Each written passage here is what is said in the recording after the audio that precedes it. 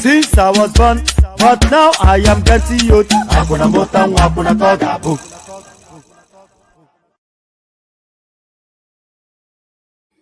And there it is right there. So there it is right there. Exactly what that gentleman said. Am I positioned?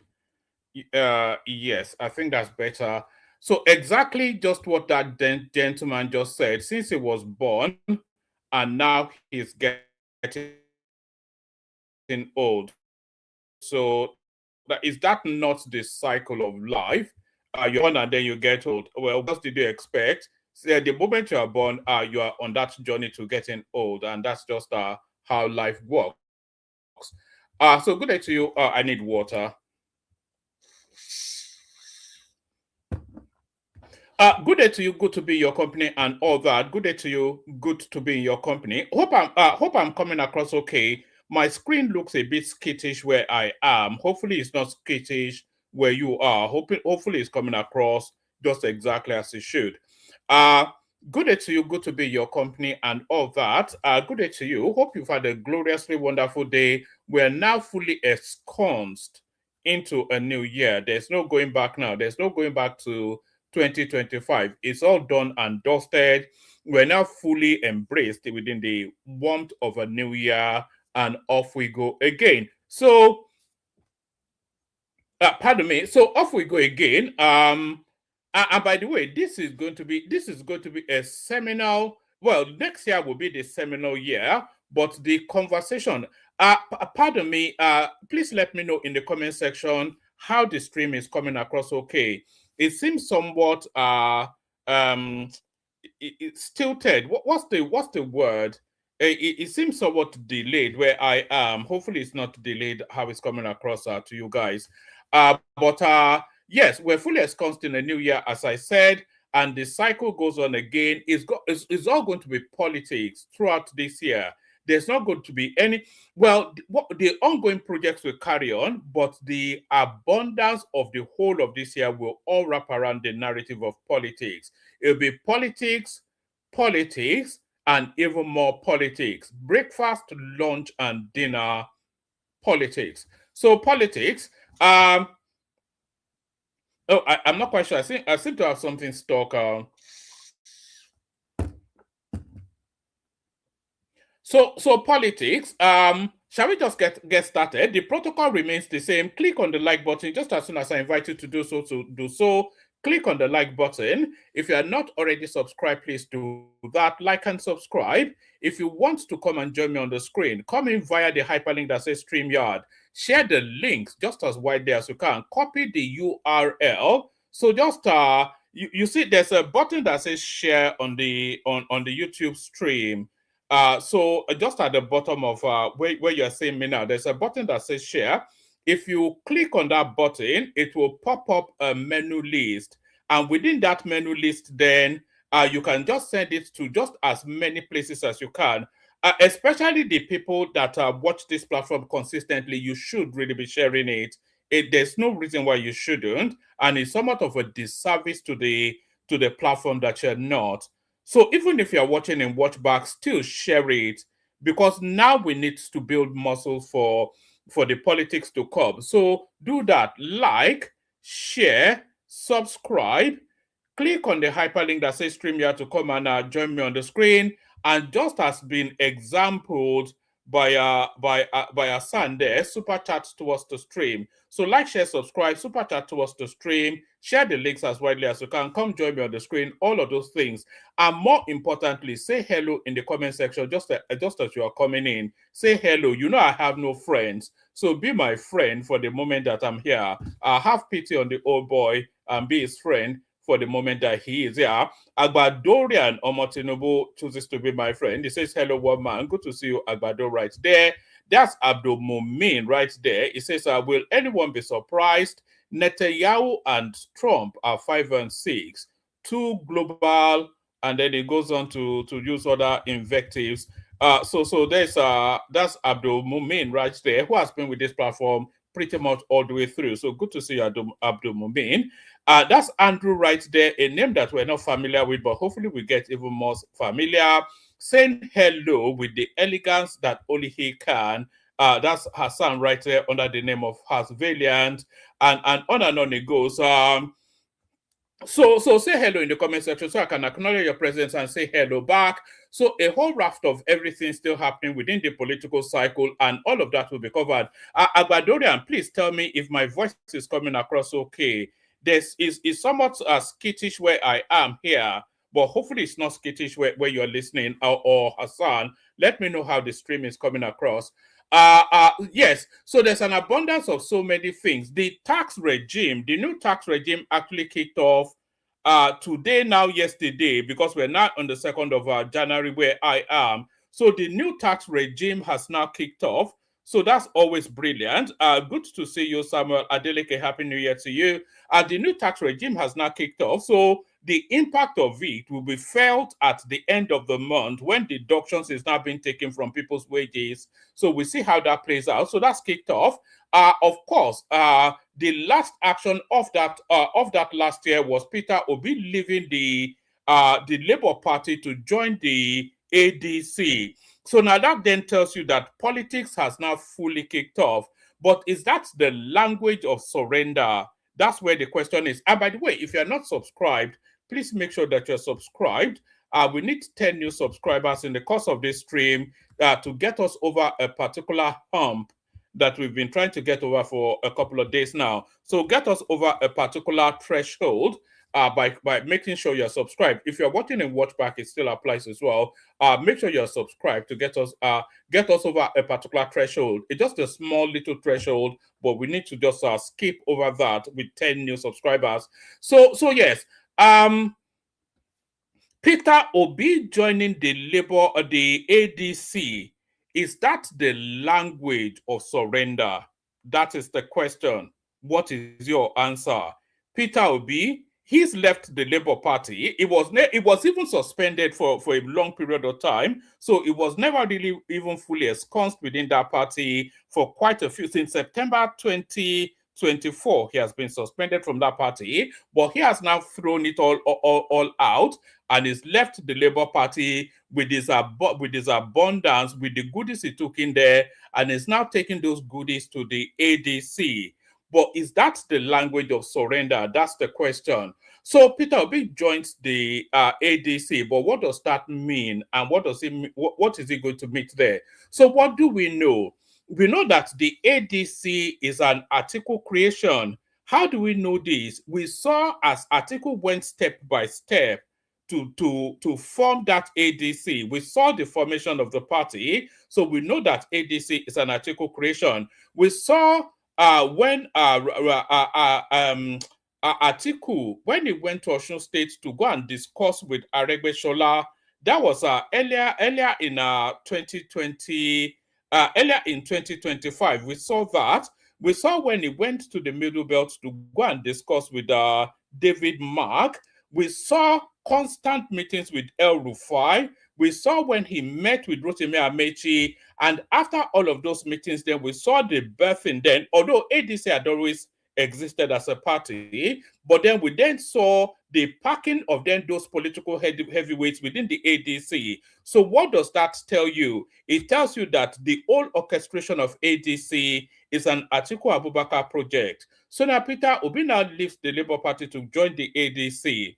What does that mean? So Atiku has not created ADC, the ADC as we know it now. He has not created it for the benefit of Peter Obi. That much we know. Atiku has not created the ADC as we know it now for the benefit of Nigeria. That much we know. Atiku has created the ADC as we know it now for the benefit of his political ambitions. That we know. So we know all these things. So Peter Obi now leaving the Labour Party to join the ADC, what does that mean? That can only mean the language of surrender. What that tells us is that Peter Obi has abdicated any presidential ambition that he has, and he has subordinated those presidential ambitions to Atiku Abubakar yet again. So just as we saw in 2019, it will be a case of my daddy said, as my daddy said, I agree with my daddy. So it's now going to be the little boy at Atiku Abubakar again, because of course, we know that Peter Obi doesn't primary. We know that. We know because they tried to primary him in the PDP and he ran away. He did not do a primary at the Labour Party. Pat Utomi had the ticket for the Labour Party. This is 2023 I'm talking about. Pat Utomi had the ticket for the Labour Party, and as soon as Peter Obi joined that party, Pat Utomi handed him the ticket, and that was it. So Peter Obi has never really primaried. That's one. We know that he doesn't, he runs away from being primaried. And the second thing that we know is that Peter Obi does not have the budget to primary because it's a very expensive business. And the other thing that we do know is that Atiku always wins the ticket in whichever party he's in. We know that as well. You know, so the other thing that we do know is that the abundance of the ADC are northerners. So we know that. So if you boil all of those things that we do know to its core essence, what does that give us? That gives us an Atiku Abubakar ticket. You have to be politically naive to the point of retardation to imagine that Atiku will not get the ADC ticket. There's no political permutator that permutates that Atiku does not get that ADC ticket. Atiku gets that ADC ticket, but then does Peter Obi even get the vice presidential slot? That's the question. You know, he may get it for reasons of Atiku wanting to pull the Southeast into his armory, but there's more of a chance that Rotimi Amechi will actually get that vice presidential slot. So the ticket for the ADC is Atiku. We know that for guarantee, and either Rotimi Amechi or possibly Peter Obi as the subordinate. And that is the end of Peter. Atiku will go on the promise that he will only serve one term, and then power will go to the southeast. But then, of course, you have to be you have to be beyond the you have to be beyond redemption stupid to imagine that Atiku will serve only one term and give power to Peter Obi. As soon as Atiku gets hold of that power, he's never letting it go. He will serve the full 8-year complement, and then he will make sure that that power retains within the North. So that's what will happen. So Obi is just being used as a tool, as an unwitting tool for a game that is bigger than him. And the moment Obi left the Labour Party, that was when his political career ended. But we will see how the permutations permutate out. So that's Peter Obi done and dusted. Shall we get it started? And by the way, don't let Hassan super chat feel too lonely, even though it's just it's just the it's just the does this even buy a coffee? I doubt if this buys a coffee, but it's the thought that counts. Thank you, son. So don't let Hassan's super chat be all by itself. Other people can join him as well. There's only really Hassan that's been super chatting over the last few days. Ayo, of course, as well, anytime he's around. But really, it cannot just be that only two people are sufficiently. Anyway, let's leave all that. But do subscribe and make sure you're liking. So that's the thing. So that's Peter Obi done and dusted. I think Peter Obi's career has now ended. And the discussion, anyway, we'll see how it plays out. It opens up at least something for us to discuss over the course of the year. So we get started. And of course, there are threats coming now from the Middle East towards Nigeria, not from any Arabian country, but from Israel itself. So we'll be going into that as well. And we're going through a whole raft of everything. But before we get into all of those, let's start on a lighter note. So we start on a lighter note. And we kick it off with this. We start on a lighter note, and we kick it off with this. Our financial experts reveal 17 humble jobs making Nigerians rich. You know, there are lots of jobs that people can actually do that will give you more than a decent living in Nigeria. There's so many jobs. It's only that people want to wear a suit and tie for whatever reasons that they feel that is necessary. People want to wear a suit and tie. If you are a plasterer or a POP expert, you will make endless riches. You will live a very comfortable life. Even the people that push wheelbarrows in the market, they are making a comfortable life. I was trying to condense actually how much these people take home. So they push these wheelbarrows, like you go into the market to buy whatever, and then they use the wheelbarrow to ferry whatever you bought from the stall to your car. And then you give them 200, 300. So if those people cycle 20 of those, those people can on average be taking out, they can be easily taking home 10,000 naira a day, those wheelbarrow pushers. So then do that over, let's even do working days. So if they are taking 10,000 a day, that's the better. They are taking close to 250,000 every month. That's for pushing a wheelbarrow. So there are all manners of jobs that can give you a fairly decent living in Nigeria. Financial experts reveal 17 humble jobs making Nigerians rich. And by the way, the platform is open for anybody that wants to come in. The economic landscape of 2026 demands a shift in perspective, which means moving away from lifestyle inflation and towards high-yielding, dirty businesses that elites often overlook. So let's just get into let's do that again. Actually, the economic landscape of 2026 demands a shift in perspective, which means moving away from lifestyle inflation and towards high-yield, dirty businesses that elites often overlook, according to Jennifer Ewerigwe, a chartered accountant / investment banker founder of Financial Jennifer. Although in Nigeria, corporate titles are often used to measure success, challenging Nigerians to look past the grease and grind to find true wealth. What are these jobs? She says, the richest people are not always the one with the fancy titles. She said, sometimes it is people with jobs we are told to look down on who are actually cashing out. From the bustling spare parts hub of Agu car to the high demand world of international charcoal export. Here is a list of 17 businesses which she shares, identifies as sacred gold mine for Nigerian entrepreneurs. So let's just go through the list. As spare part kings, so that one is easily, that's not even a dirty job. That's a respectable middle class job. Spare part kings.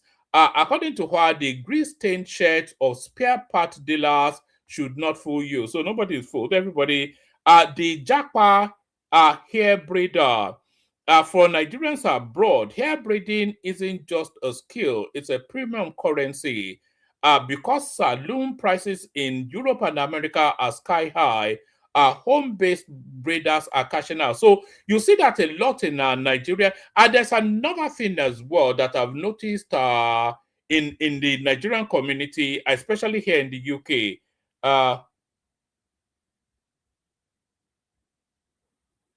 No, I'm not saying that I would do it. If my circumstances, somebody is saying, why don't I stay back in Nigeria and push wheelbarrow? So I'm not saying that I would do it, but if my circumstances were such that that was my option, I wouldn't have any qualms about doing it. That's what I'm saying. It's a respectable job. It's better than stealing. So it's a respectable, and it gives you a decent income if you put in enough of a shift. So I'm not quite sure why you would say that, but so where was I? Yes, no, I was saying there's this culture that I've noticed in Nigerian parties here in the UK. I'm not quite sure if it's done everywhere else. There are certain women that they are come to these big party dues, and they do the gele, the heads, the gele for the party for the women, and they charge them on average 30, 40, 50 pounds, and they do about 10, 15, and there's a party going on pretty much from Friday to Sunday everywhere in the UK. So that's another way that you may consider to be a dirty job, but and it's tax free, it's cash in hand. Red gold, palm oil production. So that I'm not quite sure if palm oil production is a dirty job. Truck rentals and logistics. So these are jobs that you might not immediately think of is more the thing than dirty jobs. The high earning plumber. So a plumber is not a dirty job. If that's a middle income job right there. Innovation on wheels, mobile car washes. So yes, I'm seeing this culture now where people actually drive to wash other people's cars. Digital products, and while you sleep. As an investment banker, Jennifer advocates for scalable assets like e-books and online courses. This has personally made me more money than my corporate job.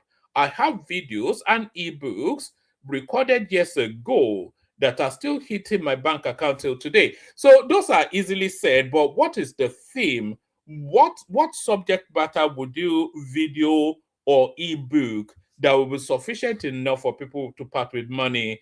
Frozen food gold mine. So that's not a dirty job, certainly not. Thrift okrika. So yes, okrika is not a dirty job. The mortuary industry, that's certainly not a dirty job. Luxury wellness, massage therapy. If it comes with a happy ending, then it can be lucrative. The pomo trade, that's not a dirty job. Black coal, a black gold, charcoal export. So I'm not quite seeing how any of these are dirty jobs. Keke napep, that's not a. These are upper working class jobs, not dirty jobs. Female barber advantage and all that. So the pleasure industry. So yes, there's this thing that they call OnlyFans. I think that's a lot of young girls are making money of that. by flashing their bodies. All right. So those are jobs that you might not immediately think of. So I would rather describe them as jobs that you might not immediately think of than describe them as dirty jobs. I don't see them as dirty. There's none in that list that you will categorize as a dirty job. So that's that. Let's go on to the next one. What else are we looking at? Oh no, that's not the one I wanted to bring you.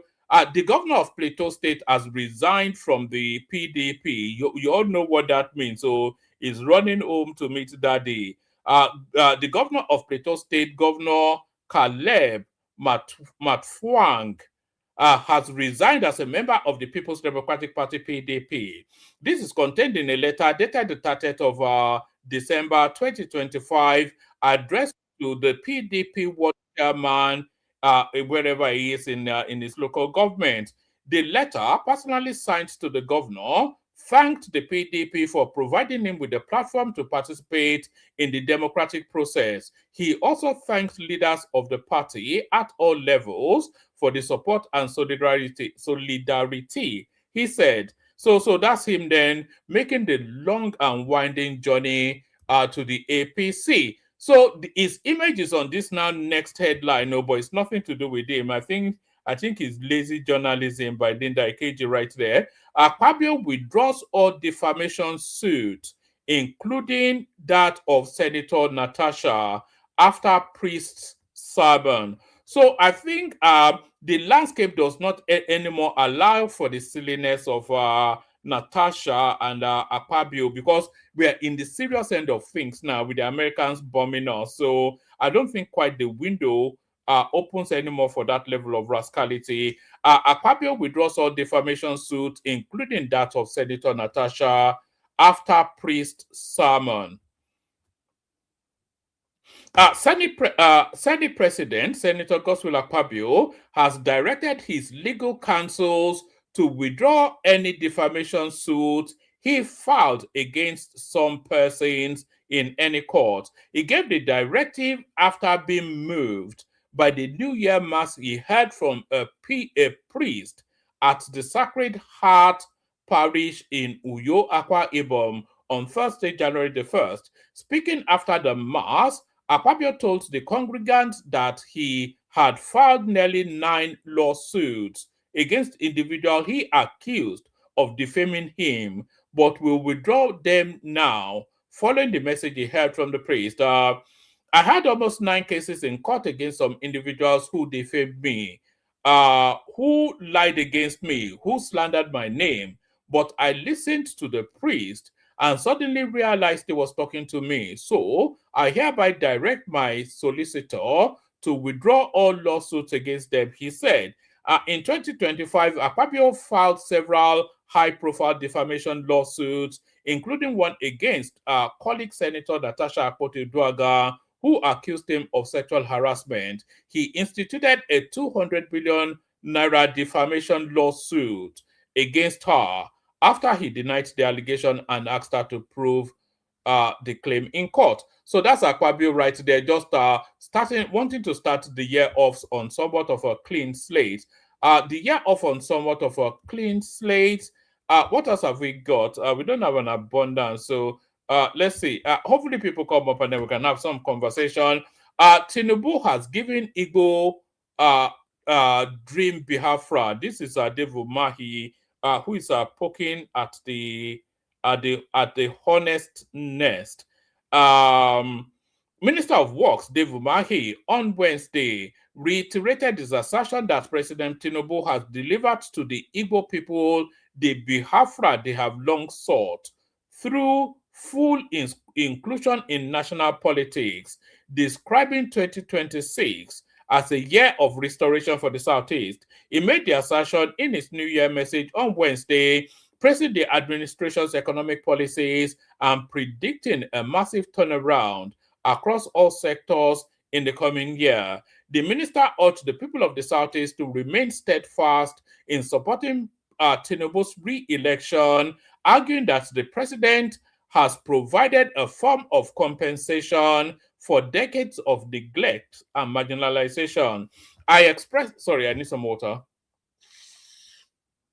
Pardon me, I express optimism that the people of the Southeast region shall rewrite the wrong of 2023 general elections and shall speak loudly in unison in massive votes for President Tinubu, who has resolved the criminal marginalization of the region by successive administration. I don't think you can suggest that Goodluck Jonathan marginalized the Southeast. To all intents and purposes, the Goodluck Jonathan administration was a Southeastern administration. So that's that. Let's go on from that to the headline piece. Israel working on plans to support Christians in Nigeria. This is Netanyahu.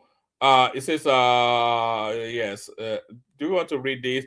We have it in audio actually, so let's see if we can just listen to it. Benjamin Netanyahu, Israel Prime Minister, says Israel is working on an agenda aimed at supporting embattled Christian communities in Nigeria. Netanyahu made the remark on Friday during a meeting with evangelical community leaders in Florida, where he described Israel as the only country capable of protecting Christians worldwide. He said, I see the battle against us and the battle against our Judeo-Christian tradition are basically being waged around the globe. It is waged primarily by two forces, radical Shiite Islam and radical Sunni Islam. So it's actually isolated there. But so it's not a condemnation of the entirety of Islam, but a condemnation of that radicalized element within it. So there's a distinction which a lot of Muslims have been at pains to try and distinguish to us, but there is that distinction. It says, I see the battle against us and the battle against our Judeo-Christian tradition basically being waged around the globe. And it's waged primarily by two forces, radical Shiite Islam and radical Sunni Islam. So the Shiites, of course, is the Iranian strain of Islam, and the Sunni Islam is the Saudi Arabian strain of Islam. So now a good 90% of globalized Muslims, they are of the Sunni stock.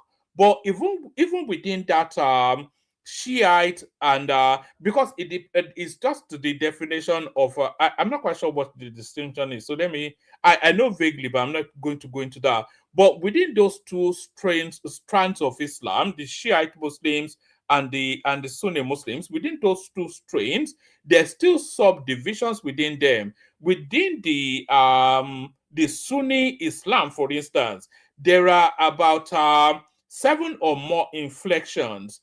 And the particular inflection that is somewhat radicalized is called Wahhabism.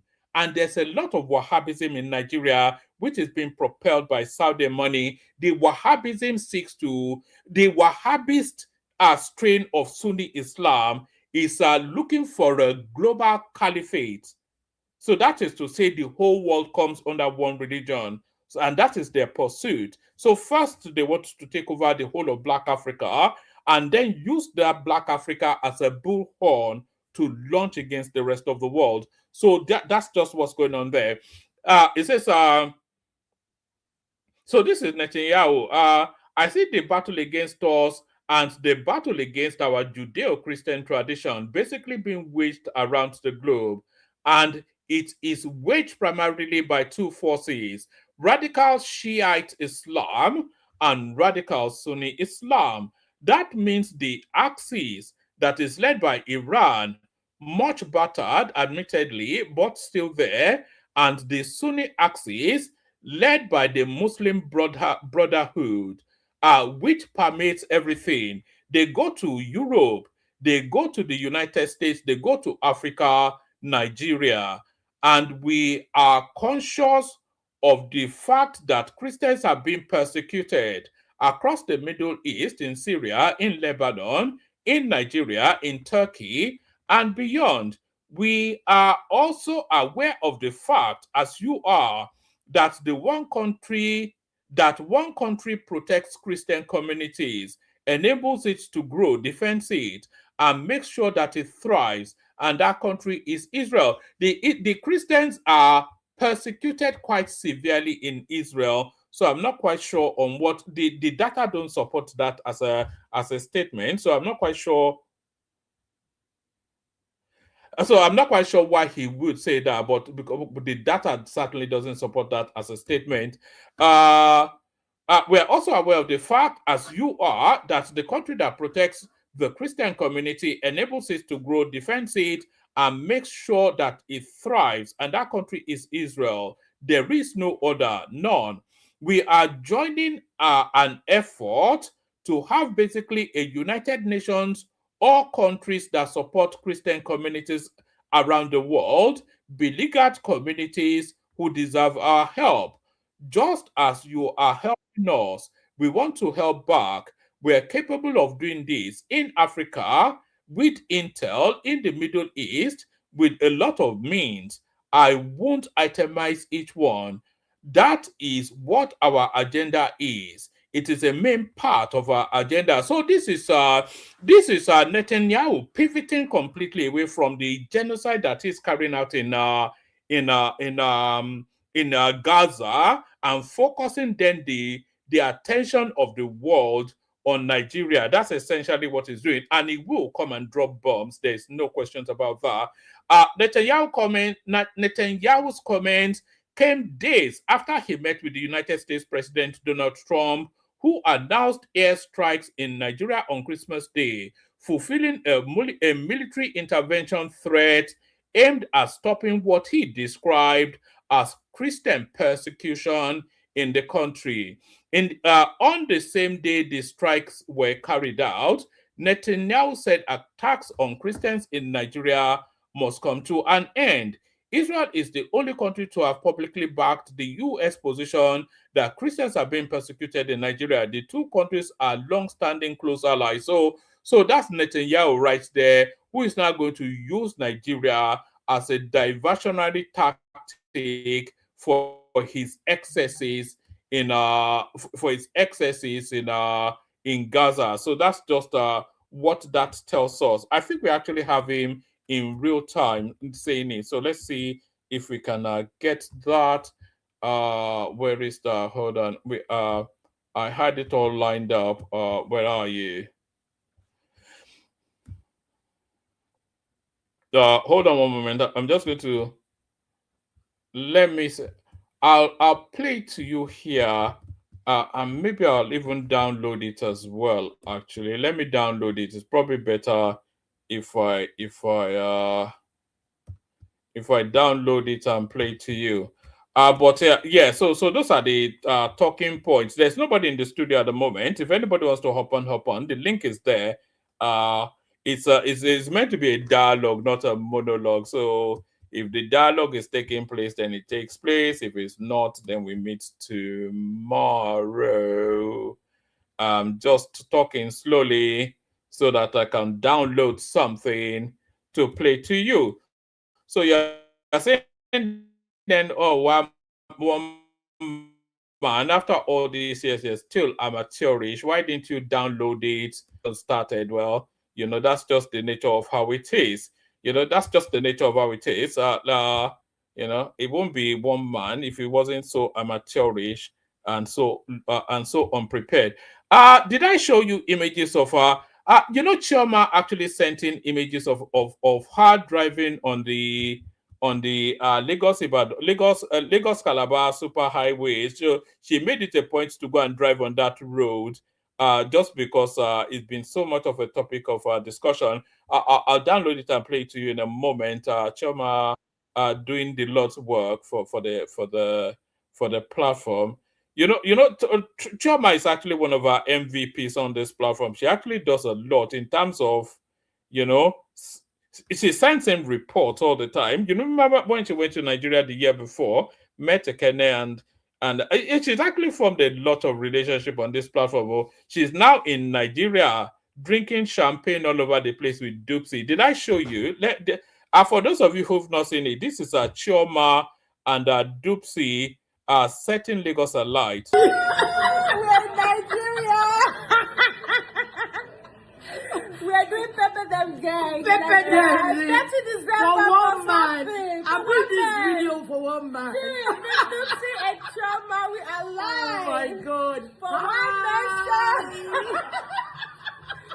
We're going to do Pepper Them Gang. 30 December 2025. 2025. 2025. Hi, woman. Hi, and everybody on the panel. How you guys doing? We love you all. One man. You will join us one day.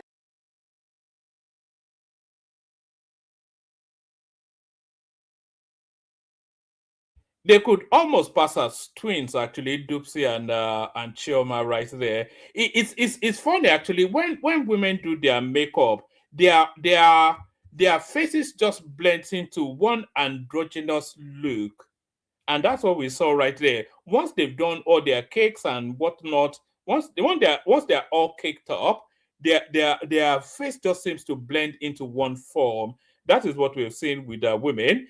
Did you know that Dupsy has nice legs? Watch this. 30 December, we must enjoy. Yes.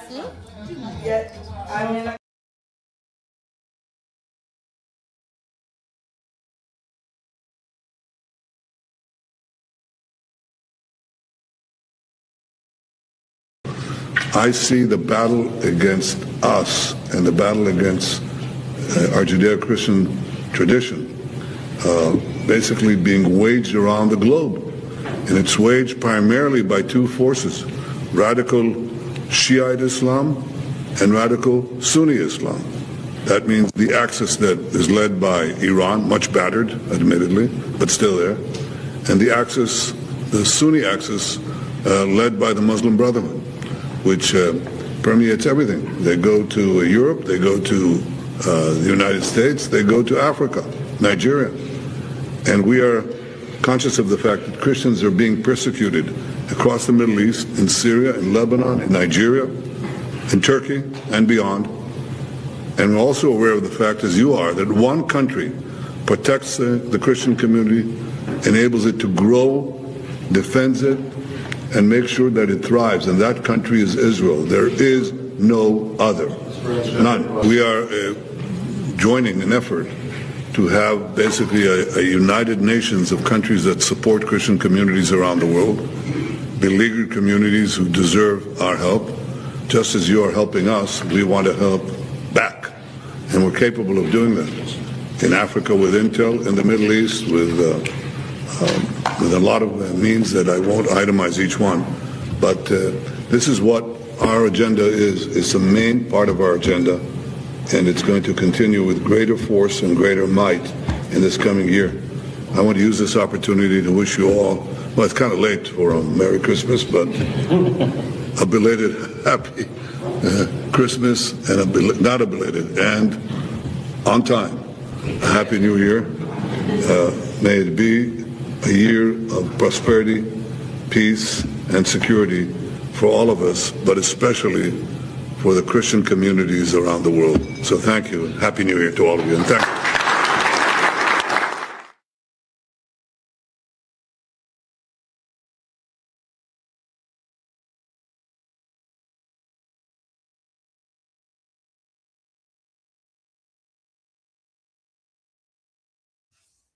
Well, that sounded ominous, didn't he? He made it a point to, of all of the things that he said, he only mentioned Nigeria as a country. So that's a statement of intent right there. So Trump opens that window then that Nigeria is now a testing ground for all manners of military weaponry. And Israel, of course, doesn't need inviting twice. So a lot of confettis still to drop on there. Well, I'm anticipating at least 2 or 3 more international interventions in the Nigerian matter over the course of this year, and I fully anticipate do you remember that under Goodluck Jonathan he tried to use the Mossad, but that failed because Buhari got rid of them just as soon as he became president, because that was the antithesis of what he wanted. He, as a Muslim, hated the Jews, and he, as a Fulani fundamentalist, he wanted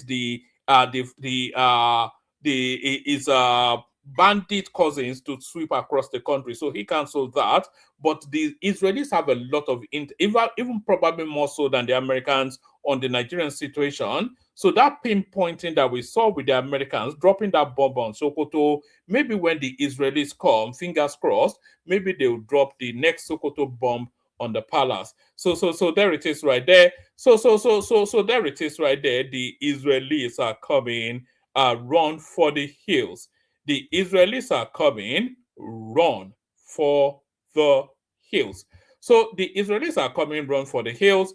Let me give you this one as a headline as well. These are the off-spills, the offshoots of Peter Obi's defection.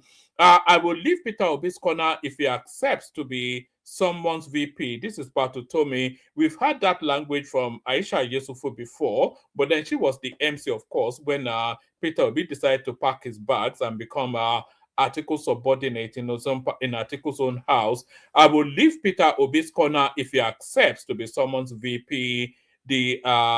I was going to call him an affin, but I think that's probably rude, isn't it? I will leave Peter Obi's corner if he accepts to be someone's VP. This is Patu Tomi.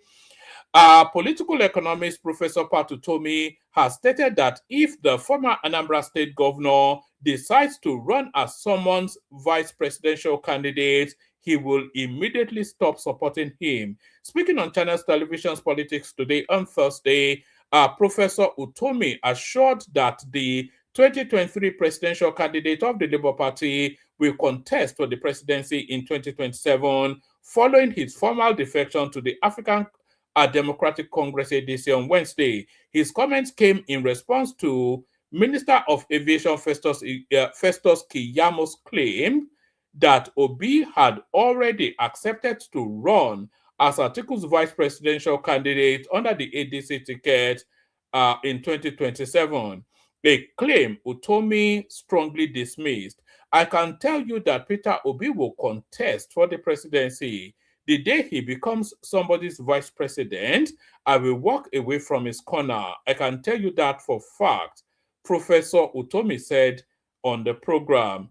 In the same interview, Utomi also made a case for limiting presidential and gubernatorial candidates to Nigerians aged 70 and below. He lamented that the Nigerian presidency has increasingly become a retirement home, criticizing both former President Buhari and Tinubu as government in absentia. So there is right there. We saw similar chest beating from what's she called, Aisha Yesufu, but then she bent to the dollar. You know how much that woman loves money. She bent to the dollar and yielded to the move. So that's that. I played the Kegite music. If anybody wants to hop on. We'll play the Kegite music and then we'll see what happens after that. It's been a moment since we last played the Kegite music.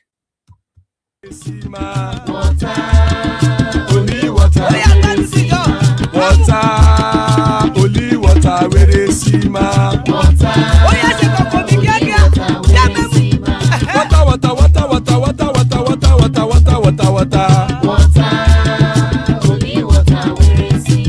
Hapa o naido.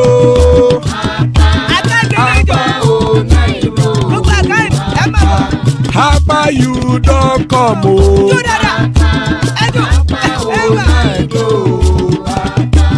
Hapa o naido.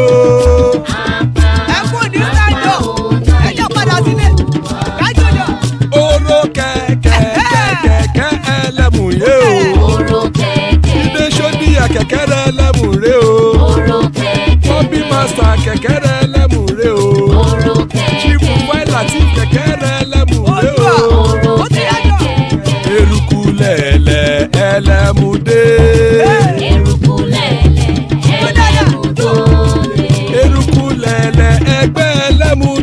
jàre o. Eruku lẹ̀lẹ̀ Ghana ti dé ẹgbẹ́ bọ́dì o. Ọmọ ẹlẹ́yẹ ẹyẹ o ó dìle o. Olúyẹ̀lá ẹyẹ o ó dìle o. Petrosonama ẹyẹ o ó dìle o. Petrosodunke ẹyẹ rẹ̀ ó dìle o. Ẹlẹ́kọ̀ ọ̀run mú ìní o.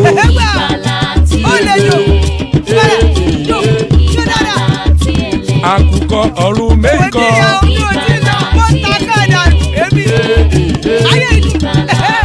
Ikú kò ní ríwà gbéṣe o.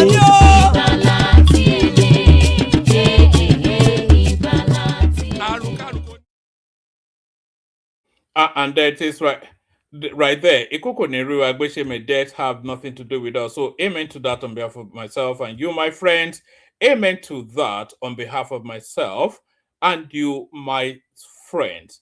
Swimming in from the big sea into the small pond, according to him, it's Pansat. Joining us after a long moment away, walk no doubt, General Thomas, and the host with the most known. No, that's not even allowed. That's I thought I saw the dollar drop. And also we have Zion is M, who is going to explain what that means. We know him as a son, but he comes as Zion is M. So Zion is M. Let's kick it off with you, Zion. Wagwan Hassan. Kilon Shele, Baoni. Danny, how did they talk with You how are you, right, my friend? You said it exactly right, Danny. Now, so we are starting our new year with the threat of our sovereignty being breached again. Well, that's what it be. You know Well, that guy has been looking for a way to pivot from being the pariah of the world, and is going to use Nigeria as just as a useful fool. one man, you remember when this thing started? I told you where it started from. The first person to actually talk about it on an American TV is this boring failed comedian Bill Maher, and from Bill Maher, it started bouncing off to Laura Luma. Before you knew it, one Mumu. What did they call that girl where they look like the baby Nicki Minaj? Yeah. So the whole thing, the way it happened, it's not organic. Like that, something was behind it, and even like now this guy tell Trump say make you do amu because he actually gave an address that morning before Trump actually pressed the button. But so now Trump they press the button. Now it's just like owning a dog, eh? So this is the owner, and that Trump is the dog. So just the wonder people where they worship that Trump. Yeah, anyway, life is just the way it is. If they go fit hit, if they don't get ulterior motives, we for welcome them. But the antecedents. They are antecedents. It's not welcome them anyway, irrespective of what their motive is. No. If you welcome them, then you may not have a country if you are not careful. And let me tell you, what happened in Syria is just like welcoming them and then letting Shekau become president. You can imagine the irony. No, because they feed on chaos. Look, Hassan, the situation that we're in now is not sustainable. That these people will just go into communities and slaughter at will. There's no repercussions. One man. I'm not for those people. Oh. You see, that's the problem. I know you are not for them, and I know you are not for them, Hassan. But what I am saying is, if we lack the capacity to tackle the situation, then at whatever price, if the price leads to bombs dropping in offer. Offer. No, not in Offer. One man waiting to offer. One man, you know, they see pattern. No, we don't want them. We don't want them bombing the south. We want them bombing the north. But I'm telling you something that is factual that has already happened, and I'm telling you to look at the patterns, and you are choosing to just. It's okay to hope for the best, but don't be too naive as to the realities before your eyes, to the point that you are, because earlier today we were talking about when Peter Obi declared, he said, so I sat down to hear what he's got to say, and I was bored by it. I was not inspired in any way. So we were talking with some people, and they were like insisting that Obi is the only way forward, blah blah blah blah blah blah blah. And I told them I just heard him, declare, and I didn't hear anything in any way that inspire me or anything that will make me to want to vote for him. They now told me that it's because I'm already biased against him, blah blah blah blah blah blah blah. And I told them, okay, if that is what they say, fine. But he already, when he was talking, he said that a lot of people are dying, and that the Nigerians that are dying are in Jos and in Benue. So he acknowledged that one, but not any other one else. Okay, so that's a narrative that will not do anybody any good. For someone who wants to be president, yeah, it's politics, man. He may think that is his best strategy. Do you think that language alienates the North? Of course. Now, one man, are you? If you want to talk about these things, and you want to rule a country that is 50-50 the other way, you have to be smart about it. In fact, I would rather be tribal than be religious. You get what I mean? A lot of people don't understand what Tinubu did was quite tribal than religious. So this Muslim ticket was just taken out of proportion because people didn't understand that Tinubu was actually following a winning formula. This was a formula that was tested and trusted. It worked with Abiola and Kingibe. But they don't want to hear that. People have a way of interpreting reality to suit their narrative. Yeah, well, it is what it is. Well, me, I know, say, anyhow, if they drop fish for water, so if not to swim, don't they not take it, then the gene to swim, it don't take for our body, so no problem.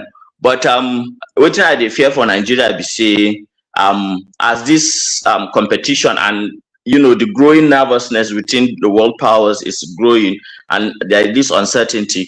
A lot of agendas have been. I'm just afraid of, what may happen that will touch the person we see him and the person we no see him. Describe your worst case scenario to us. What's your biggest fear? My worst case scenario is they ban Nigeria from. Okay, they drop some bombs in Nigeria. Nigeria tries to fight back. The government tries to fight back as hard as they can. They now put a ban on Nigeria, and then an embargo to deny the government of getting access to arms and ammunition. Now, if the government can no longer just more arms right now, they're giving Tinubu fighter helicopters. He just announced it. Augusta, I tell you, say now the thing they start. You don't know as these people they behave. So I hope that it continues in a manner in which whatever it is that Israel will do or America will do, the government can do it. Don't you trust the government? Don't you trust Tinubu enough to carry out what is right? No, forget Tinubu. Patently, the government cannot do it. Since the birth of the Fourth Republic, we have seen insecurity expand with every government. It kicked off under Obasanjo. It expanded under Yar'Adua. It went further under Goodluck Jonathan, carried on to expand. even with the cooperation, because Buhari was a bandit too. So it grew even more under Buhari, and it still continues to hold center stage now. So it's not, Nigeria has not shown any capacity to handle it, to tackle it. Yeah, if Buhari is a bandit, then Tinubu is a bandit too now. They are all bandits together, because they are bandits now. Together they take chop. Maybe with Oshibajo they drink Milo and coffee. All right, but as Nigeria showed any capacity to handle insecurity, is there anything that the government, either this one or previous ones, are doing or have done that inspires confidence that they know what they're doing, or they have any capacity? Okay, this is the way I see it. They lack capacity, yes, and the warfare is asymmetric. And of course, Nigeria is just a country that is trying to survive. Our whole budget, like the money no deal, that you will see the people they talk about now.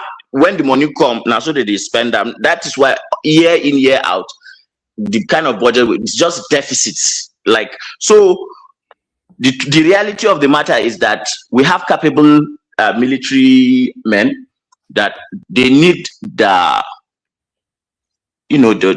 arms and ammunition to go and finish these people off, but they are not given these arms and ammunition, and you are trying to call a foreign power to come and do it.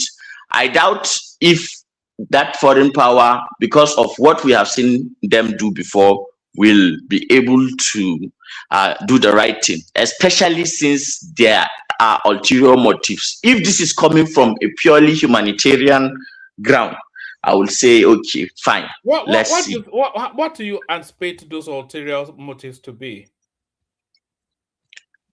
Concessions and destabilization of the region.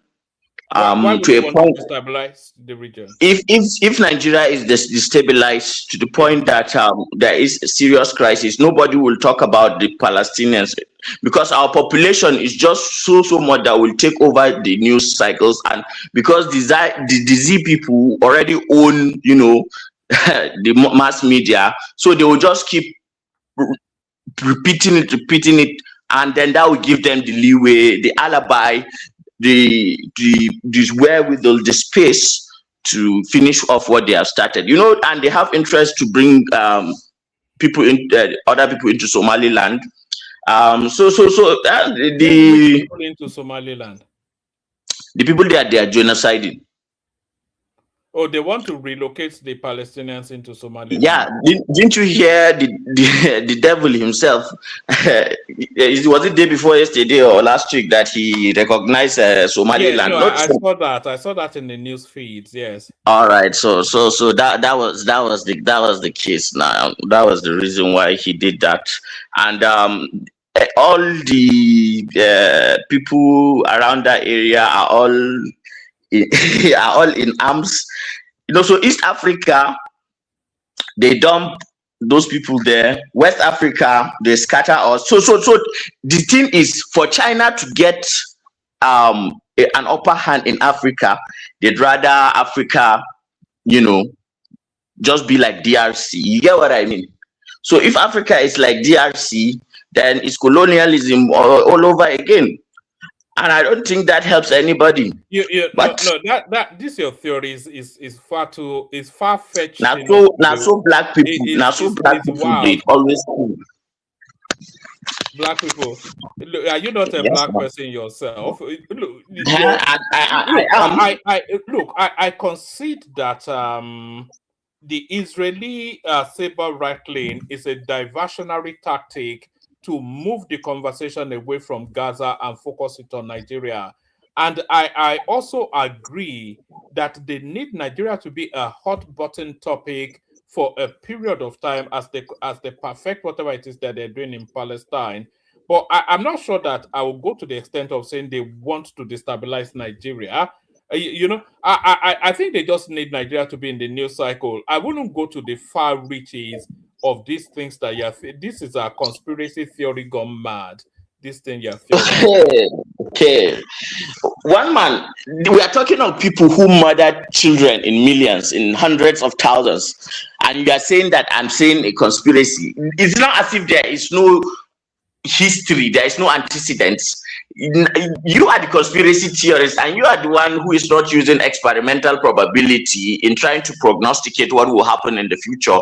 And then you are trying to somehow make me look as if because you wish that a bomb will be dropped on the palace of the Sultan. Therefore, drop one for the palace of the Oba. I don't know which village you come from, because they don't touch Offa, so it's closer to you. Who touched Offa? Who touched Offa? Was it not the insurgents? Who told you?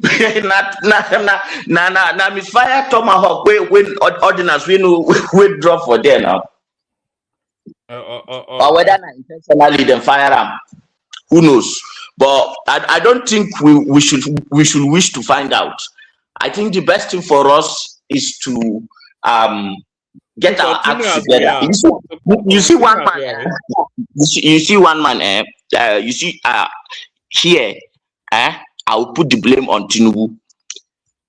As much as things have become, so chaotic, I don't know why he didn't get the right people to handle, our foreign affairs in a manner in which at least we will maintain our sovereignty. At the least, that is the least that is expected of you. And if you cannot do that, at least your body language should inspire courage to your people. Don't be so defeatist to the point that you are not even able to address your people. You see, you like to call Buhari a devil and all that thing, but Buhari was a better, person who understands international affairs. His relationship with Trump was smoother, even though Naim be the bandit super villain, Naim be the last boss. He was smoother with the Americans. Did Trump not call him a vegetable? The same Buhari sent away the Mossad. You don't know Buhari a vegetable. Let me remind you who Buhari is, one man, if you don't know Buhari. It is Buhari that used Mossad to kidnap Umaru Diko in that UK of Una, the way they give her injection, they nearly carry and come. And at the same Buhari used the same tactics, capture Nnamdi Kanu, where they for Sokoto right now. How they take out? So underestimate him, don't die. Allah is Kagani, but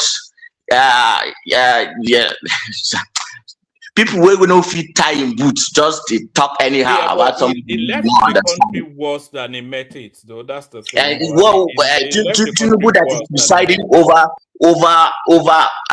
our sovereign for the first time in our history, the breach of our sovereignty from a colonialist, imperialist. How has your sovereignty been breached? One man. Why are you asking me this? I will take it to be rhetorical. I won't answer. It's not rhetorical. You know it now. Now for village, that for cave you did. That place where they bought for Tangaza, you just say if the breach of your sovereignty, the Nigerian government acted in collaboration with the Americans in order to tackle a problem that was proving difficult for the country to handle by itself. So that collaborative work, is that a breach, or the Americans told us it was collaborative, the Nigerians told us it was collaborative. So what was breached? For it to be breached, they have to act outside of your knowledge. Okay. Who announced it? Yeah, you're picking up the language of the obedience, so you're hanging around. No, it's not. No, see, obedience can. I don't care.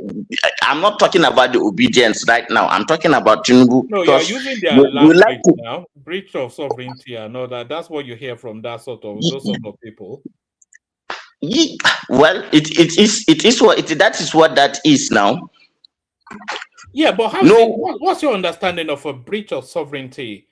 See, one man in my life, I don't do things half-heartedly, in the sense that I don't start something and then not finish it. You get what I mean? I don't. If I start something, I make sure I finish it. Now, to start something and then not finish it, and then give ammo for propaganda for the enemies of this country to mobilize over it, I don't think it's a good thing for us. Us that we are thinking that we want to fence our border, now they are trying to instigate stuff that may not necessarily solve the problem. Because if you don't put boots on ground, there is nowhere where terrorists have been defeated by airstrikes alone. It has never happened. But we already have boots on ground. But you don't. You just say they are useless now. So you say they are useless. No. I said they can't. They have to work in concert, and this is what they have to do. One man. Whether okay, I think it's because it is Tinubu. If it were somebody else that was president, if it were somebody else that was president, insecurity now. Which administration has shown the potential to tackle it since it started? Was Obasanjo able to tackle it? Was Jonathan able to tackle it? There is a degree to everything now. You cannot just say, okay, warm water is not boiling water now. Did you know that under the Buhari administration, every single week, a minimum of 70 people were being buried in the Middle Belt? A minimum. Every single week. Every day was a slaughter. Every single day. They had made incursions into Yoruba land. Under Buhari, they sacked communities in Yoruba land that had to escape to a neighboring country. Under Buhari. So with administration, the fact that he's able to do one or two things in Borno, I'm happy for you. But the rest of the country suffered heavy insecurity under Buhari. Heavy.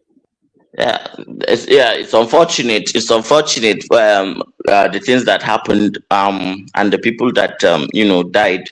But I still think that Buhari did not mean to kill Nigerians, and at the core of Buhari, he's a patriot. Body language suggested otherwise now. Do you know when they if your mind is made against a person? I'm going by what is known rather than any bias or prejudice. Under Buhari, when people were being slaughtered in the Middle Belt, the Buhari will say they should learn to get on with their neighbors. That's what he was saying. Do you not remember? It was earlier as it was not that I think it's his problem. It's the Ruga thing that I was not okay with.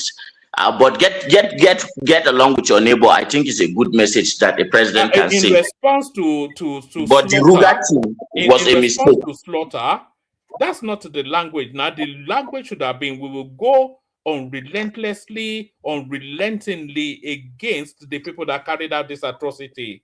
That's the language of a presidency, not to tell people they were slaughtered in their scores, to learn to get on with their slaughterers. That was what Buhari was saying now. Buhari was a you take it out of context. Buhari will never say something like that. Do you want me to bring you clips? Do you want me to bring you headlines? We no. live through it now. We all live through Let me tell you this. Make of it what you want.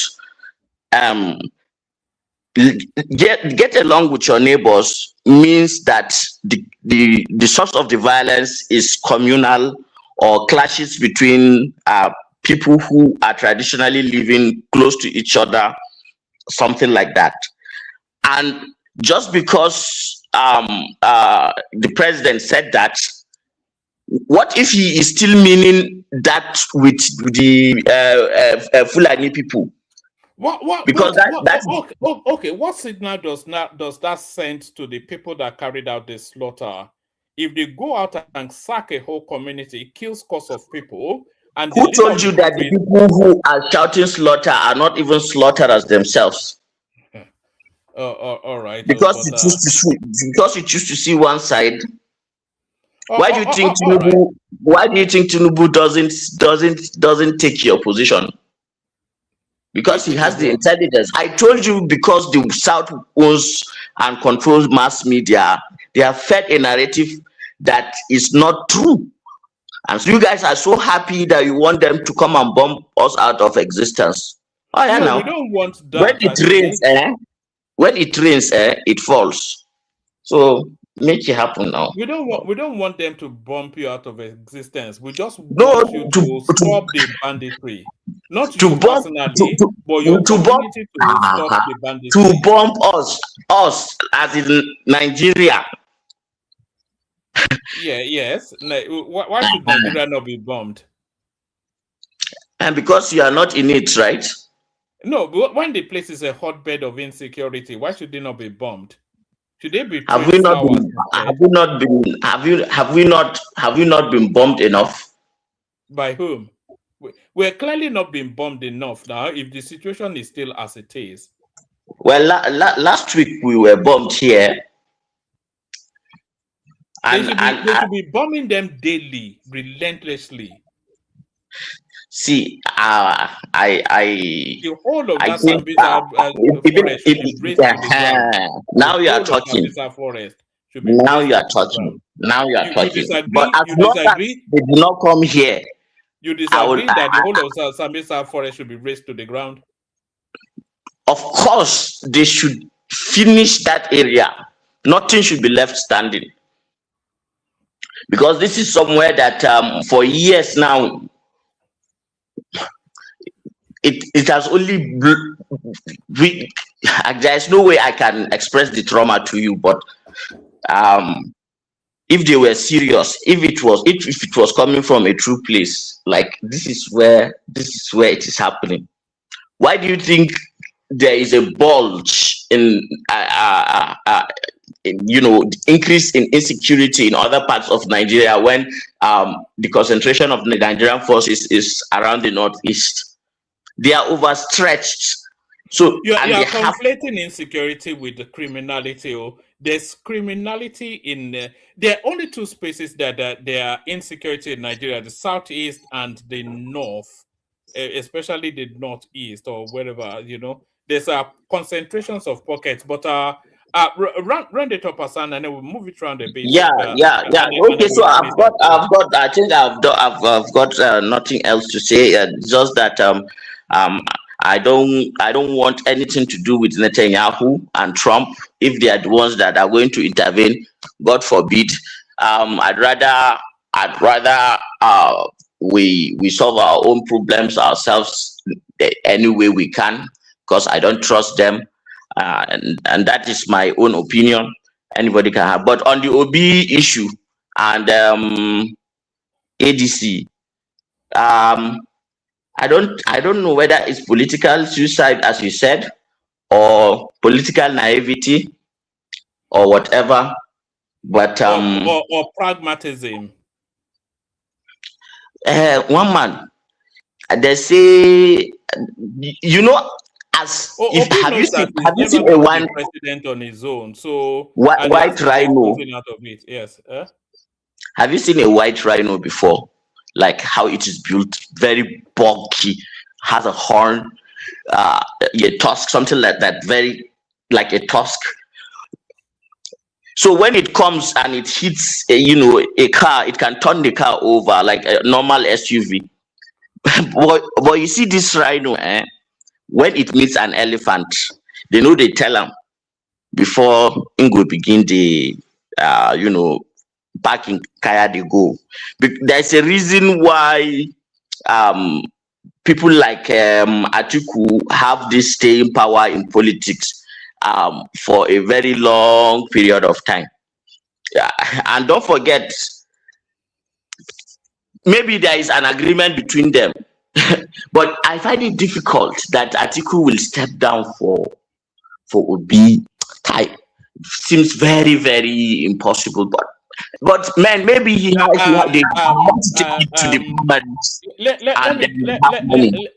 let me give you a heads up, Hassan, so that you can note this for when it plays out. They will do the shams of whatever it is. They do a whole dance around to land on a ticket of Atiku and Peter Obi, but then Peter Obi will sell him subordinating to Atiku with the promise that Atiku will publicly state that he will only serve one term and then support Obi to win the elections in 2031. So that's going to be the deal. So look forward to that in the coming months. But the problem that Atiku will have, the script that is being played out. Obi will the problem subordinate to that Atiku, Atiku will run as have, a vice. Oh, hold on. Obi will subordinate to Atiku, run as a vice. Atiku will make the promise that he will only serve one term. As soon as Atiku gets the presidency, it will just mess Obi up. Anyway, Obi is in a game that is bigger than his IQ. If you listen to them, they say they are ready, that they have a war chest, say they go toe to toe with Atiku for primaries, say they go win. They win the primaries in ADC. The ADC that Atiku put together, they win the These people say a lot of stuff now. Are they not the ones that told you they won the 2023 elections? These people live in a parallel universe. Two of you agree. They live in a world of make believe. Yeah. One man. All right. Both of you agree on Obi, right? Hold on. He's going to yield the mic to you now. But before you yield the mic to Pansat, we do 5 minutes monologue. We've got two Nigeria. We've got Izon. We've got our General Thomas.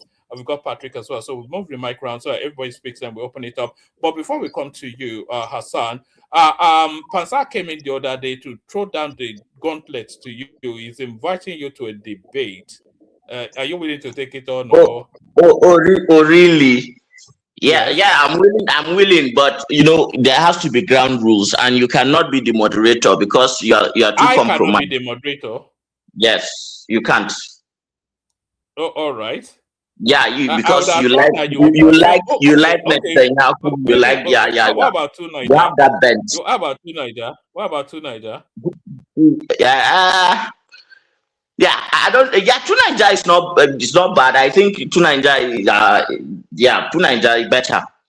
All right, we'll set a date then.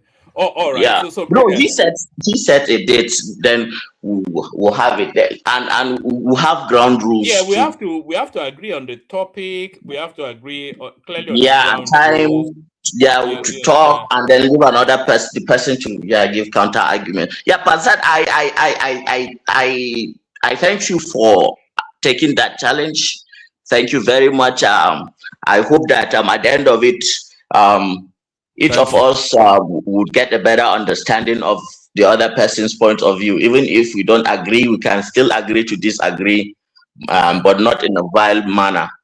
Exactly. You know that Pansat plays by rough house rules. It would turn the debate into a street fight. That's what we. That's why I said we need ground rules. But I believe he said it in good faith. Since he has agreed that he wants it, it's done in good faith. Let's assume the best of people until they prove us otherwise. Yeah. All right. We need to really. Okay. So the last thing is just about Atiku. Then I use the mic. Yes. What should we pick a topic before? No. There's no need. There's no need for the topic. Let's just get some 45 minutes to an hour. I think it's enough for a person to make his point and the other person to counter. I think it's enough. There's no reason to. It's good. Yeah. Oxford style. Equal time. I accept. Yeah. Let me take it over from here because you having a. Can you guys hear me clearly? I believe that we can hear you clearly, Pansat. I just wanted to say something, and then I go to the background. Then you can just continue. Okay, go ahead. On Atiku. One man. The problem with Atiku, the problem that Atiku will have, even if he has Obi, is the power brokers who have already are already planning for 2031 for the Northern Presidency. That is everywhere the power brokers are mortgaging and are planning for. I doubt if he will get, people will not go follow him. Well, Every man to I agree himself. with you Like, on that. I agree with you on so, that. There so is no like need for the it's a younger, for the mission that. yes. Mm, so There's and no even need. at he won't spend money like because he knows like this is not like Winnable. Yeah. 2020. Yeah. So everybody will not spend money like that. So but if our man from that be our Anambra, if he bring out your money, then shop and finish as well. I ain't doing stuff. But all right, all the best, everyone. Bye bye. Oh, all right, really. Yeah, stay for as long as you can.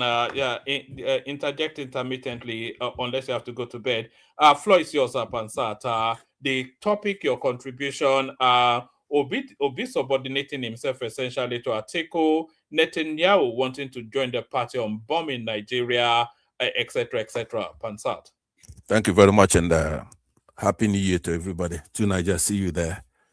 You know what, man? You should have said Pansat has prescience ever since he's been on this platform. He's been telling us what's going to happen, and it's just playing out. To Niger will bear me witness that I have predicted him. Some of them are bad, but at least the mockery that I had to go through, the ridicule, the derision, or even I'm the kind of those who say, hey, look, we're Jews and Israel is going to come do this. If you do this, you'll be scorning us and joking and jibing and chaffing at us when we said it. Well, it's playing out now. And Hassan just said that that's one thing he doesn't want. He doesn't want Israel to come in. Let's just resolve this among ourselves. Yes, nobody wants it, but you don't want to listen. Your people don't want to listen. So you don't get to decide what's going to happen. You don't get what you like. So the contentious topics we have now should be coming down. If you guys are fair, all the things that you consider controversial, disputable, debatable, some claims that we make from our side, Biafrans is who I mean by this time. Right now, they're playing out. But we're not going to be waiting around to play the games with you because we told you, let's get the country in order. Let's be fair. Else, we want Biafra. Biafra will come. You say, oh, no. So we're moving on now. We're no longer watching the small guys, the commentators and the bloggers and all, the people. We're now watching the elite. That's what our focus now have moved over. You have to watch the elites now.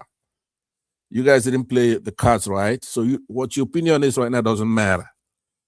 What we're watching are the elites, Akpabio, Saad Abubakar, Tinubu, Wike, all the cabal, these criminals that took over our country in 2023, right? Notice something about all of them. They've gone quiet. They are calculating because it's power that we're talking about here, right? So they don't have that allegiance anymore to Tinubu. Tinubu himself is recalculating because they know what's coming. The little guys, the people, we don't know, but they know. These elites. You just said now. But what did you say? I didn't mean to interject. I said you just said now. So no. I'm being modest. I'm putting myself with the people, right? All right. I'm not with the people, but I don't have to say it. Now here's what I'm saying. You gotta watch the elites. They know it's over. Party is over. Tinubu is out. So no, now, you wish. You wish. No, now I will just be quiet and leave you. You have to mute. Bye. You have to mute him. You don't have to leave, but you need to be quiet, okay? So now you have to watch him. Now, what I'm talking about is something you could do by observation. You could say, okay, no, Tinubu is talking and Saad Abubakar is all over the TV talking, right? You can say that, but when you watch these elite, now there are some of them that are cowards that will not, that cannot hold the information they're getting. They're getting data, they're getting information. One person who watches Akpabio, about a month or 2 months ago, he was scared to death. At that time, there's not been any bombing, but Trump has made some moves internally and here in the United States. So he came on the Senate floor, he's a Senate president, and he says, look, or we don't want to piss off Trump. Or I didn't say this so that Trump will get mad at us, or something like that. So you watch him, he's withdrawing cases that he's filing, harassing people, using the courts to intimidate people, the Senate president, or all three of our branches of government corrupted. So he wants out. If you watch him and watch his actions and watch his language, he knows that Tinubu is out. Wike knows that Tinubu is out, right? Saad Abubakar knows that Tinubu is out. All of them know he's out. Tinubu himself, he may not even come back from where he went right now. I came here maybe 30 days ago and I was telling one man that in March, Tinubu is not going to be president. He's going to be out. I don't know if he saw it. I don't know if he glances at the comment section, because that's why I put some of my stuff. But I also spoke about this a couple of years ago. What's happening right now, the mockery is over. The derision. So now, I'm a modest guy, and so are some of our people. We use substitute language, what they call euphemisms, softening stuff, understating it, underplaying it, politeness, right? When we say Christian persecution, right?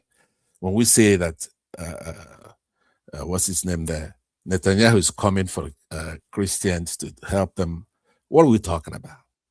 Christian is euphemism for Biafra. Now, if you look at Somalia, where Israel has recognized Somaliland, that's called a precedent set.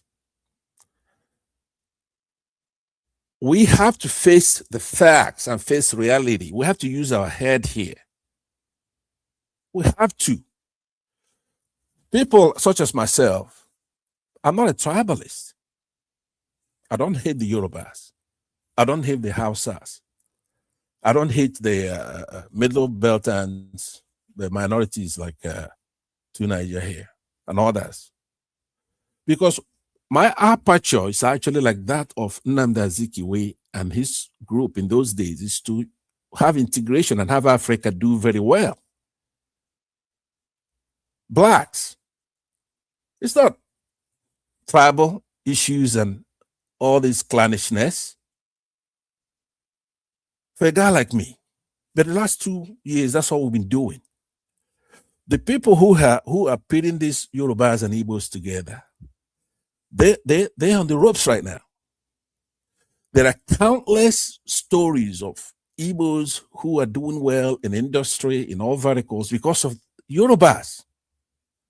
And similarly, stories of Yorubas doing well because of Igbos when you come to business and industry. There are marriages. There are all kinds of things between the Igbos and the Yorubas. So what is the problem? That educated people cannot come together and talk about and resolve. There's nothing wrong with competition, tribal competition. That is good. But the virulent hatred and trying to cut each other down to pick our leaders based on our tribes, that is something that I don't see. You cannot wrap your hands around it. Who's accused of that? Who's accused of what? What you just Who's said, accused? Picking your leaders based on tribe. Who stands accused of that? The Yorubas. The Yorubas and the Igbos. How do the Igbos pick their leaders? Well, what we can do it right now, is you pull the data of voting style for Igbos, right? Since 1999, the Fourth Republic, right? You're gonna see a pattern of the Igbos choose between, usually aside from the last election, a binary choice when you have somebody who is better than somebody, right? Competitive, adjective wise. Now, in the last one, you have the comparative, then you have the superlative, which is Peter Obi. If there's no human being anywhere on this planet that doesn't know that Peter Obi is in a different category He doesn't compare to All right, Tinubu. enough of that. Get out of here. Yeah, I've had enough of you. No, I've had enough. All right, tonight, the floor is yours. Yeah, thank you for having me. Oh man, why did you kick him out? No, because the guy's an idiot. I cannot stand him. That's just what it is. You can understand Pansat. Okay, yeah, Pansat can be a handful sometimes, but it's okay. Greetings all the panelists, the chat, and the viewers. Obviously, Netanyahu is looking for places to devour, given everything that is going on. I don't think he's necessarily a champion for Christians. I don't think he is, because he's not exactly championing them in Israel there. And part of the deal he wants to make now is with the Arab countries, whom are also dealing severe blows to the continent. So he's going to be signing the Abrahamic Accord while he's at the same time fighting them. That doesn't add up. He's also looking to, it's already recognized Somaliland. I think what we are facing here is a fragmentation of the continent. We are being split up and basically being set up like the way they set us up with the Berlin Conference. That's what's going on. Because some of the language I'm seeing, when you do your research and try to find out why African countries are the way they are, like me, and I'm interested in why we didn't build our security. It's very clear that one of the reasons they gave was because they are afraid that African countries, if they did that, we are not going to be easy to control. And at the same time, they talk about this policy. I didn't know Soviet Union was part of it. I need to investigate that more. This policy of, what is the term that was used? Minimalist military assistance. I think, what was that term? I didn't even know that was even a word that they used. Man, some of the things that they used to describe the stuff that they do to us, it's crazy. It's just crazy. And it just shows you that that's the direction we need to go. Because they said the British and the French and all the people that colonized Africa, they deliberately kept Africa weak. They didn't give us the kind of military that they gave other parts of the world. I didn't even check that while they were colonizing India, what was the size of their military and all those compared to Nigeria. I didn't even bother to check that. So they said that was one of the cases, or the countries that became free from the colonizers quickly went on to build. Well, we never did, and we are still here till today. It's a we are living in a very security minimalism. That is the term that was used. Security minimalism. Woman, never had that before. Yeah. Since it's just four of us, can we kind of have a dialogue format? It can be conversational. If Tunaja doesn't object, and I think it will. Oh no, I don't have any issue with that. Okay, good. So Tunaja, the one thing I wanted to interject on is your comment about the Europeans not giving us the same type of weapons they gave other people. I think that's not an adequate way of looking at the situation. I think the onus was on us to identify a strategy for how we want to develop our own weapons infrastructure, not for the Europeans to give us anything. I think if we had people that had gone to these institutions that we sent abroad to go and learn, develop themselves, upon returning, right, that would have been on us. And it's not too late. Christopher Musa was talking about it the other day, that we need to create our own weapons. And that is something that we seriously need to think about, especially considering the fact that when we buy weapons or bombers from the United States, they put conditions on how we can use those tools, whether, permission on where we're bombing, they can control whether or not we launch or not launch, those things. So, I just wanted to comment on that, because we can't continue to expect these people to have our best interests. I think I was kind of trying to explain some of the new details, because for me that's relatively new detail in terms of comparing the way they colonize other people from the way they did to us. In terms of, I didn't know that there was disparity in the way they were arming the people. Yeah, I didn't know that. So, this term, security minimalism. Do you think they will allow you to build military capacity organically? Do you think they will allow it? I would This was think why they destroyed. Which country did they destroy? Whichever country they said was building nuclear weapons. well, they've not. I guess if you the countries that were building that really Iran. It was Iran that they sanctioned to death because they feel they have the capacity to create nuclear warheads. But the thing is, one man is one thing creating nuclear warheads or intercontinental ballistic missiles, right? But it's another thing, even small arms. I mean, the Biafrans are making small arms, but even small arms, we have to go and buy AK-47s from someone else, or Nigeria should at least, every country, even countries like Sweden, for God's sakes, have their own version of arms, semi-automatic, automatic weapons that they create. So if you look at it from that standpoint, we have smart, ingenious people in Nigeria that can create drones, right? We shouldn't be buying these things. And we shouldn't ask for permission either. We should do it. And if someone doesn't like it, they can come and tell us that they don't like it, that we're trying to defend ourselves. I think that part. I think I've already reached the. I talk about these things all the time, so it's something that is quite obvious that we need to do. And in terms of manufacturing our own technology, but I think I've had so many times when they talk about these things, like when Nigeria went with other African countries to the Russian African summit, and they agreed that they were going to build their own nuclear power plants and all the rest. Only for one guy to just show up and say, "No, we're not going to do it anymore. Bye bye. We're not." Egypt is already building its own. Nigeria went there with Egypt. Egypt is already on its way building its own, but Nigeria is not doing its own. So this is the thing our people do all the time. They will say they want to do something, they're just doing the same thing, repeating the same stupid game they're playing. And this is what really bothers me about our leaders, because they never really had that escape velocity where they decide that, they're going to take their destiny into their own hand. Because they think they're going to do this thing. They just think that they're going to do this thing. They're going to play Oyibo, and somehow they're going to fall down and die, or they're just going to allow us to develop without facing sanction or facing opposition. No, it's not going to happen. They are not stupid. They're going to watch you, and they're going to make sure you fail until you are ready to stand up and say, I know you're not going to like this, but I'm going to do it. I'm not going to antagonize you, but I'm going to do it nonetheless. And you're going to be resolute about it and be ready for whatever comes.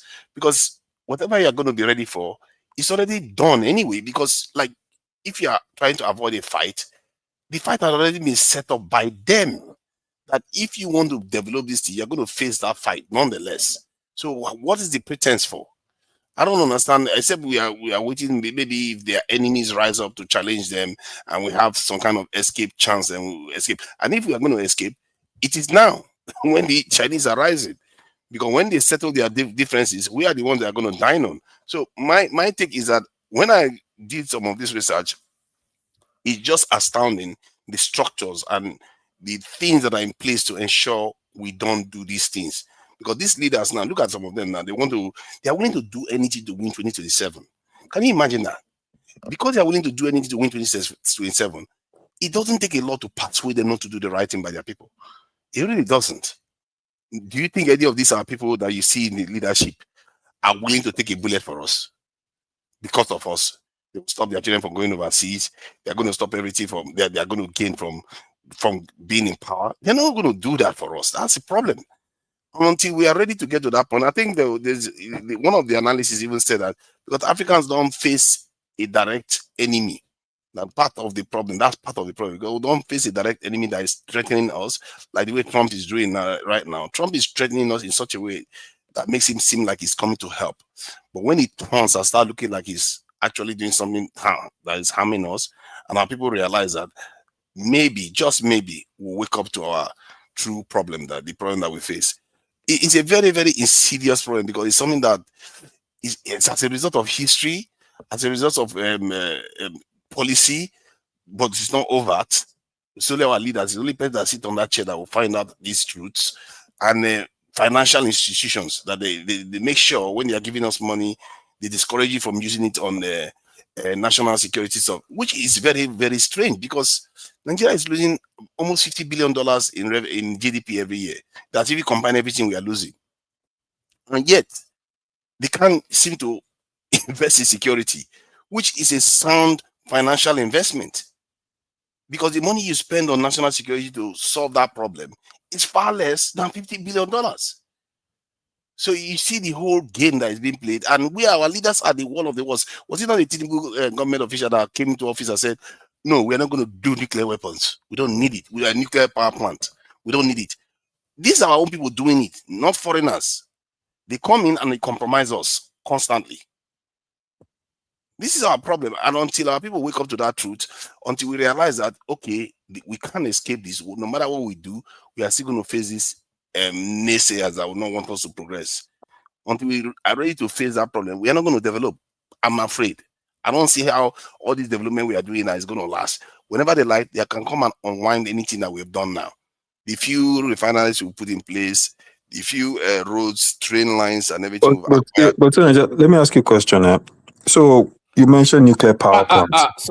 Sorry, so ask that question, but let me build. You guys carry on the conversation. Thomas has still not spoken. Zita is with us. Thomas has not shown up in a while, but carry on the cover. It's gentle and easy, and we like it that way. Super Tatas, Hassan, and Ayo, who are the only two Super Tatas. Thank you to those. I'll see you guys tomorrow, to Niger, whoever bring it home. Carry on, is on. Yeah. So 1 month later.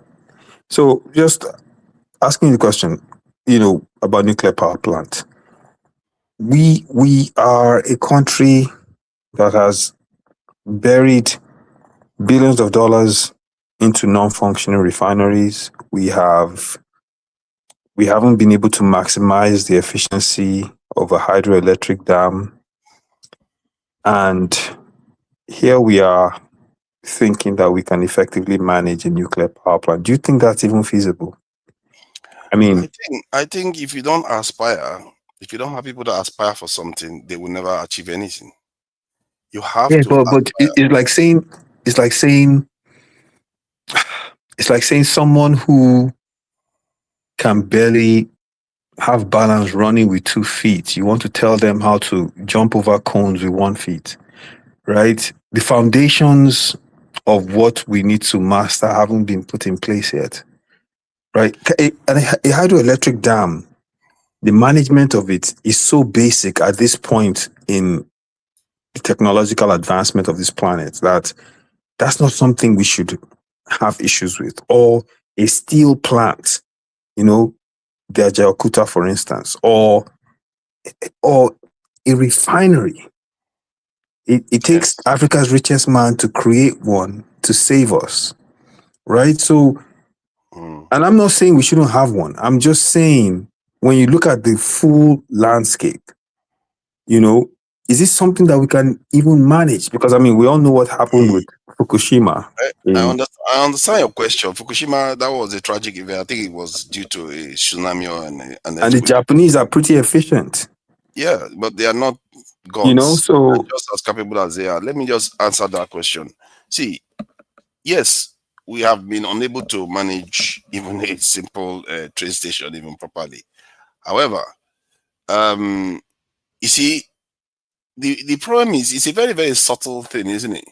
Because you have to sooner or later embrace high technology, because somehow it prevents or it increases your capacity to manage the lower levels.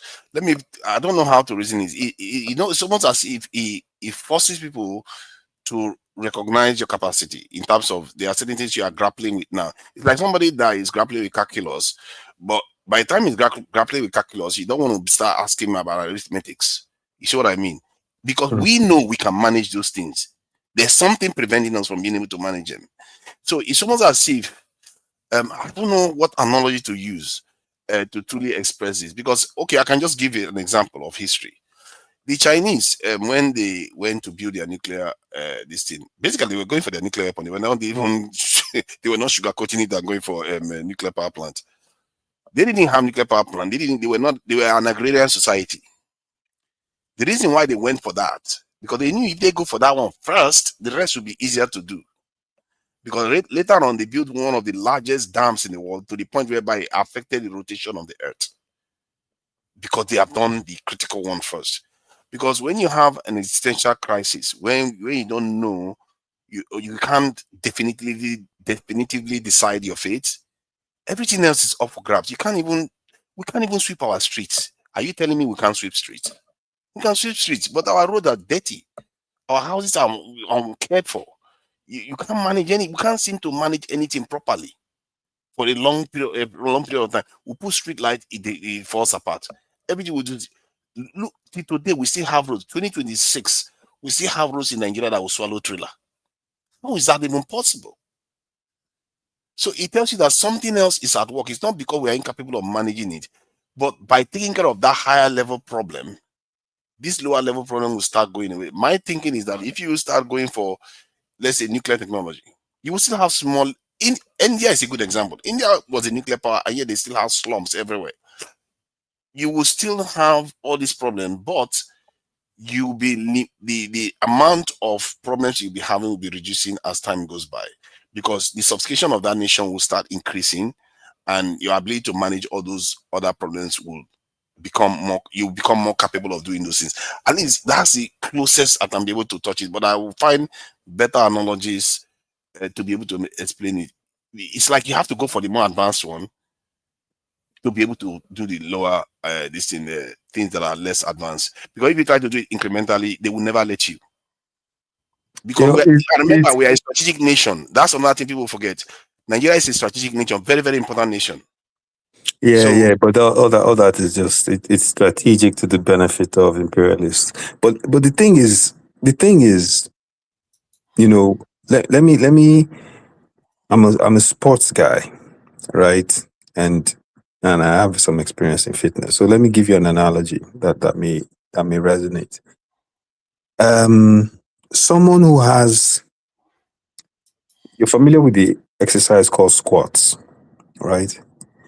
Someone who has bad mechanics and technique in doing the squats, yeah, the person's heel comes off the ground, the person's back leans forward, right? Take that person, and the person is struggling with 185 pounds. You take that person and you put 300 pounds on, and you want them to now do squats. Do you know what will happen? The person's back will give out, or he might rupture a tendon in his knees. The point I'm making is, from the Nigerian perspective, the fundamentals, basic blocking and tackling, or in football terms, basic passing and shooting, we haven't done right. The focus should be, let us at least, it doesn't have to be 100%, it can be 75%, but let the fundamentals be at that 65 to 75 percentile range. When we get there, then we can start looking at something like a nuclear plant. But right now, if we're being honest with ourselves, when you look at the most basic things that we're supposed to be doing properly, those things are not done. See, right? And that is my. I'm not saying we shouldn't. I'm not saying we shouldn't try to have our own arsenal to defend ourselves. I think we should, but I think that arsenal needs to be capped off at a certain level. I don't think we're ready for something like a nuclear power plant. I think, like I said, China was agrarian, and you're telling us that we're not ready. You see, it's almost as if I'm the only one in that country that seems to understand it. But it's all right. You can't really compare us with the Chinese. Let's be honest. Of course, because they are one people. Where they were and where we are two entirely different things. Let me go with your analogy, your squats analogy. You said if somebody is creaking and carrying a certain amount of load, instead of, because they are already struggling with that amount of load, why put more on top of it?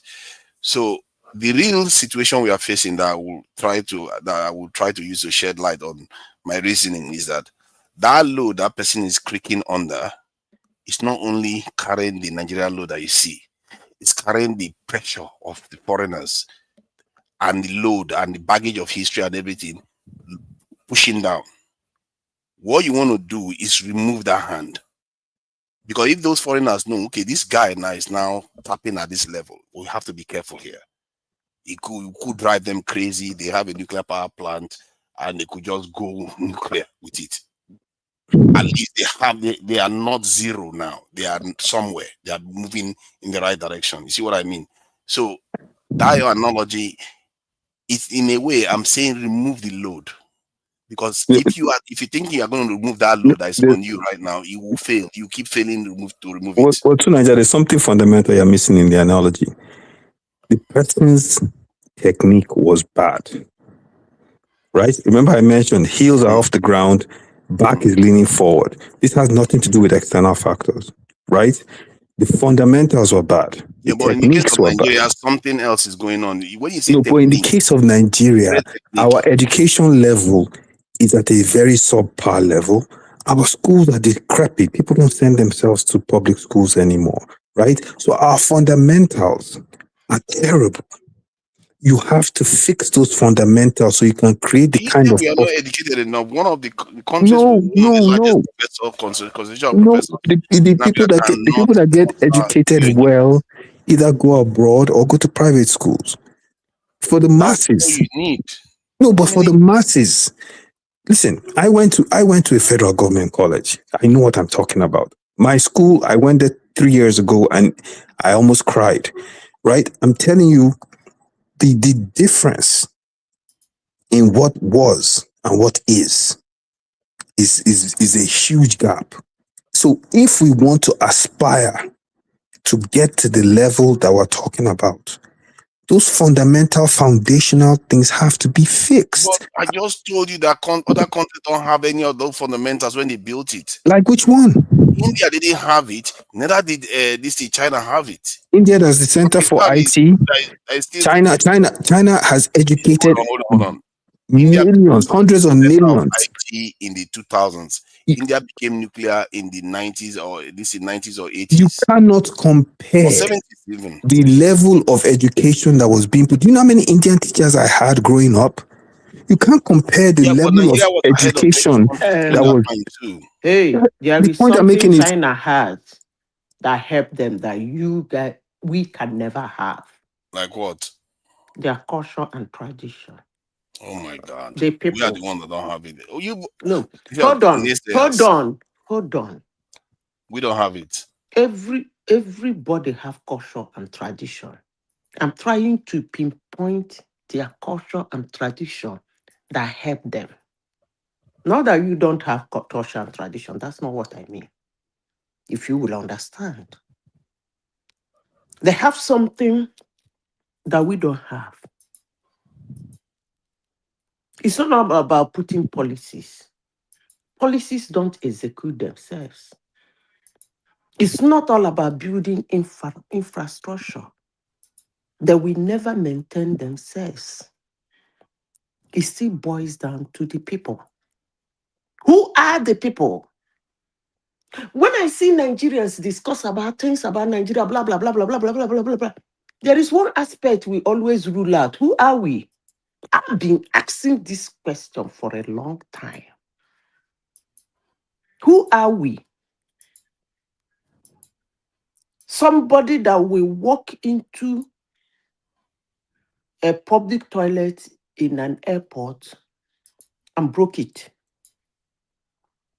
and walk away. Or somebody who can see somebody destroying a part of an infrastructure and report the person, and the person get consequences for his action. Are we that type of people? You want me to call infrastructures in Nigeria that was built with millions that are decaying today? Not because it wasn't built, not because there was no policies that guided it, but because of the people. So when I say culture and tradition, I don't mean you don't have your own culture and tradition in quotes. You do, of course, but not the one to take you to where you're talking to. We could not continue. See, what I see is we are excuse making quite a lot. We make excuses for all those countries needed was a leader and ideology and a very, very terrible existential crisis because they were facing the existential crisis. Same was the Soviet Union facing the existential crisis. You see, we say we cannot. How backward can a nation be as the Soviet Union when most of them were serfs? They were literally serfs, and they went on to build an industrialized nation by the time the Second War was over. See, we make excuses and say, oh, because because we don't have culture or our people are still behind. Yeah, but not everybody's behind. The technology that they used to build that nuclear technology at the time, 1945, many of us have that technology lying in Nigeria right now. But we cannot harness it because we don't want to think in that direction. We are still caught up in the web of the idea that somehow we can sneak our way and develop. No, that is a fool's mentality. You are thinking these people are stupid. The best luck you can have is someday they have use for you. Do you know? And decide to allow you to develop a little bit. Can I ask you a question? Yeah. Do you know a country called San Marino? No. It's the oldest republic on earth. It's the oldest democracy on earth. But I think I would rather say that 70% of people on planet Earth don't know about the country, and they don't know who the heck they are. Do you know why I mentioned them? Mm-hmm. Because they are a people that stick to one thing, who they are. They never change.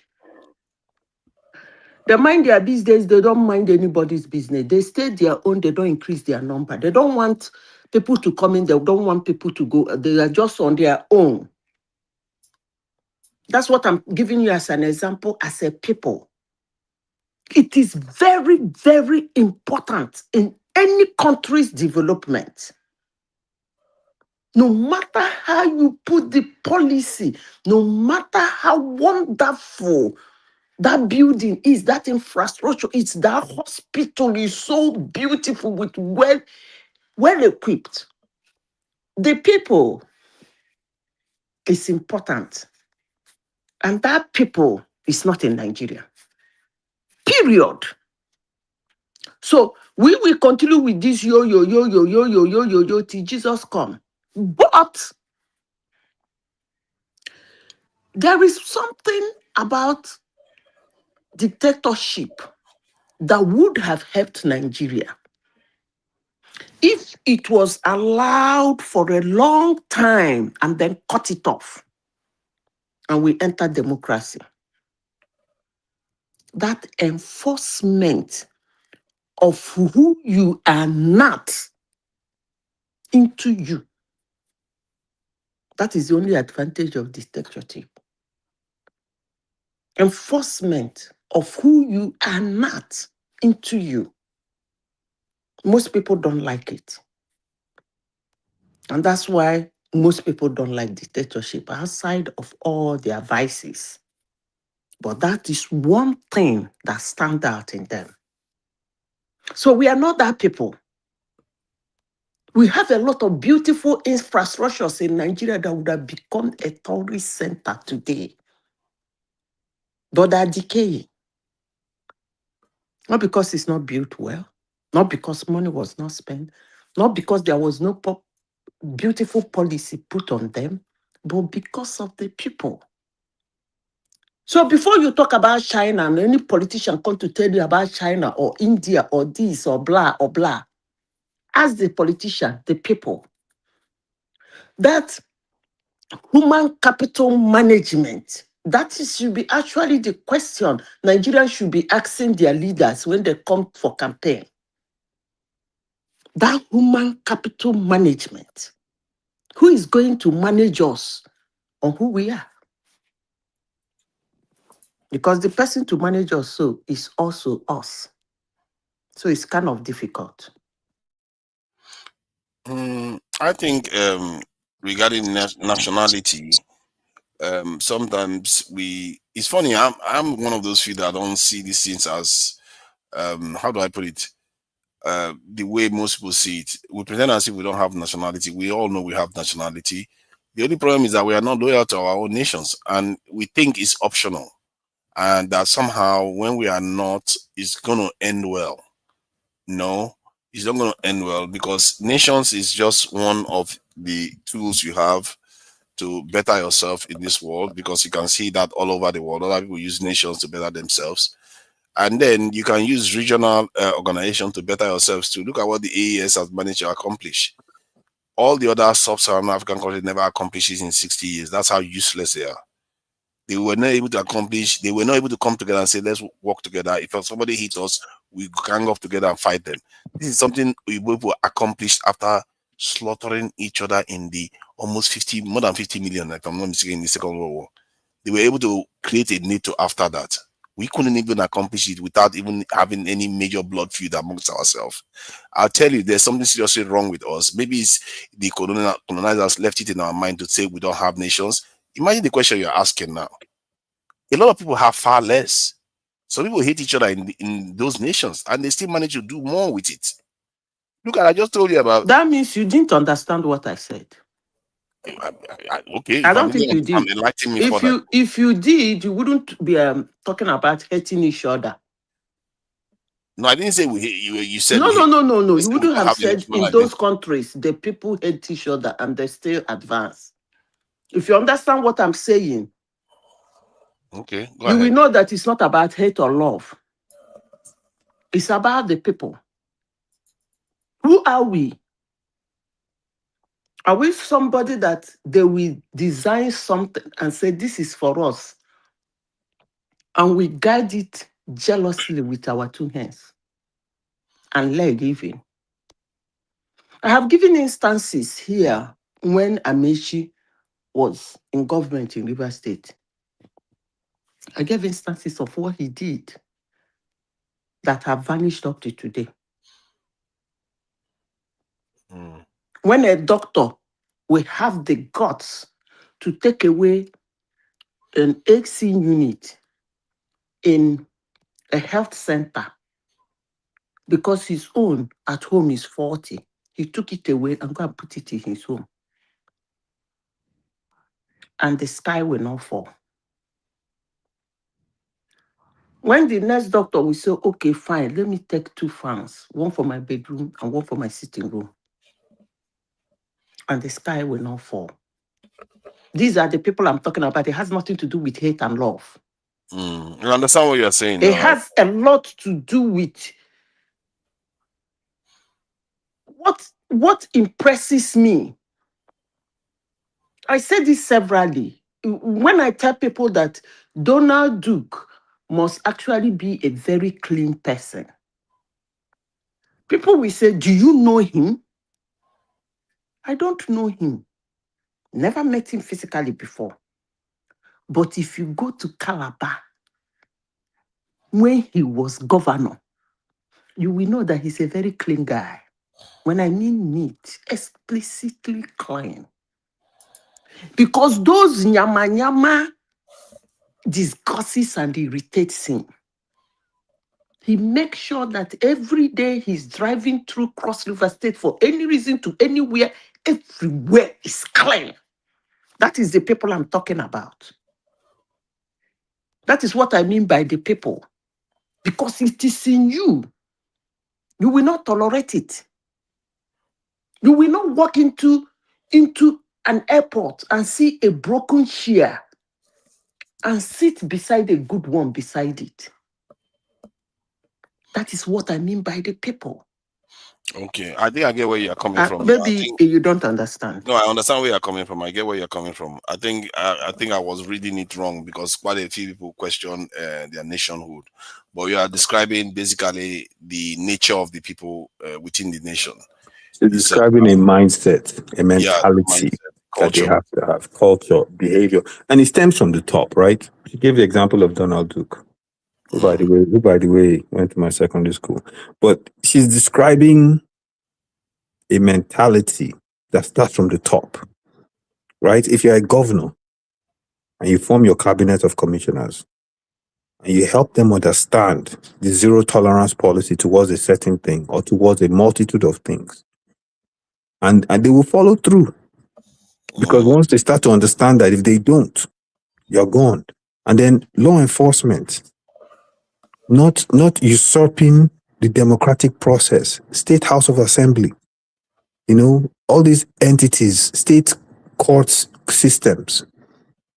It starts from the top. If the person on the top respects these entire things and holds everyone accountable, you'll be shocked how smoothly that particular space will function. But another issue to Nigeria is the way, I don't want to get into restructuring and all that stuff, but it's the way the country is run.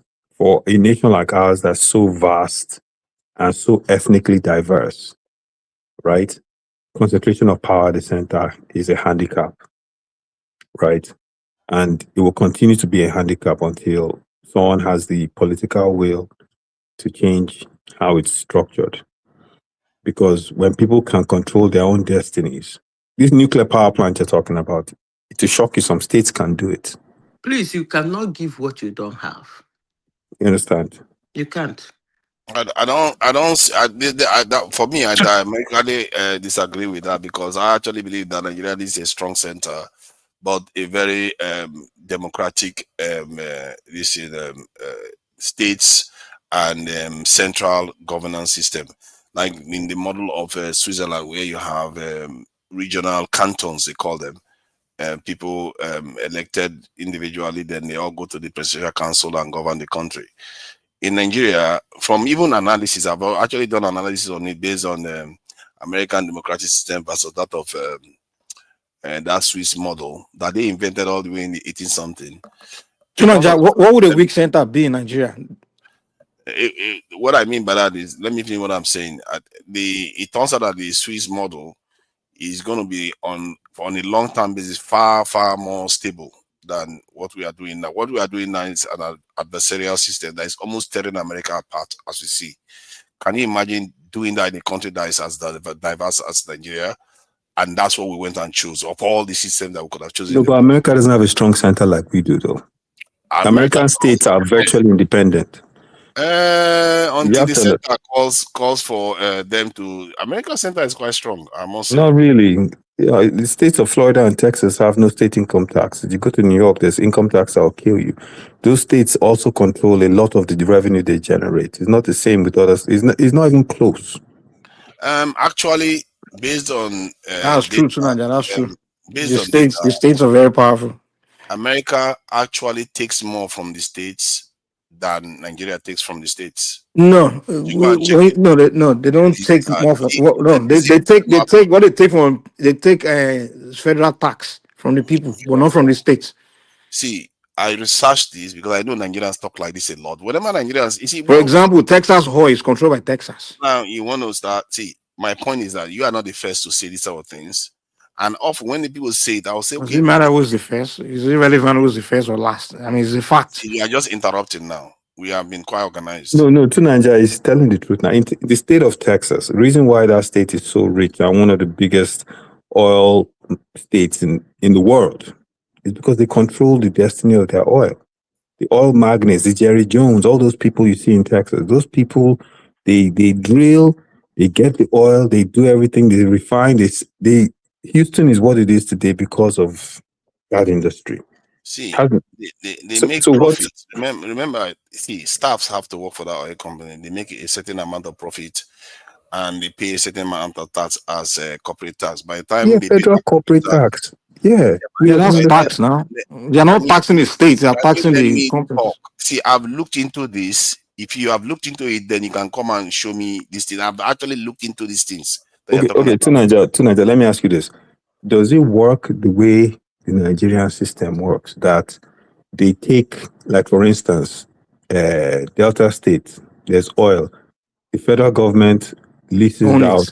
All companies drill. Most of the money goes to the federal government. Then they give 13% derivation to the state. Is that how it works? Is that what you're saying it works with in the US? Because that's not how it works. It's similar. It's not that dissimilar. That's my point. I'm not It exactly. doesn't work to Nigeria. It doesn't work like that in America. Hold on. No, it doesn't work like that. See, my point. See, I don't know. See, if you want to believe what you want to believe what you want to believe. No, I'm telling you how this is. Sunaja, why are you arguing against facts? I don't even understand. Like, I told you that I've looked into this. You didn't bother. Okay, what did you look? What did you look that we don't know here? I tried to find out how much does the Nigeria and the American government get from the states, because everybody keeps saying the American government state. Okay, I said let me try to find out how much the American government take from the state versus Nigeria. Okay, take in what sense? Can you explain it so we understand what you're saying, now, where you're coming from? In taxes, in royalties, in everything that the wealth that they harvest from the states. All the who are they taxing the state? Are they taxing the state itself, or they are taxing the people and the companies? They are taxing everything from VAT. From listen. Sunaja, calm down. I don't think you are listening to us. We're not disagreeing with you on that. Constantly. We are not interrupting. We're trying to make you understand. We're trying to understand each other. It's not like we're interrupting you. Ask your question clearly and let me. The thing is, you like to just create blind argument. We're trying to understand what we are arguing. It's not like I'm just arguing with you. You are interrupting. This is getting rowdy. God, Lord have mercy. Dude, just okay. Go ahead, hold your show, man. It's almost like you just want to talk just to talk. Okay, I'm not arguing with you. We're trying to understand what we are discussing. So calm down. We're not calm down. Because just you are calm being down. rowdy. Who's not being rowdy? Come on now, Tunaja, we're talking. What is rowdy? Somebody's telling you. We're trying to understand what we are. How is that talking? Normally, we're talking when you finish talking. I talk. You can't ask a question and just interrupt me. I didn't ask you a question, Tunaja. I'm not interrupting you. Then finish talking. And I'm not taking floor from you. All I'm trying to say is let's understand what we are saying, so we're not just arguing blindly. That's what I'm saying. What's offensive about that? Okay, what's the question? It's not a question. I'm just saying, let's know exactly where we agree and disagree. With like what you are saying, I don't like. We're trying to see the point where you disagree. It's almost like everything. I used to say what I say is based on fact. So we don't know what you're arguing. Okay, first, what I disagree with, number one, was a weak center, bad idea for a country as diverse as Nigeria. And then Azon went on and said that American center is quite weak. And I disagree with that. American center is not weak. After all, they won the war and they defined the new state that America, the structure of America. American center is very strong military that they have. At the same time, the money they take from the states, because the question that was coming up was that the states in Nigeria, don't keep a lot of their wealth. Then I looked into that. I said, how is that even possible? What is going on here? Why is the Nigerian federal government taking so much money from the states? But only to find out that, okay, American government on the surface doesn't seem like they are taking a lot of money from the states, but they are taking a lot of money from. Sunaja, when we said weak, we define what we mean by weak. So he gave it definition, and I give it definition. Let me but the argument you are presenting is completely different from what we gave. The definition we gave. Constantly. Let me finish one answer first. Dude, man, let me just bounce, man. No, don't bounce. Don't bounce. Man didn't bounce. He just wants to be rowdy. No, Tunaja, he wasn't being rowdy. He wasn't being rowdy. Oh, give me the answer you like. I've actually seen him be rowdy. He wasn't being rowdy. He was actually trying to have a conversation with people. Talk because it's like you don't like the idea. You don't want somebody to talk. No, I'm listening to you. I just think you're wrong. There's nothing fundamental. But because I'm wrong doesn't mean that you don't let me finish what I'm saying. No, I'm letting you talk. You've been talking. I think you're not accurate. That's all it is. It has nothing to do with what you're saying. And by the way, what I was saying about the center, I said the state should have more power and more autonomy. Nothing about the center being weak. I never said the center should be weak. I said the state should have more autonomy because if they do, they generate more revenue for them. Said the center should be weaker. No, I said the center has too much power as it is in a diverse country like Nigeria. The state should have more power. And if they have more power, then they generate more revenue for the center. Right? Right now, the way it is a feeding bottle system. Most of the states are charity cases. They can't even fund their states. Most of them can't even barely pay salaries. Okay. The system can't work. And then the American system that you claim is like ours is not like ours. The US federal government, right, makes trillions of dollars from states, but all that money comes from different forms of taxes. It has nothing to do with resources. So if a state like Texas has oil, right, it's not taking its oil and letting the federal government control a large chunk of that oil revenue only to give it back like 13%. That's not how it works. It will make money from the oil and the federal government will have its federal taxes that it takes either from the corporations, payroll, or whatever type of taxes it takes. That's how it works, right? So what I'm saying to you in the Nigerian context is, yes, you can have a strong federal government in certain categories, but the states, but for that federal government to be strong, the states must be strong. They must be able to stand on their own. Our states, listen, I can call out some states. I don't want to offend anyone, but there are a lot of states that can't stand on their own. They can't. And that's a fact. They're in Abuja. The governors are in Abuja all the time. They're never even in their states. Right? Didn't you see what happened recently when Akpabio was begging Tinubu to allow some of his senators get their police security so they can go back to their constituency? They can't even go back to their constituency without police escorts. Right? You can't go and see your people without armed guards. What does that say about you?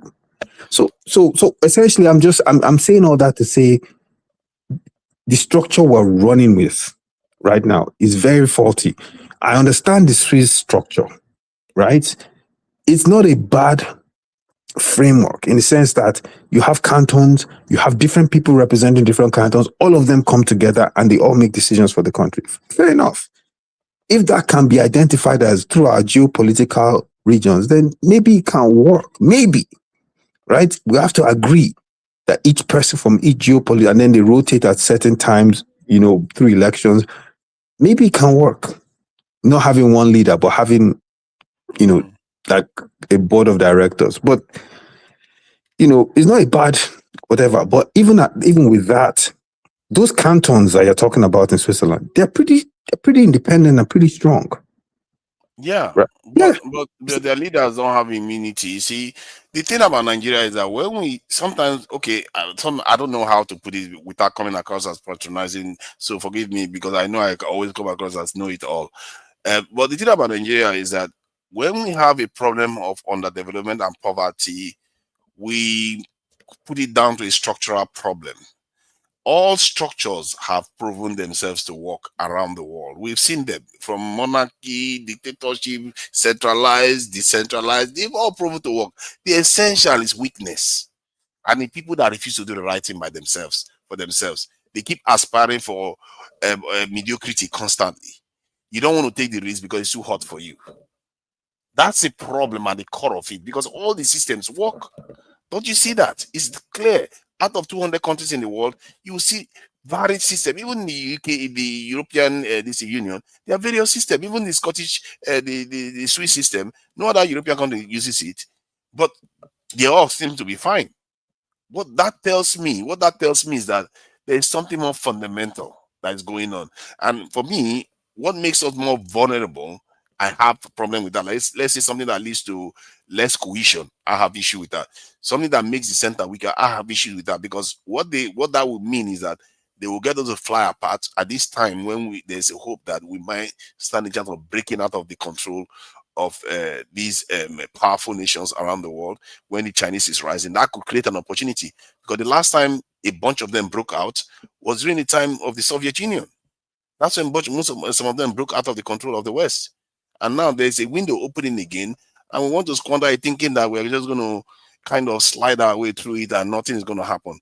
No, it's not. These people are not stupid. Let's not make that mistake. So my own point is that if you are looking at it, I want to go back to the other point because I think that point is quite important. So anybody that is listening can get where I'm coming from here. The American government, they don't, on the surface, it doesn't look like they take a lot of money from the states. But by the time they tax, remember, every individual person that is working in these states get taxed. By the time they tax the petrol, by the time they VAT here, there, and then they take corporation tax too. Everything this corporation is buying, most of them, they are taxing them. You'll be surprised they actually take more from the states than in Nigeria. I was shocked to see that myself. That should tell you something. I had to do that research. I questioned the result over and over again. Yeah, They but keep saying, that's different from what do you call it? From actually controlling the resources. I'll give you an example. Like, so for instance, if Zamfara decides that if we have that model and Zamfara state says, okay, great, and they find a company that comes in, mines gold, builds a gold manufacturing plant in Zamfara that creates gold bars, and they call it the Zamfara Gold Corporation, whatever they want to call it. and is actually starts to sell those gold bars internationally. The state becomes extremely wealthy. The Nigerian federal government doesn't want to control whatever they do. They just tax them. And they have all forms of taxes, and they make trillions of dollars, similar to what's happening in America, right? I actually think having autonomy with states and giving people the dignity and control of their resources actually will bring us together closer. It won't divide us, because what makes us come together closer as a nation, right, is our willingness to continue to build that bond. It's not having states have autonomy. That's what builds us. Look, the problem in Nigeria today is that we have failed to continue to build the unity that we are supposed to have. Instead, we've allowed certain people create divisiveness. We've allowed them drive us apart through politics, through religion. They've done these things, right? When Gowon built the unity schools that a lot of us went to, those things did a lot for building unity in Nigeria, because you were forced to go to schools in places you were not from, to interact with people you would never meet. But those things, they stopped investing in them. A lot of them have gone decrepit. The reason why we have issues with unity today is because we stopped working at it. It's not because of the central government is going to build unity. That's not going to happen. You understand? So the thing about it is, if we want to generate more revenue that we can use to build weapons and maybe even build our army stronger, then that revenue has to come from all corners of the country. That means the whole country has to be productive. That's Peter Obi's mantra. Yeah, that's it. See, I agree with you. That's at the core of the problem. You have to be more productive. It doesn't matter what the formula you use, because when I compare the Nigerian states that we have today versus Scotland, you'll be surprised. Scotland is a whole separate country from the United Kingdom, and separate from England, and all, even Ireland the same. But yet, the powers that the Nigerian states have versus Scotland, apart from football that the Scottish people can go and do and a few other things, the powers are very, very similar. As a matter of fact, the states in Nigeria, the governors are more powerful in the sense that they cannot be prosecuted, but the Scottish First Minister can be prosecuted. So you can see that, and the oil that the Scottish people have goes to the center in the United Kingdom, and yet it's a whole country on its own. So, and this is why I always look at the elementals, not necessarily what people describe as structures. If, let's say, the Nigerian government was the center, was taking so much money from the states, I will agree with those initial arguments, because then fundamentally, elementally, it is taking too much from the states. But when we say we want powers to go to the state, it needs to be elementally less powerful than other, like in America or in Scotland. Because in Nigerian context, it's relatively powerful. The states have the ability to raise funds. They have the ability to bring businesses there. The only thing that they don't necessarily have the ability to is, I think, minerals underneath the ground. And it's the same for the UK too. Any mineral underneath the ground, even when you find treasures underneath the ground, it belongs to the crown. So that is the difference between it's the same between Nigeria and the UK, but not in America. America, if you find mineral in the state, it belongs to the state. I think that's how they do it. But yet, quite a significant amount of minerals that are found in states still belong to the center in America, even till today, still belong to the center. So it's not as clear cut. When we talk about these things, it's not as clear cut as we think, because I've been involved with this. This is the reason why when I get involved with so many conversations, I hear things and I go and check. Like some of the things you tell me today now, I'll go and check it and say, oh, what this person, what did he say? Let me check the facts. And some of the facts blow my mind. One of the ones that blew my mind the most was that the American state government is actually taking more from the center, because many Nigerians actually believe the opposite compared to Nigeria. Yeah, but it's how it's taking it, though. I mean, taking more, that's a function of semantics, right? Okay, if you're taking more because you have different forms of taxes, yeah, it adds up, and your states are very productive. California is the 5th largest economy in the world. It's even 4th now, right? Tons of billions and trillions of dollars go through California. So imagine the taxes that are being driven from that place. But it's able to do that because its states are very productive, right?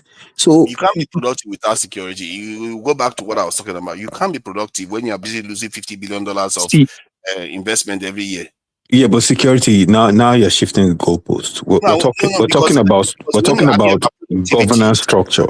If you want to talk about security, then that's a different conversation. I thought we've already addressed that point. Governance structure is not the issue. Yes, but governance structure, right, will help you generate more revenue because you have to fund security. Not necessarily. I think I listen. Arabia is able to generate how much revenue? How much revenue are we generating now? Federal government has to have its hand in everything, right? Yes. It's highly inefficient. Even the security thing you're talking about, right? Mm-hmm. Everything has to come from the center. Yeah, but there are countries that's why these terrorists are successful. Because they pick random communities. You can't be everywhere. They pick random communities and they attack them. But there are countries that are centralized out there that generate a lot of resources. What does that not tell you that the structure is not the problem? It's the people. I think AI is correct, Madam Zita, when she said the people are the problem. They are not ready. Yeah, the countries that generate more revenue, and you can give an example so we can analyze it, but the countries that generate more revenue through centralized structure, they have a different makeup.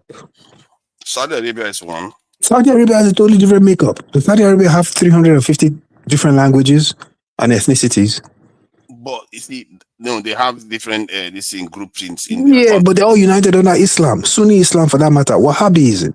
You can't compare an entity like that and then look at us. Come on, that's I mean, look. Okay, I'll give you an example. Do you know just Kaduna alone has like 40 different ethnicities? I'm aware, but that is not the reason. It is a huge part because people cling to these city-states that existed before we were merged. You have to understand what's going on. I don't think you fully listen. I don't think you fully understand. I think that's what the issue is because a lot of people cling to these things that they are. So when you have, I mean, look at all the elections we've had. The clinging is the issue. It's not the fact that they are different. I think you are this is why what the clinging is the issue because the money bag is the issue. No, you're missing the point. The clinging is the reason why the center is so attractive and why everyone wants their ethnicity to get to the center. It's because the money bag is in the center. You see what I'm saying? The money bag for controlling all the resources in the country is in the center. Which is a mystery. If it wasn't in the center, right? If it wasn't in the center, I can bet you everything that you have all these different people fighting to become president of the country. It's not objectively true. The center, okay, Northerners have ruled the country longer. Are they more developed? No, it's not. No, you're missing the point. You're missing the point again. The money bag is in the center, so people will push, even if it doesn't benefit them. You and I know this. What we shouldn't talk like we don't know this. Even if it doesn't directly benefit them, people will push for their brother or so-called brother to become president. Yes. It doesn't directly benefit them. It's not going to improve the roads or the water consumption in their little communities. But they will say, it's my brother, Abi. They won't even say anything bad about the person. Yeah, but at the end of the day, it's because national cake, Abi, let's get our own. But if that national cake wasn't there, because states control their self-determination.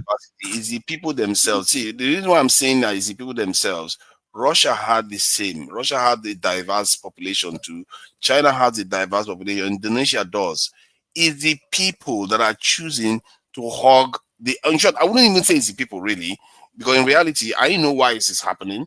Because if things starts working well, people they find it easier to get on when things are working well. When things are not working well, what do you expect? People are going to misbehave. People do things bad. You mentioned Russia. Let's talk Russia. Right? When Russia was the Soviet Union.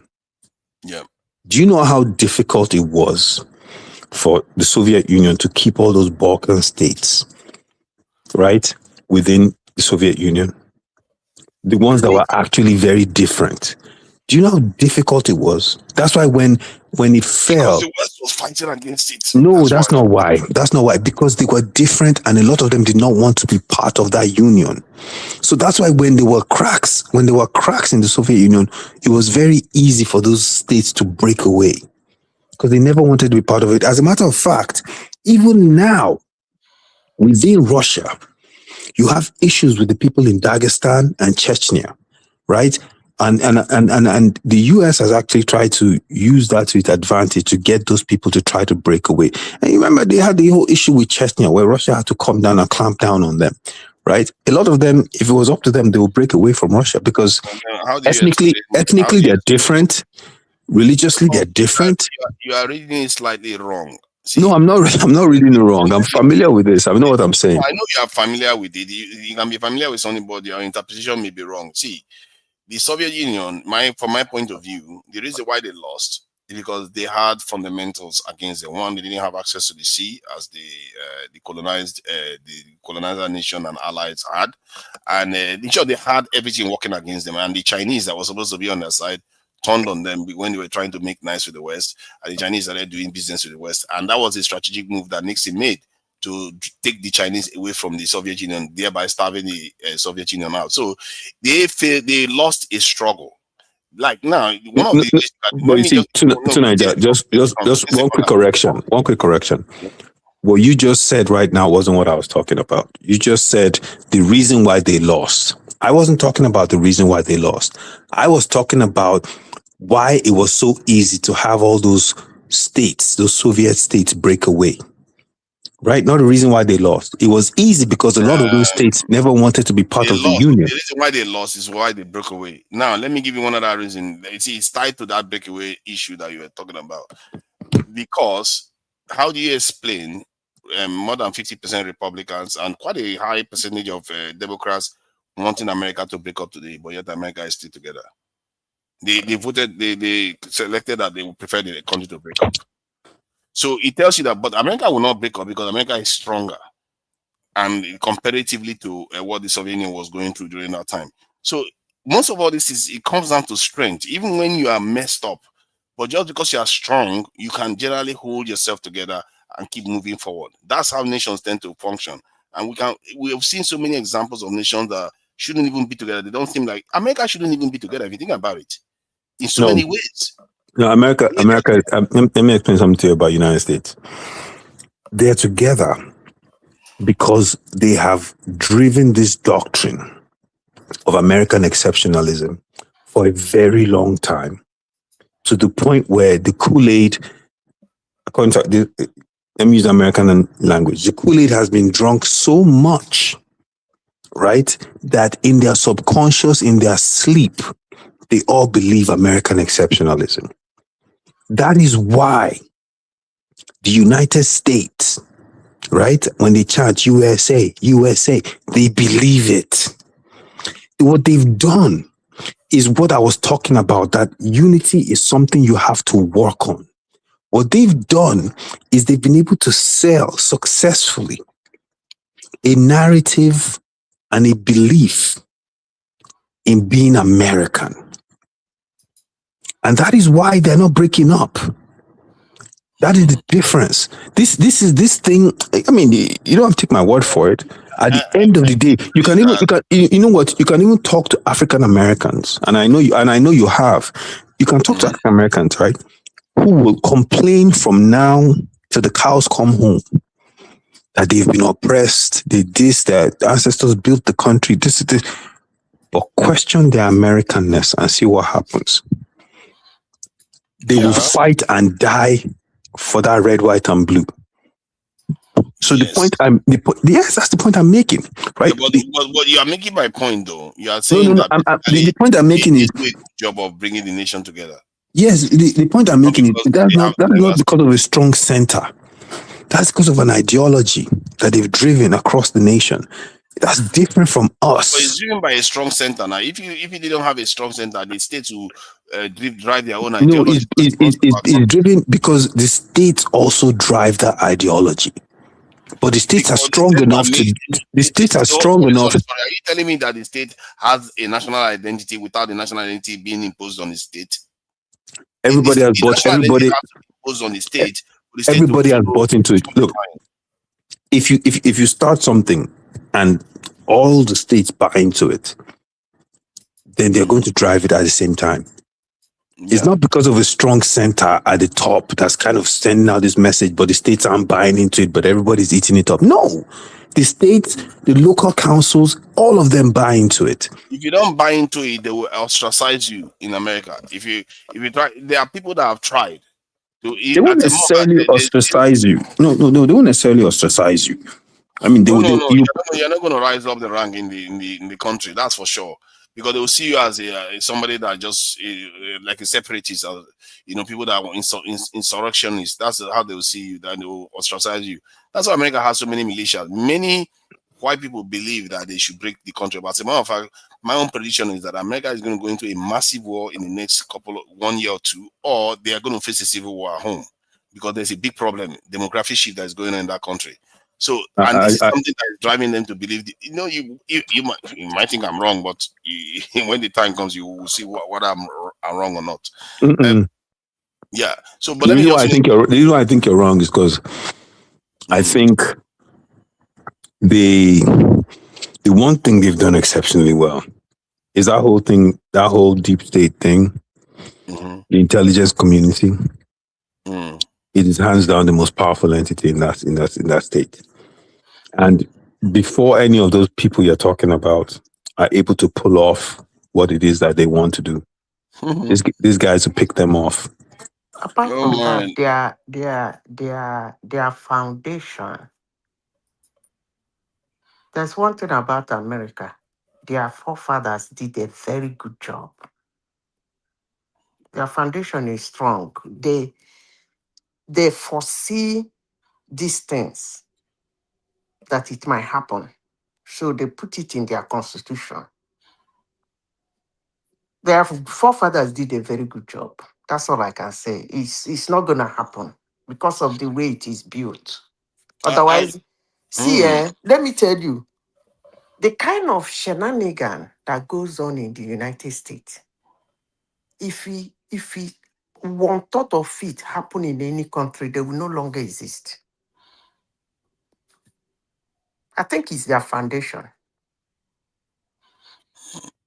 I'm not so sure, because if you look at their foundation is actually fracturing them now, and because of the demographic shift that is going on, which I have found historically to not exist in a peaceful manner. This is why I predict it. I'm not predicting it flippantly. I've tried to find out in history where a demographic population has been replaced peacefully, and it has never happened peacefully. And America is about to undergo that in the next 10 to 20 years or so. And you can see what you see in Trump is that reaction. And they say it openly. They want their country back. They are not having it. So, and if that doesn't happen, they've already said they are going to be looking to break the country up. This is something they were talking well before 2020. I've been on right-wing channels where they are talking about all this and that. They're going to break the country up. They're not going to sit around and watch themselves become minorities in their own land. So, and which is, you can understand, because historically people don't take these things lying down. But my take is Let me tell you, can I add something? All right, go on with it. It will not break, but they will deal decisively with all those people. Mark it today. Exactly. That's what I was trying to tell him. That's what I was trying to tell him. Write it down. I'm telling you. Go on with it. They may win the war. I'm not saying listen to me. Listen carefully. There's not gonna be any war. There's not going to be any division. Maybe attacks, yes, but they will deal with them decisively. Remember one thing: they got the money, they got the power, they got the intellect.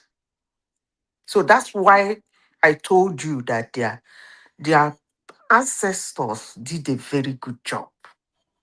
The intelligence community. Look, is something else. That's why I say there are two solutions. Either they go to a big war, let me tell you, and they will still come back from that one and face the same demographic shift. Let me tell you, there is one thing Al Jazeera commentator said today that made me have a rolling life. I know that's why you were saying what you're saying. You see America moving away from what made them. That's what you're seeing. And then the rest of the world is trying to move into what made America. Because if you look around the world now, the so far right are the ones winning elections. The far right that America is trying to, well, they can't anyway. They're pretending as if the youths and they're pretending as if they want to get away with it, but that's what made them. Let me tell you the difference. Those far right, their ancestors built them up in a way that they can grow, they can open their vaults. How many of your progressive are ready to open their vault? These people can open, when I mean open their vault, they will open their vault of wealth and deal with you decisively. Trust me. I want you, today is 2nd of January. I want you to go home with this thing I have told you. Forget it. Continue. For a country that has already fought a civil war before, you see, the reason why I say if there's a civil war He's still in saying America, it. of course I'm going to still say it because you can say whatever you like. But what you said has not defied history. That you didn't say something that has never happened in history before. If you had told me that since the creation of, at least since you are aware of history, a population has been replaced peacefully, I can hear you. It has never happened in history. And this is something America is facing, and you are not busy, you are ignoring it and thinking that a country that has fought civil war will never happen again. I don't know where that is coming from. Even the polls are telling you that the signs are all there. Why do you think Trump is there? The signs are all there. They are saying they want to break the country up. The Republican poll, go and check it yourself. The poll shows that majority of Republicans want to break the country up. These are Democrats in a country of one of the most powerful country in the world. They want to break the country up. At least they prefer that option than to remain with the Democrats as it is right now. And yet they are still together as a nation. So, like you are even arguing that they're going to stay together, even when they have all those signs. So, can you imagine a sizable population of Nigeria, more than 30% of Nigeria, saying they want to leave the country? 30% of Nigeria, because the Southeast is not even 30%, but in Nigeria, I don't think that amount says they want to break the country up. But that said, my own take is that the issue we tend to have is very simple. This is why I always put that thing on my listing there, because I've distilled it down to 3 major things. And as a matter of fact, I can remove the middle one and forget the law enforcement, because that comes by default. If you just have security, before you know it, law and order will just take over. Technological revolution, if we are to survive, we have to have that. And you have to have security. If you take care of those two, the rest is just talk. The rest will just happen. We are losing too much money. You know, my calculation from last 10 years, Nigeria has lost I estimated from 1.2 to 1.8 trillion dollars. 1.2 to 1.8 trillion dollars. That you can't keep bleeding like that and you expect anything to work. And why are people surprised that people are a little bit grumpy in that country and they don't like the country? Because that's the situation we're facing. If you subject the UK to that nonsense, watch how the UK people behave with their government. They will lose it. And that's what Yeah. Nigeria has to be putting up. You deserve the government that you tolerate. You know, who was it that said it? You know, Frederick Douglass. The limits of tyrants are prescribed by the endurance of those whom they oppress. At the end of the day, the endurance of the Nigerian populace to deal with bullshit is Olympic level. So as long as they continue to exercise that endurance, you know, national anthem gets changed without your authorization. Okay, move on. Boom. Subsidies gone, move on. Boom. I'm going to remove a state governor and impose a military guy there as a administrator. Okay, move on. Boom. They will just continue to do and do and do until people say enough. You know, and speaking about the politics, Obi, God damn it, man. I wish him luck. The only thing that can save Obi right now is if his obedience flood that ADC primaries and somehow, which would be a miracle, somehow get him to win the primaries in that place. You went into a party that has Atiku, Tambowal, and El Rufai, and you think you're going to win. I mean, seriously, it just seems laughable. We don't know that. We don't know yet. Let's Yeah, to Nigeria. Let's be real here. Come on now. You went into a party with Atiku, Tambowal, and El Rufai that they set up. They created this vehicle. They were able to use their leverage to get all the influential people into the vehicle, including you. And you think you're going to go in there and somehow win a primary. Like I said, my prediction is here's what's going to happen. If his obedience supports him. So what you are saying is that you wish P2B to pick ticket to contest for presidency. Yeah, if you're going to lose, you lose. No, I'm just asking. Yes. I think he should not. I don't think he should have joined. No problem. I think he should have picked a party. Look, you had some clout. I think you should have picked a party, not ADC. You should have run on your own merit with your own ideology. If you lose, you lose. What's the point of joining these guys when you're not going to win a primary? They're not going to win a primary. So what's the point? Your ideology is not going to rise to the top. These guys are going to game the system. You think you're going to go to this party with these guys that are going to beat Atiku? They've crowned him already. They're going to game the system. Even if your obedience back you up and you would go in there and make noise, and at the end of the day, everybody's going to be disappointed and angry because they will job the system. Isn't it the same Tambowal that betrayed Wike last minute in PDP, where Wike was upset and went and joined Atiku? This ADC is a Fulani party.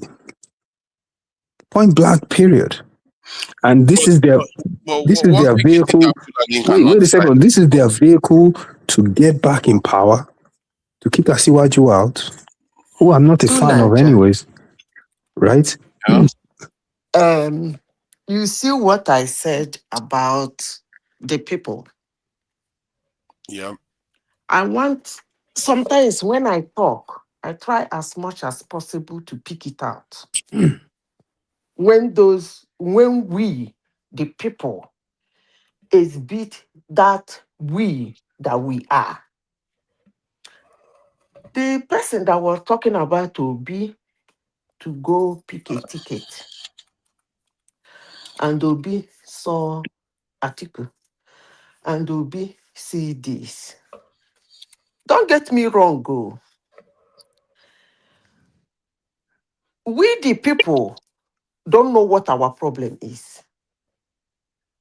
I keep asking, who are we?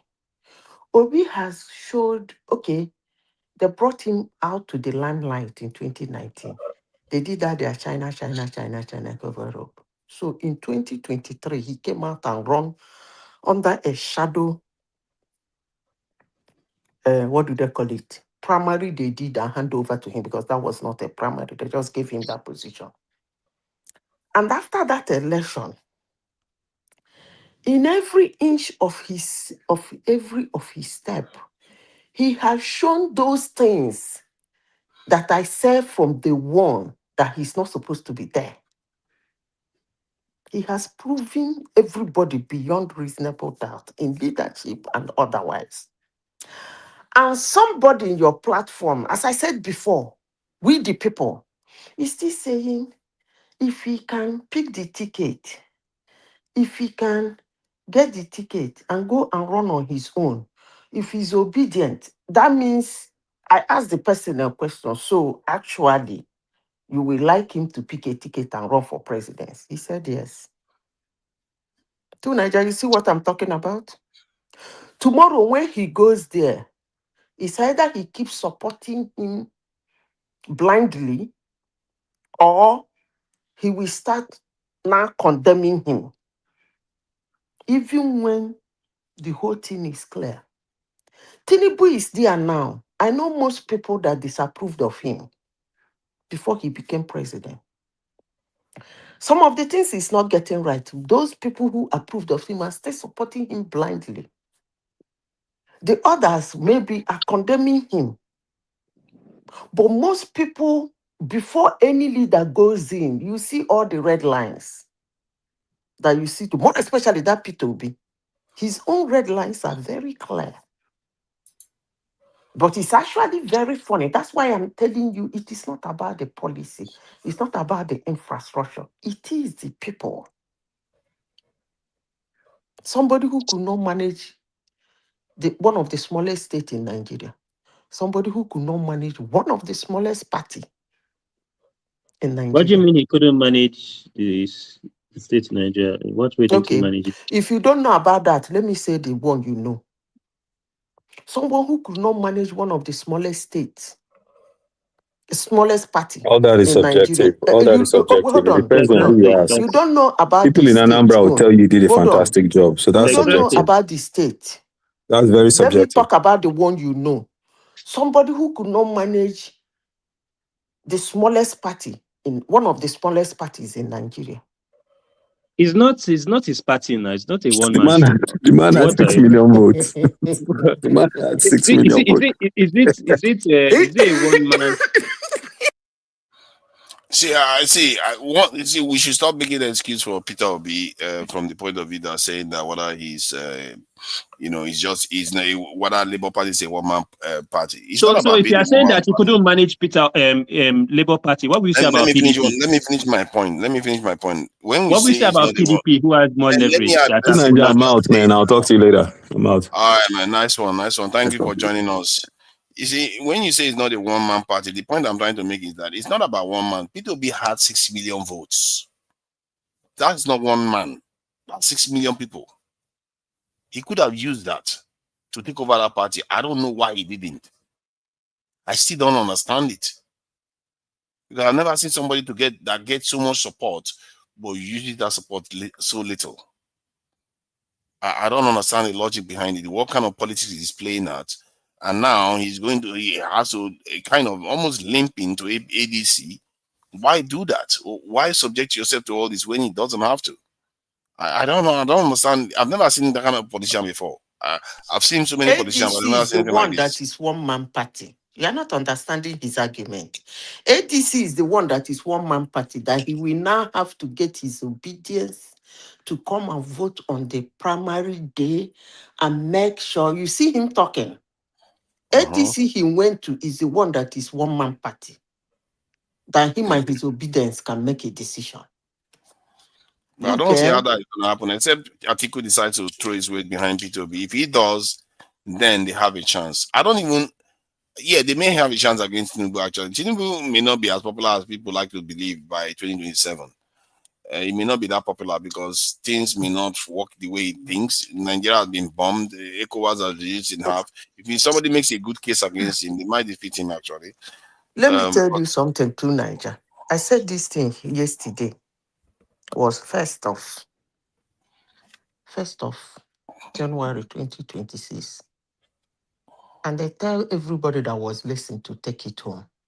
I made an analogy to Niger. That my analogy yesterday, maybe you were not listening. I'm going to make it again.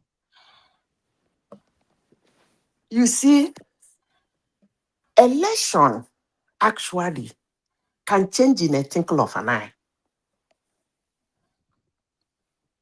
The vote, people usually say they rig election. There's nowhere in the world they don't rig election. It depends on the manner in which you rig it. Election can change in a twinkle of an eye. That's when you know who is a real politician. At that point, what is he going to do to swing it to himself? Now, let me do my analogy I did yesterday. You see, For decades, I want to do an analogy that has nothing to do with this topic before I bring it to this topic. Hmm? I hope you will let me. Yeah, that's fine. You see, for decades, Africans are not the only enslaved people on earth. Neither are they the only colonized people on earth. But since that colonization and that enslavement, they are not even the worst enslaved people. Like when it comes to maltreatment, the Trans-Saharan wasn't the worst. But anytime you sit down to talk to an African, they concentrate more on what was done to them. I have said this several times. They flog us, they took they turned us, they stole they destroyed us. And one aspect of the action is being demeaned. And I said, that is not conquer. You are not conquering the situation. You refuse to acknowledge. I said it here yesterday. Somebody jumped and said, acknowledge what? By asking me acknowledge what, confirmed what I'm saying. You refuse to acknowledge their resilience, their adaptiveness, their intellect, their doggedness, their strength, above all, their power. For them to live thousands of miles away from you, come to your land in a place they don't have never even seen that skin color before, probably. Mm-hmm. They don't eat your food. They couldn't understand your language. The environment is an environment they have never experienced before. They came in, conquered, they dwindled you in your own land and whisked you away like a teddy bear far away in their nation and dealt with you howsoever they wanted. You always remove that aspect. You What should they have demean done? it. What should they You have done when they came? hold on. Is that what? What other option did they have? Fight No, them that's what I'm and saying now. That's what I'm saying. You should recognize that you didn't have any other option. That's exactly what I'm saying. You are making my point. You shouldn't be talking that this is what they did to you. This is what you should recognize that I was weak. I didn't have an option. They came and dealt with me. Now, what do I do next time if I find myself in such a situation? Not dwelling on what they did to you. Now, back to Nigeria, to Niger. Mm-hmm. You see, 2023 general election was the most interesting election in Nigeria. Why? In as much as the people that lost were finding it difficult, actually they were pretending because people like Bawa, that's his name, that came to Mm-hmm. here to shout it was the worst election, is working with Tinubu today. So I don't want to dwell in what they think or what they say, but let me say my own opinion.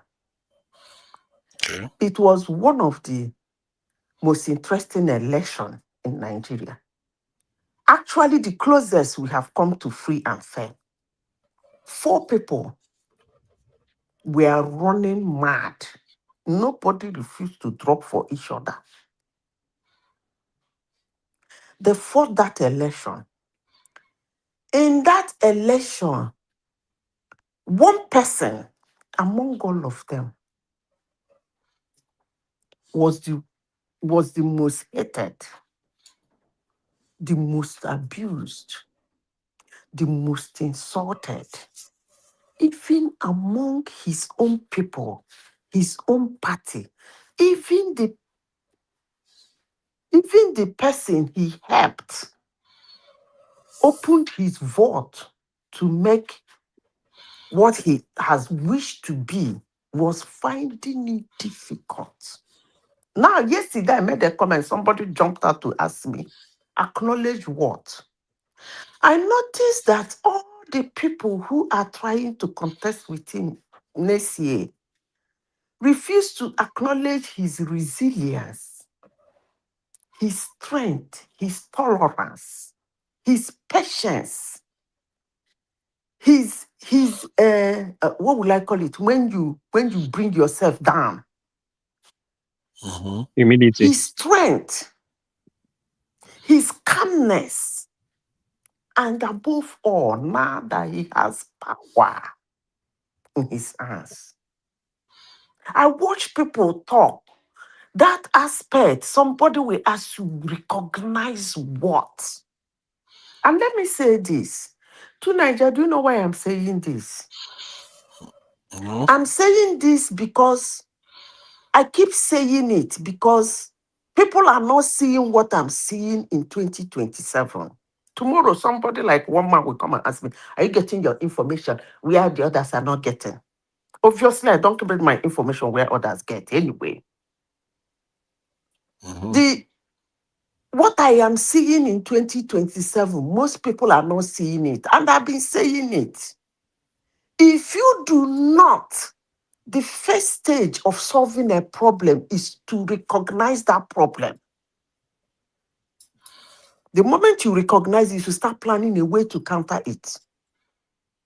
If you then refuse to recognize that man's, if that man can pull out that thing in 2023, pull off that thing, then if they continue like this, to Nigeria, let me make it clear to you people, he will run them over. And you know why I'm saying this? These same people that refuse to recognize this and find a way around it will come back here when the result is called to insult our institutions, our electoral institution, our judiciary, above all, our law enforcement agencies. I want to ask a question. Hold on, let me Is finish, please. They will run around the internet, go to every, I blame them, there is in the world of tech. They will run around the internet and go around all the media houses and everywhere and anything and anywhere and tell the whole world how useless these three institutions I have mentioned is in Nigeria. But now, every day I hammer, Tinubu is not indomitable.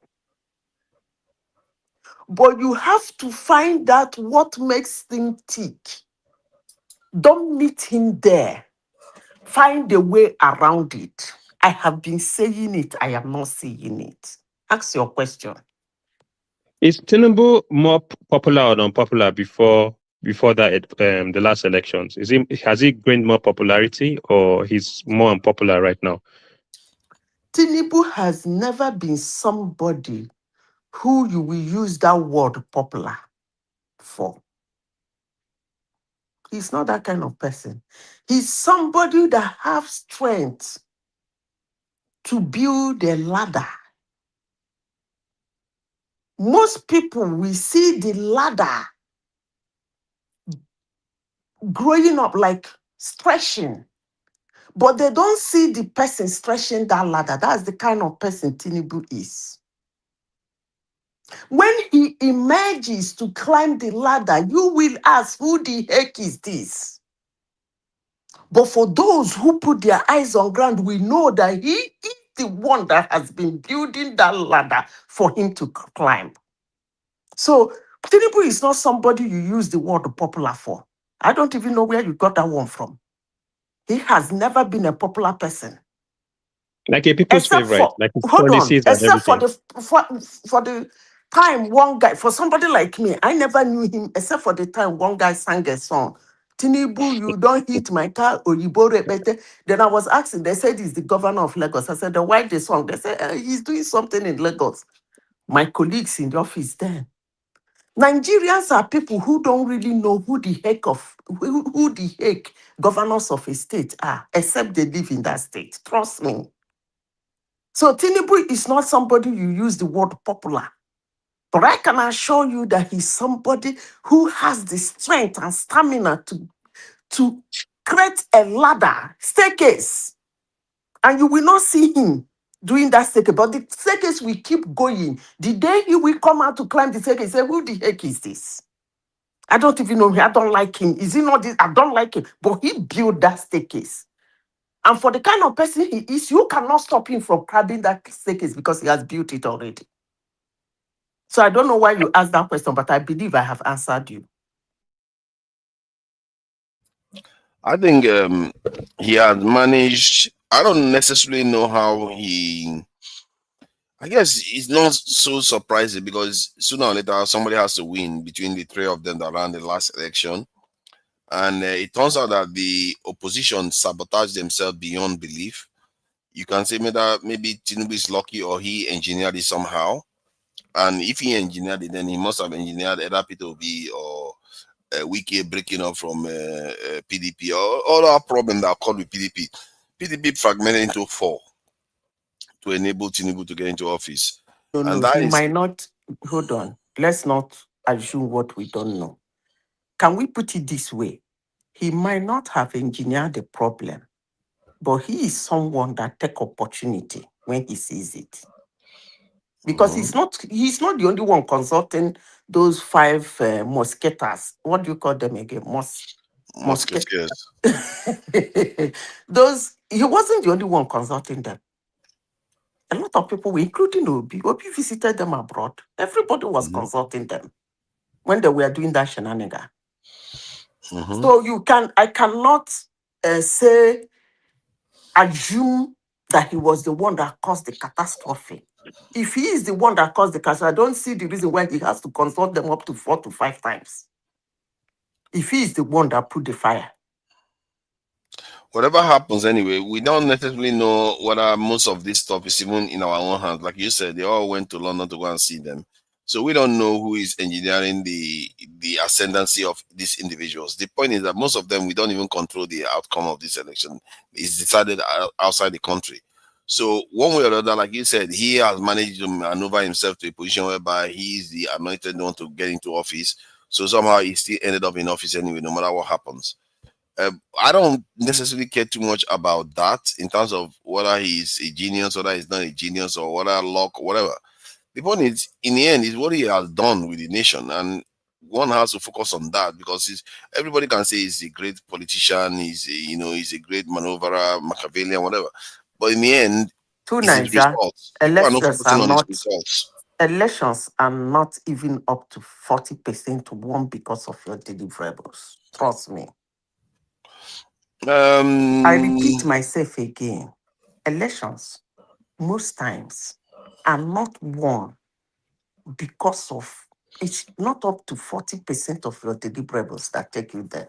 Yeah, even if it's 20%, it's 20% that you still have to do. It's how you manage the little you have done and how you push it forward. That's what makes them politicians.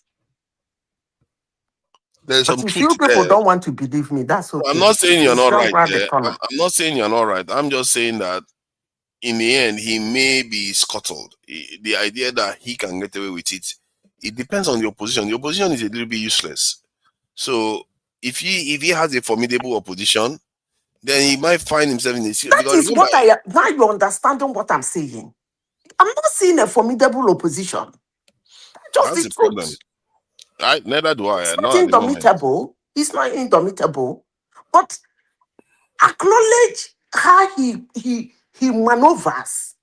When you acknowledge it, then you sit down and draw your own card. Don't meet him in the field where he's good at. Find something that he's not good at and hit him. Come on now.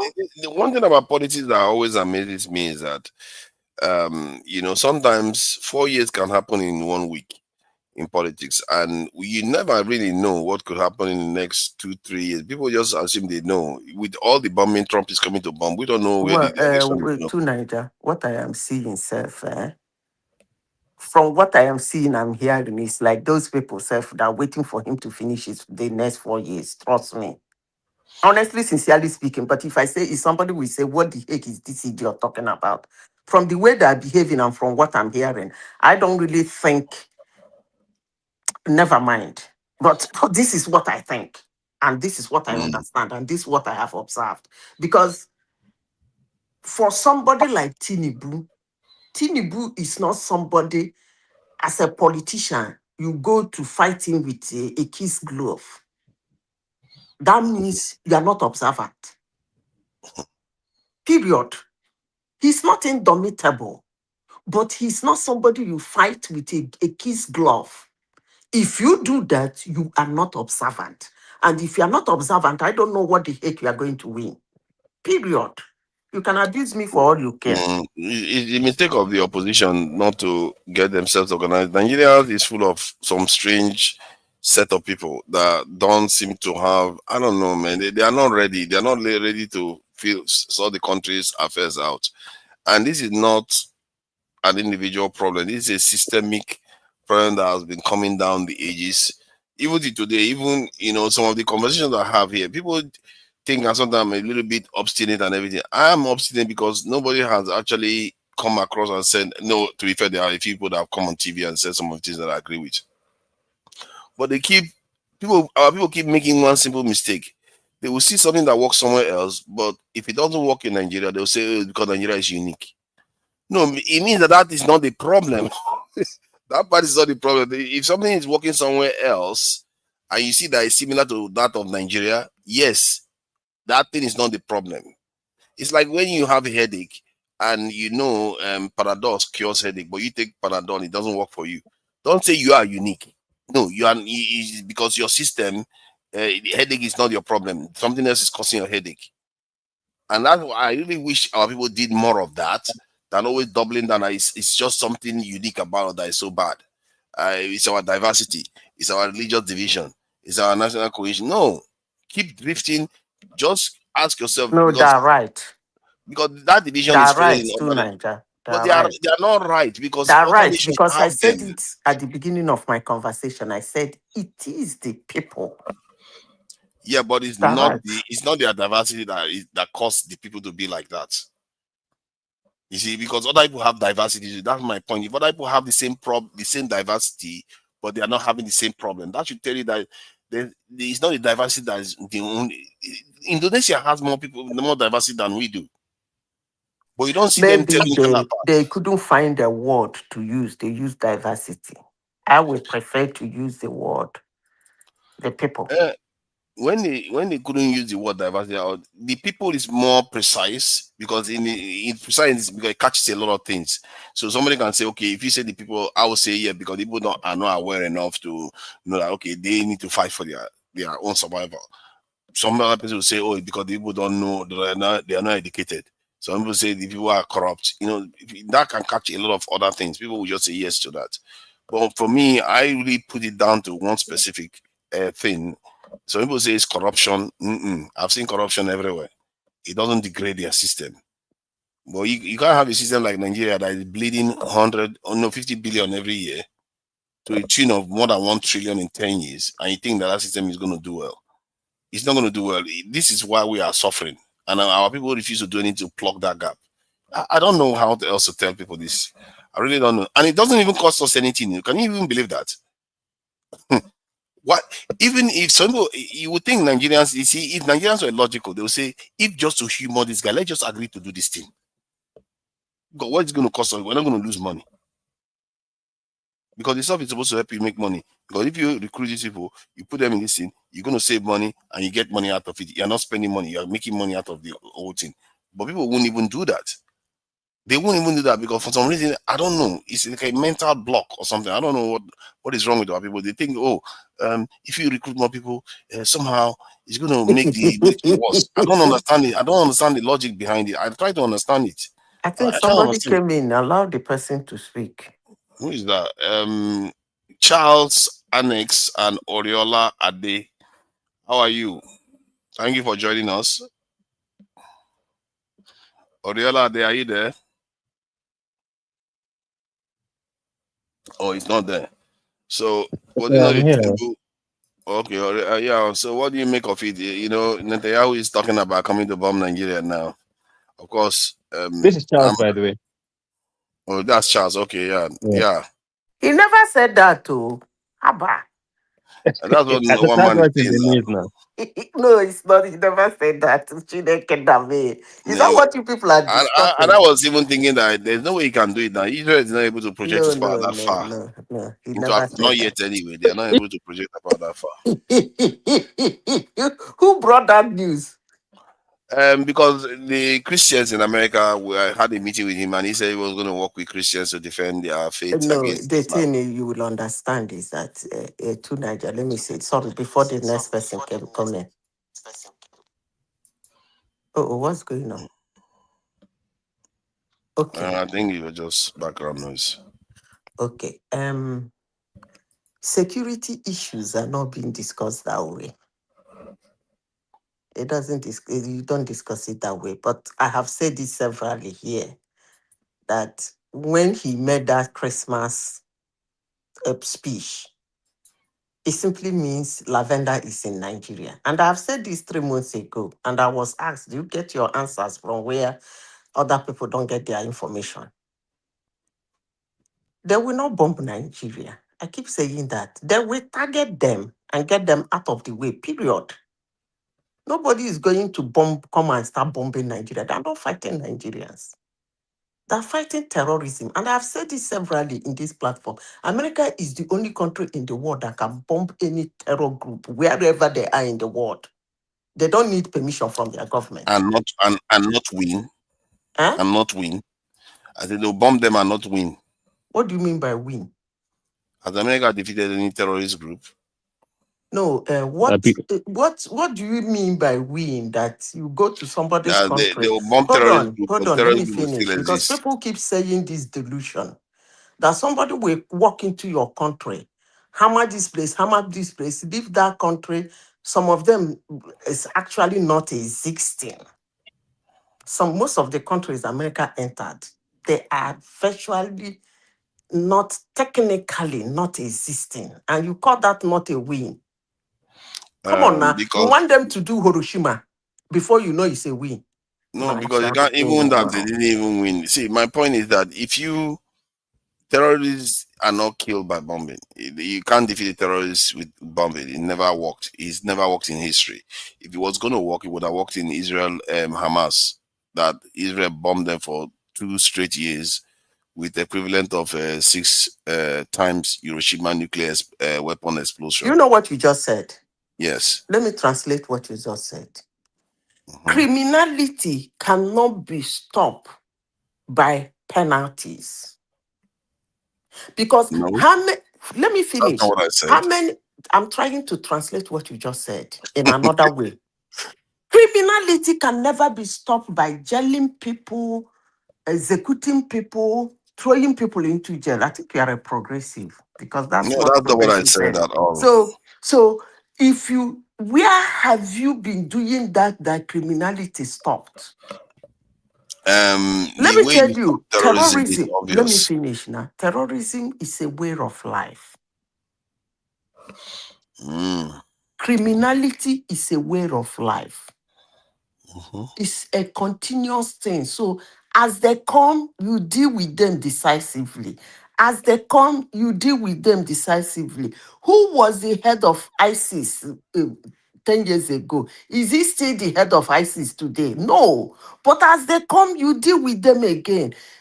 What is that man in Chicago? They said is the world greatest is it greatest murderer? What is his name again? I've forgotten. That lived at 63rd Street. Uh-huh. That man, they said, killed how many people in the history of mankind? Is he still existing? No, he's gone. Do people still buy people and put them in their basement? Yes. Come on now. Mhm. What kind of argument are you making? But terrorism is not a crime in the sense that you are dealing with a crime. It's a kind of war, an insurgency war that you're fighting against extremist groups. It's not like a criminal offense that one person commits and goes on. But if you wanted to deal with it, as a matter of fact, even if you look at let's say Jeffrey Dahmer or Manson, if you want to deal with all those mass murderers within societies, guess what? Police everywhere, isn't it? You have police everywhere. You call police, they show up because they are all around you. It's not because America is just going around, police officers are just going around shooting people on the street like the way people want to bomb, or Israel wants to bomb, or America wants to bomb. Bombing never worked. The only time it works is when they take over territory. Today, the example is right there on the ground. Like if you look at Gaza today, the area Hamas cannot operate is where Israel has put its soldiers. If you take over the space, where are they going to operate from? Where are they going to come out from? Because the moment they come out, Israeli soldiers are behind them, in front of them, inside of them, everywhere. Before you know it, they'll be surrounded. As a matter of fact, there are many cases where Hamas has captured Israeli soldiers. Even after this war started, they captured them. But because where they captured the Israeli soldier was within the Israeli-controlled areas, they couldn't escape with the Israeli soldiers that they captured. And they killed the Hamas. Oh, sorry. They neutralized the Hamas. The fighters and the Israeli soldiers accordingly. So when you have people around, you can't operate as a militant or terrorist organization. That is the example that we've seen, and it is clear that you can't bomb your way into making them succeed. Defeating them. They are not stupid. They are not going to sit there and just watch you kill all of them. They're just going to keep moving around. And if you don't have people in all those places, they are Like that, your moving. kind of argument is actually funny. But it is I true, though. just told you that the criminal 10 years ago are no longer existing. They have But, dealt with them decisively. but the organization Hold remains. on now, hold on. The terrorists 10 years ago, they be wiped out. That's why when it come to Nigeria, I keep making this comment. I said, chasing the ragtag that come to Nigeria, people smelling idiots that run around Nigeria, shooting and killing people is not actually the problem. The problem is what I'm saying and they're going to do is to use it as they're walking out from their houses. You wire them. Those are the people who who sponsor them. The problem is the And that sponsors. is just a second, please. Sorry. And that is what Israel did to make Iran and his conglomerates weak. You wire their avenues of sponsorship, their intellect, their avenues of their weaponry. By the time you finish it, they are weak. Period. But saying that, hey, all the terrorists in the world, you can kill all of them and stop terrorism, it's not going to happen. It's just like saying all the criminals in the world, we are going to kill all of them and stop criminality. Come on now. No, that's not what they are saying. You're going to stop them from operating in certain areas and disrupting society. So, but America You is cannot not going to stop them stop. from operating and you cannot stop them from destroying the society. Um, But as they come, you deal with them decisively. Period. Just as you deal with Israel, ordinary common criminal in the street. Period. let me And give you an listen, example. for your information, Israel did not tell you that they want to stop fighting. I don't know where you got that one from. Israel never told you they They want to will fight. never, It's you their see, way of life. they're not going to be able to destroy Hamas It's their completely. way of life. So know that and know peace. See, let me explain. See, Egypt used to have terrorist problem. I'm sure you've heard of the attacks in tourist sites in Egypt. They've been experiencing that, and Algeria had the same problem in the 90s, early 2000s. But when the military decided to stock in and deal with the issue, it was basically the numbers. They denied them space, and then they were not able to operate anymore. I think it's quite evident now, self-evident. If you have police everywhere, where is the chance to go and steal? It's just self-evident. It's not like rocket science to believe that kind of situation. Nobody's saying that terrorists are not being killed. They are being killed left and right, and they are losing their leaders left and right. But the organization remains. If you want to kill cockroach in your house and you spray one, then you get 20. What is the point? That method is not working. You want to make A sure lot you of these clear. terrorists are also foreign government sponsored, by the way. We know They that. don't Now. just We know that. Maybe that's why they so don't die. Maybe that's why they're always around, because America confessed to it yeah, earlier because on. they use them to topple governments. ISIS was a creation of was basically a creation of the West to topple Assad's government during the Arab Spring.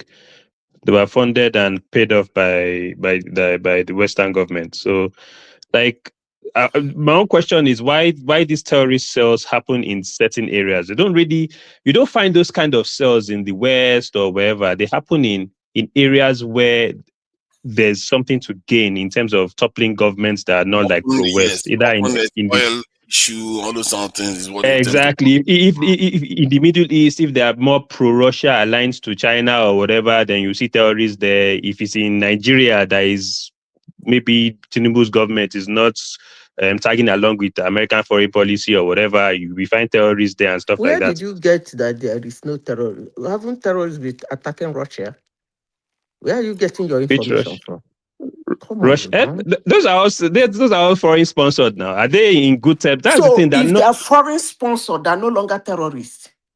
How about okay? No, they're not Let me terrorists. ask. Hold on. I won't classify them as terrorists. Though. Let's think. So, if let's assume Hezbollah hit Israel, Hezbollah is not foreign sponsored, right? No wonder. Hezbollah is funded by what's his name, Iran, isn't it? So, but America funds many of these terrorist So organizations. Iran is not a foreign country to Israel. Yes, Iran is a foreign country to Israel. So why did I say that in Russia the terrorists hammer them? He say it's sponsored by foreign. What terrorists? What are the terrorists that hammer Russia? Sir? Go and find out now. Why you That's I mean, you're the one that came up with the allegations that terrorists. I said something to avoid argument. When somebody say Russia has had terrorist attack, to avoid the argument of which Russia, you have systems to check it. Why don't you look it up? You are the one coming up with a claim. Why can't you back it up with evidence? If you are not the one coming up with the claim, you back it up with evidence. Don't tell me to go and do research now. When you know where to shake me up. Why should I now? You're the one coming up with the claim. I say, show me proof now. Hold on. At least name the terrorist groups. Hold on, let me clear something. If I say something that you are not too sure I'm correct, you need an evidence. Give me the terrorist groups in Russia is what I'm asking of you. Come on now, calm down. Don't make it. The Chechnyan militant, Chechnyan organization. Don't please, to Niger, don't do that for him. I said. So was it that hard? Why can't you say it yourself? Was it that hard? Please. We're not in school now. You give me if you are defending yourself, you give me facts and figures. I said something. You don't tell me to go and check. If you don't believe me, even if I give you the fact, you won't believe me. So go get the fact yourself. No, so that's wrong. That's not how to debate. That's you don't the way tell me I to go and get facts myself. If you are putting up a reasonable argument, you bring up facts and figures. You don't tell me to go get facts myself. With you. No one's a kid here. I don't debate with somebody. I can never debate with somebody that doesn't know that terrorism have been hammering Russia. I'm telling you to give me the group's names, madam. Why would I debate with you? Why can't you? Are you above me or what? Why can't you debate with me? Russia. I have. Why can't you debate with me? Russia, though it has stopped in Russia. The terrorism is not happening anymore for a long time now in Russia. Russia has taken control over the Chechnyan area now, so it's not happening anymore. But Adita, you know that almost all the major terrorist groups, at one point or the other, America has worked with them. From Al-Qaeda, ISIS in Syria now, it turns out America works with them. Israel is known to be treating ISIS militants in Israel. They fly them to Israel to go and treat them and bring them back to the battlefield because they are against Assad. So these are things, and we also know that the so-called Dubai, Qatar, many of these nations are funding the militant groups in the Sahel. And at the same time, America is an ally to these countries. So you begin to wonder, what is going on here? Are we all being set up here? Where these countries pretend as if they are adversaries. But in the end, you just made a comment now. You said terrorism has not been attacking Russia in recent time. Yes. Really? Can Yeah. you check it up for me? Yeah. Let me check now. Go ahead. Terrorist attack. He said no. Nah, I don't even know why I Oh come my here God. to Let be me check it arguing, now. doing This rumbo, one is saying go and check it now. rombo. I'll check it now because I've not heard of any terrorist attack in the last 3 years in Russia. Terrorist attack Fellow Nigeria. in Russia. It's so slow.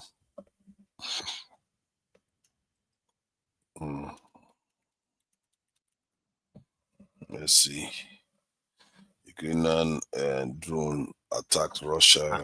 I bet when Ask you finish, whatever you are checking. let Ask us the talk thing. about The this. last time terrorists attacked Russia and how many Okay, people let me we find killed. out. Yeah. So when you are done, let us talk about these your governors that is linked to terrorism, because I would really like a situation whereby a sitting governor with immunity can just be sent to the prison, because Why would they send them to prison instead of buying them? Why wouldn't you use lavender and slice off his throat? Why would you send him to prison? well, may we start decently now, so that we no go give some people chance, because if that guy is truly linked, because I've seen some Nigerians now. I don't know what our people want.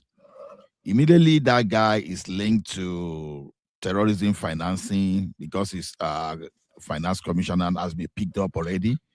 So we see Nigeria now start saying the man uttered a statement that the person they link him to is dining and whining with APC.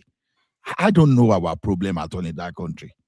Even because Bala said that the person that they link him with is dialing with APC. Does that remove the fact that this guy is financing terrorism? Why can't we deal with those people that we can deal with, instead of we pick this one, but where about thousands walking around? What's wrong with us, for goodness sake? Understand? Sometimes we want progress on a page. We want progress. When you move to another, when we move to another page, everything we are talking is something that is against the progress. Niger. Yeah, I can see the one for 2024. Okay. That's By ISIS, March. Jerry, So and it was after How the many Ukraine people war. died? Wasn't that during the Ukraine war? That was CIA And sponsored, Jerry. excuse me, that wasn't a terrorist attack, right? That's 2024. They say I During asked you a 2024. the Ukraine question. war. That The wasn't a terrorist attack, terrorist of course. attack. It's a terrorist attack, of course. Okay, so you people And a said serious one for that matter. you said a terrorist attack that killed over 100 people is in 2024 March. Is not in recent time. Yes. Okay, And did make they I make it leave out on alive? they talk. Hold on, did they make it out alive? They didn't make it out alive. You And don't talk. Are we talking about terrorists attacking and coming out alive, or yes, because terrorists attacking place? Which? see, we are But talking I from was the one that argued with you here that as they come, they're being dealt with consequent. They were being dealt with. Another set will come. They will be dealt with. You said that they cannot wipe out terrorism. I said no. There is no way they can wipe out terrorism, because it's like a criminality.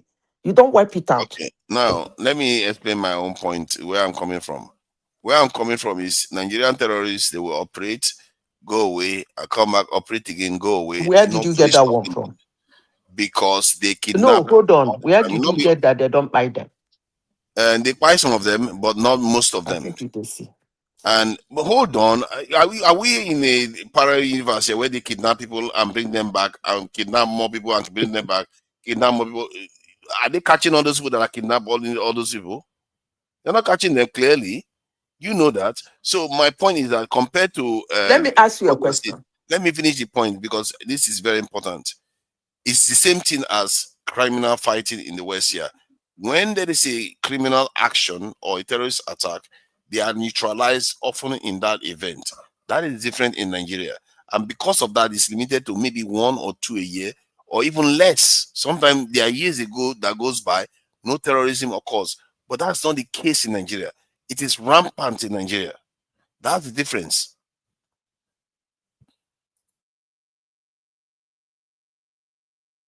You can make your point now because I've answered I made my point already. I asked you a question. I wanted to ask you a question. The head of Boko Haram, from the day they started, is he still the head? No. Good. The head of ISAWAP, is he still the head? No. So we are still saying what I'm saying in a different way. They deal with them as they come. And if you think it's only that head that was spied, then the joke is on you. He left with some I'm of never his argued group. whether they deal with them as Hold they on. come. It is like criminality. You can't eradicate it. It's like criminality. So the But you can world reduce their just, ability to operate. oh my goodness. I can't understand why you cannot see that. The world will embracing them the way they embrace, or the right embrace is a wrong word. The world is treating them the way they treat criminality, because terrorism is part of criminality anyway. So that's the same way they're doing it. The one they catch, they deal with that one, and that one goes off. Another one will come, they deal with it. It cannot be eradicated because it's criminality. Come on Yeah, now. but okay, hold on. One criminal, if you have one robbery in a town versus 20 robbery, what is the difference? Are they not all criminality? Are you going to say, 1 versus 20, no difference? There's a big difference. You have to reduce that 20 to 1. It depends on your capacity and capability now. And we There have are the some people, capacity, hold but we are on. refusing to do it. There are some people who have the capacity, like El Salvador. That doesn't mean that criminality does not still exist in El Salvador. But he has the capacity and capability to reduce it to 80-20. Okay? It's not everybody that has the capacity and capability. Israel too has the capacity of wiring them anyhow, anywhere, anytime, any place. So it depends on your capacity. That doesn't mean you will eradicate it. The important thing I My want you to argument let, is that we hold have on. the capability, but we refuse to use it. Listen, the only thing I want to make clear to you is that it is like criminality, and every country, every people, every nation, every group, every time is handling it the way they can. But the word eradication does not exist in that area. Yeah, but in the case of terrorism, they are not reducing in size; they are increasing, and as a matter of fact, they are spreading. So that there's a difference. You see, like I said, the Are numbers you are not removing reducing. terrorism from criminality? No, I'm not. But So criminality is increasing in the world now. Come the on number now. of Al It's Qaeda not reducing. terrorists have not But that reduced. doesn't mean they're not dealing with them. But the deal, okay, America is not being attacked easy. They are not being attacked directly, and most European countries are not being attacked. And even when they are attacked, those terrorists have to operate very quickly because they know that their time is short. But in Nigeria, they can operate for hours. They happen far more often, and we have the solution for it. And that is my argument. Any other thing from my argument? Nigeria to Nigeria. The thing is this: as long as you keep having growth in population, criminality will keep increasing, and terrorism is a form of criminality. So for those American and European people that I've just mentioned, they were exposed to this thing probably earlier than us. And not only that, they have a system that fights. That fight. That's why you don't get to hear What about all basis do you those things. have to say increasing population increases criminality?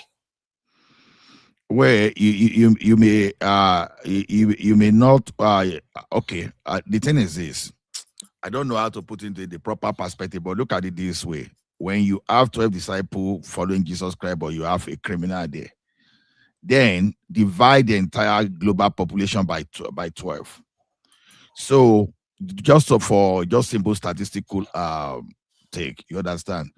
So what we are saying is this: as long as we keep increasing in population and those areas get increasing in population, when you look at the basic welfare, the basic things you need in life, they don't have it. And coupled with the fact that people take advantage of them to indoctrinate them wrongly. So you are likely going to have criminality, festering. So like the America and all those America and those European Union you are talking about, they are not necessarily the benchmark, even though they have their own form of criminality. For example, now gun violence in United States of America. Oh my goodness, when you put it side by side, the terrorism going on in Nigeria. So maybe the only difference will be say, okay, they are not targeted. So you cannot really say, okay, these people, they really want to wipe out some group of people. But does it stop that fatality coming from gun violence? No. But in case of Nigeria, it's targeted. They have a particular purpose they want to achieve. So criminality will take different form or the other in different environments. So criminality is huge in the in the United States. Then when you go to, I think I want to believe you live in Europe, but probably in the UK or wherever you are there, knife is your own form of criminality. If you see the statistics about the knife involvement, knife crime, in the United Kingdom, you don't want to give those people like a gun like America, because if they have gun like America, they will be statistically they will be at par with what is happening in America, even though America is with a bigger population. So criminality is the form of criminality exposed to Nigeria and some other state is what you are saying in form of terrorism. So Why do we think that population has anything to do with that? Because Chinese population was growing when they became all the accomplished all the from nuclear to economic change and everything. The population was growing massively. They didn't change anything. So this is what I mean by deductive reasoning. If we find something we have within our society somewhere else and it didn't debilitate them, then that is not your problem. Okay. No, the thing is this. Even when because I know you want to talk about that, we are productive enough that will automatically eliminate terrorism. See, it's not always like that 100%. Because number one, you are not even going to get everybody anyway out of poverty. You are not going to get everybody, to live very well. So some people, irrespective of how you provide for them, how you develop them, you will still have those criminals within your society. So, but now that population, why you say why will population increase insecurity? I believe you are a science student. You see this conservation of energy. You understand? So, and the principle that there's no vacuum in this life. So the thing is this: every human being is a potential criminal. But you see, criminal, they don't just become criminal just because they want to become criminal. There's a goal they have goal and objectives. You understand? So in most cases, it's survival. That survival can be ideology. It can be like something like maybe physical, like, okay, let me just welfare, let me just eat and be okay, right? So if you have someone with such potential, and that potential, they are unable to convert it to something positive, something that the society already legalized as positive, then they are bound to convert it to something negative. And those something negative too, you have people that their trademark is to thrive using indoctrination to manipulate people for their own purpose. So once they fall in the hand of those people because of the vacuum created, so you are going to have criminality irrespective of the well-being of your country. I don't know if you understand. I think this idea that criminality is because of poverty, I guess maybe relative poverty, I'm not exactly sure, it may have something to do with the cultural thing, because like in the UK now, I gather that 33% of men have got criminal record. There's 1 million criminal convictions each year in the UK. If you have that kind of high criminal conviction in such a rich country, what does that tell you? It's like I ask myself, maybe you can look into the fact that the type of crime that is being committed may not be like, petty theft. I guess they do petty theft too. Like they do petty theft, and most of those people are not even convicted for criminal offense in terms of shoplifting and all the rest of it. So, what are the crimes that most of these 1 million are committing? Some of them is driving offense. Some of them is domestic stuff. Some of them so maybe the nature of the crime will be different, but it doesn't mean that there's no criminal behavior in the West too. You see what I mean? So, and a large amount of people are getting convicted every year for criminal offenses. So, for me, believe in me, I've looked at this thing in so many different ways. In the end, what it comes down to is that we need to strengthen our nations, and if we don't strengthen it, nothing's going to work. And I know we are not going to do it until we see Pepe. See, and until we see I Pepe, don't we are want not going to do it.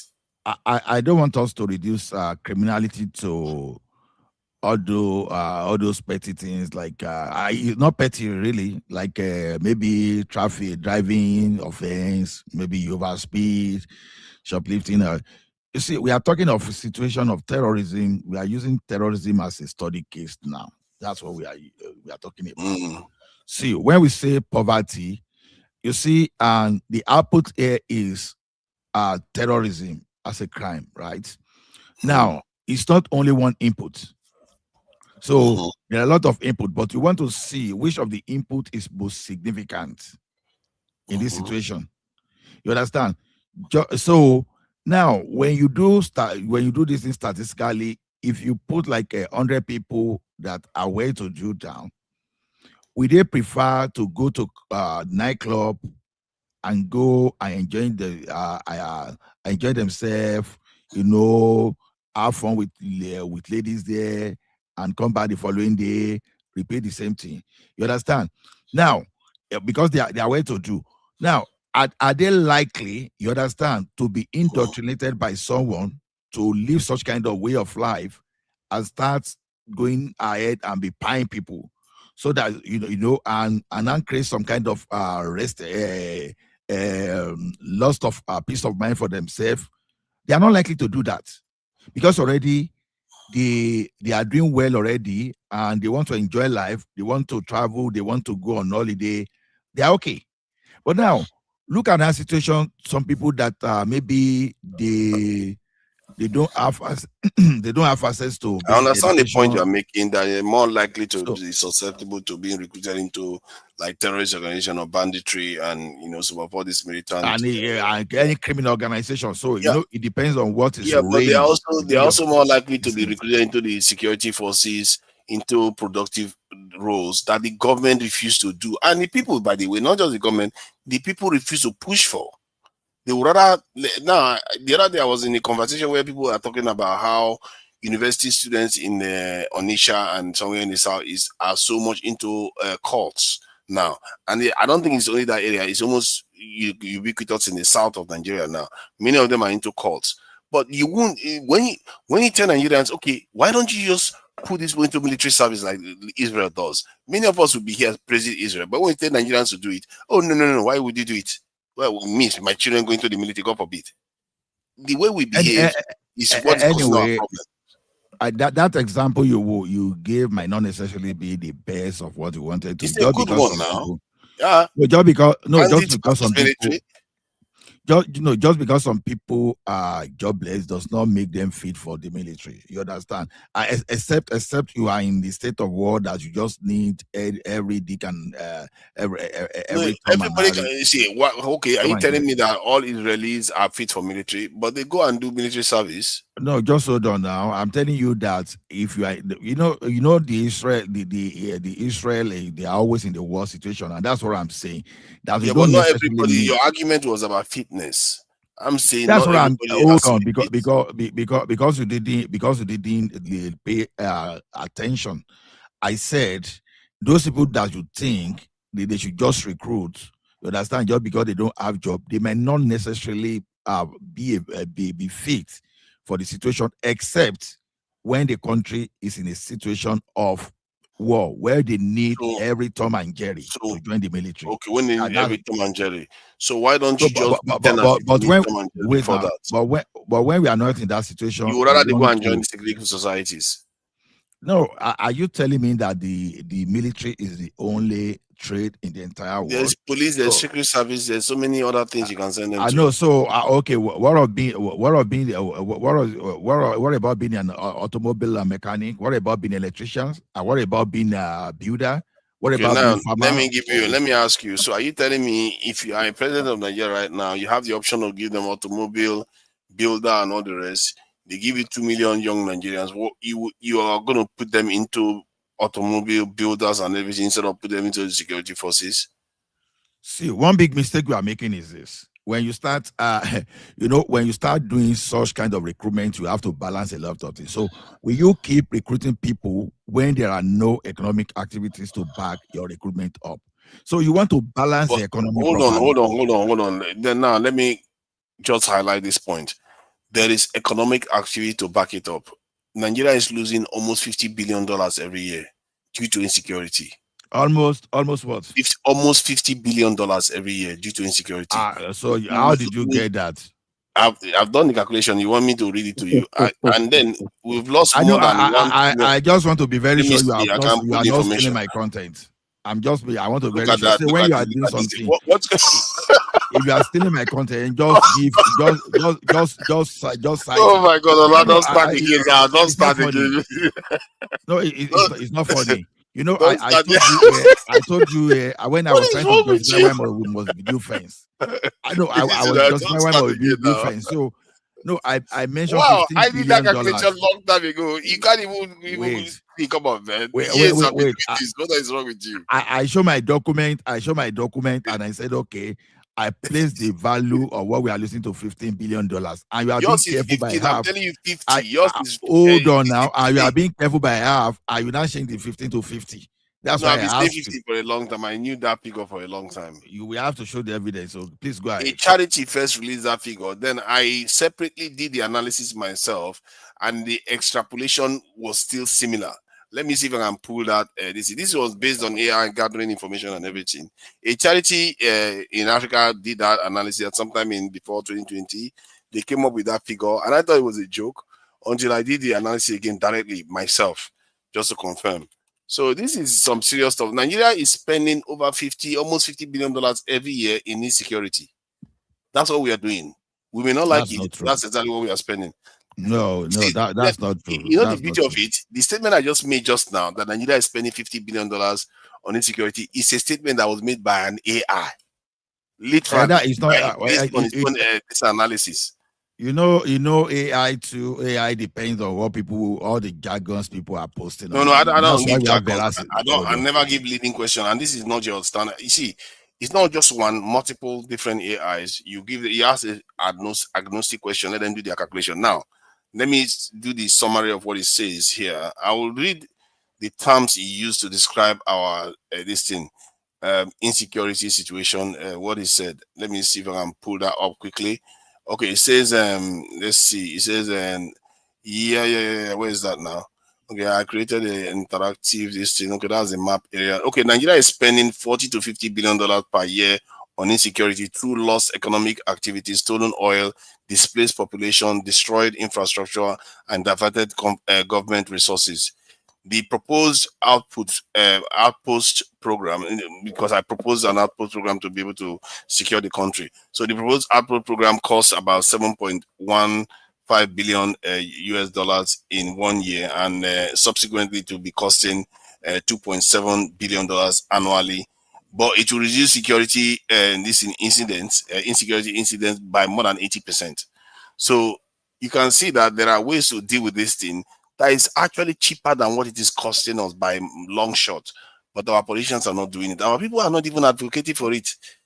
Even you are opposing me. Everybody's opposing it. I don't understand it. I try to understand why we do these things that we do. No, I am not opposing, because you see that day when I show you my own documents, you understand. I don't know whether you were in that, but that backstage with us that time, it was a 23-page document. You understand. that I put there. You know, I even broke that into series. So what I'm telling you is this. Just by saying, okay, you will go and recruit people that will solve the problem of insecurity. The question is this: you have to tackle what's that thing that is pushing people into security threats. You understand? You know, you want to start by Poverty is using one of them now. so when you say poverty, that part of poverty is where you have and you're going to be saving the country billions of dollars every year. That's why it's human good. development, you know, low human development index. So that was why I'm now saying that everybody will not be military. So some people will have to acquire skill as carpenter. No. Okay. I just said 2 million. Nigeria has almost 250 million. Hold on. I'm just because that's what I'm saying. You have to vary it. Okay, some of us, because of our skill, when we probably we look at Nigeria, things are not going on very well. Okay, Canada is doing federal skill workers, United Kingdom is doing HSM, then different people. Because of the level of our skill, we are able to move to that place. You understand? That's how strong skill can be now. You are even moving from the economy that you perceive as being low compared to your skill, you are moving to higher one. Then now look at it from those people that lack zero skill. And you now set them to say, okay, someone that's you know, some people they don't even know how to be carpenter. Some people they don't even know how to be potter. People they call potter, alabaru. Do you know that the military is one of the best places to get training? It's one of the best place to build something. You see, I don't want to. What I'm telling you is this: I don't want you to just be monolistic in your approach. You are only focusing on one aspect. You understand? I'm telling you, okay. As you speak and I'm today, worried. My question should be: why are you not focusing on it? That's the question. Because you don't understand that is so vital to your nation's national welfare. No. Because it has to be by choice. It has to be by choice. Okay, so are you against national service, national military service for everybody graduating from university and higher institutions? No, that's totally another thing you are talking about. Okay, what about to say, okay, national service, and you force these people to do? Even we are not even talking about. You're not going to force them. You're going to encourage them to join the military. Hold on. We are not even talking about graduates now. We are even talking of those people that from the beginning, when they were born, they just hand them to one afar to be teaching them how to read the Quran. No, I'm talking about graduates, university leavers, college, high school leavers, college leavers, all those vocational course leavers. How many graduates are into terrorism in Nigeria? Instead of NYSC, let them go and do military service. Okay, I agree for that. That's not even a big deal. You understand? But how many graduates are bandits? How many graduates are terrorists that are putting a bomb on the body to go and detonate where innocent people are? The idea is that I know there are not that many. There are very, very few. And the ones that are graduates are the ones probably controlling the ones that are not. There are many. If we are to analyze it. Okay. Proof I don't know about that though. I don't know how many graduates are going to be bothered with banditry. How many? Wait. With the findings so far. With the findings. Point to the findings. So I don't want broad statement. Where did you get findings from? That's a generic and very indicting statement. You hold on a moment. From the findings, when it comes to leaders of the nation, they said politicians, high level people are involved, and these people are all graduate. So you cannot separate education from this behavior because people are sponsoring them. So both the graduate and all they are involved. It has nothing to do with education. No, see, Midwest. Don't do this. Tell me the university that Bello Turuji attended, the one that Shekarau attended. I want to say, just say you have to be factual in whatever you are saying. And tell me how many people graduated from Obafemi Awolowo University, from University of Lagos, since they've been doing now that. Maybe from which school did Nigeria go to? Maybe Uniben or whatever. See, you are looking at it from different angles from my own. Midwest, hold on. If you want to talk of Pantami, hold on. If you want to talk of Pantami, you understand that they own their manipulation. I'm talking of these bandits. I'm talking Wait, of these hold on, bandits and these hold on Boko a Haram that moment. are living inside the bush, You hold on, inside the bush, inside the forest. you hold on a moment. Those who are supplying them, those who are coordinating them, they are the real bandits, not even those guys who are victims. Because you cannot separate education by saying, oh, these guys are just illiterate, that's why they can recruit them. What of you that is educated? What you profile position? Okay, look at what happened in your state the first day of this year, whether Ogun State or something like that. No, Ondo State, Abi, if I'm not mistaken. The blow of the police. Okay, in that country, Rebadu was indicted of giving AK to people. Up to today, he has not been arrested. So does he have that power? Guy, you are shifting. Then That's you not what we're cannot talking be. about. Okay, well, I'm looking at it from different angle. You can continue. I don't want to distract you because you both of you can continue like that. So That's maybe not what we are education talking without about. yeah. That's Okay. not For what we me, are that, talking about. that Okay, is my Midwest. greatest concern. The thing is this: can you approach me for banditry? Can you? So The that reason is thing, it depends. Wait. It depends on your own ideology. Okay, let me give you another. Look at international space, for example. All these Bin Laden, all these guys that were together with all these Akada data, they were all learned people, highly educated in foreign countries for that Midwest. matter. That's another level. We see. This is what I say. You know, when we talk Are of it's ideology. No when matter we your talk of wait, hold hold on. on a moment. No matter your level of education, it is something of ideology. You see the problem now. It doesn't care whether you are educated. As far as you can reason in that line, the people will accept it immediately. Okay, That's just my hold own on. conviction. I know you've changed the dynamics of this point totally. The question is this: can Shekarau or the person that is being accused of financing terrorism in Nigeria and is a Bala, the Bauchi State governor, can Shekarau or Bala can any of them approach you for the purpose of terrorism and you will listen to them? Let me start with. And then I will ask the next question. Will you listen to them? Don't have the reason why I cannot listen to them is not my level of education. I don't have their own ideology. You see the problem now. People who are educated than me can fall a victim if they share the same ideology. That is the problem. I totally get where you are going to. Like maybe you are talking like people like Gumi and people like all those people that are apologists of terrorist apologists. They are sympathizer. Those are not the kind of thing. You see, let me tell you one thing. Those people, they are just political bandits. They want to stay in power. They are not in the bush, but they are in the power where they use that into them. We were talking of those the troop, the troop soldiers, the foot soldiers that are in the forest and in the bush that are perpetrating this criminality. Why is it that they are easily recruited? Okay. Now, there's this guy that goes to the major ghetto and dangerous area in Lagos that has been doing some kind of thing. You will see people that engage in criminality, that they've been staying other beach, one ghetto, slum or the other.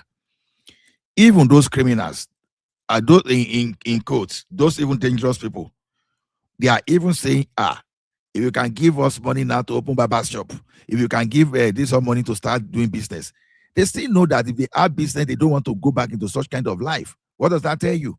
If someone that have been to jail like 2 or 3 times that still go back into that criminality, is telling you that Nigeria should help them. If I can have Okada now, I can be doing all this. So even criminals even know that if you provide them the basic things, they don't want to over. I think we always try to oversimplify this when we say, "Oh, it's criminal behavior. Criminality is the reason why people go into terrorism." No, you are not getting it. No, that's not even the basis. You understand? That's just the symptom of it. I'm telling you that from the beginning, when you give some people the basic skills, because when they talk of education, it's not only education, is not only about reading and writing only, but part of it is skills. That's why I mentioned carpentry I mentioned becoming a bricklayer, and all those auto mechanics. That's the basis. You understand? So you and I know that if there is economic meltdown now, even where you and myself live now, the next thing within a month we see that that burglary, you understand, and all those petty stealing and some crime will increase, even within the society, within the Western country where we live. You see, Anytime there's a but recession, this type of stuff that you are saying now, it make me concerned that there's something about all that lack ambition. There's truly something like, do you know? I don't know whether you've heard of this case where there's this guy they call Speedy in America. He came to Africa. He was traveling around the world. Mainly, I think he went to China, went to Europe. Europeans were very racist towards him because he's Black American. And he came to Africa. Everybody was rejoicing to see him. In Angola, they were praising him and all the rest. Then he went to this place where they were driving cars. All these sports cars people would like to use for sports in Africa. They do all this racing kind of stuff. So he went there, and what I noticed was that when he went there, this was Angola. He went there and he was talking to the guy that were driving the car. Suddenly, they were not black anymore. The moment you see where the experts are when it comes to actual technical stuff, they're not black anymore. It's now a Igbo man again. So it's like there's something about us that just lacks this aspiration to grow, do anything tangible. It's like as if we are scared. It's really The thing strange. is, Everywhere you go, you see the pattern repeat itself over and over again. to Nigeria, let me come in there a little bit. This the question you just raised is a very, very fundamental issue, because we as a Black people, with the kind of education they design for, particularly the Black race in Africa, I'm not talking about North Africa, they make us to believe in theory. After your degree, you wear your suit and then you command people. Then when they come to the actual job, the professionals are not we, it's the masters. You get a problem now. That's why we cannot move forward. You just raise a very fundamental question. When it comes to that practical aspect, everything will change. We are not there. We are not there. We are nowhere to be seen. We don't even invest on it. That's the problem. How many professors in Nigeria are today in research for what I call problem solving research? All of them is for academic, for self-glorification. When you then that degree, oh, I'm doctor this, doctor that. But here, where there are professors who are already in their houses, some are even retired. The government will still invite them because of critical issue. They put them again to the university, and they are all paying them there, cracking their brain to see and say, to come out with something to say, look, in the nearest future, 10 years, when we have this problem, this is the way we have to approach it. If A, B, Z to C or D is like this, we must follow this path. I don't know whether you understand. This is a problem. We are not like in cutting edge in anything. We are into this boundary tree for 14 years. All those criminology professors, have we invited them and say, go to Uniben, go to Ekboma, go to University Midwest? A question for you. Yeah.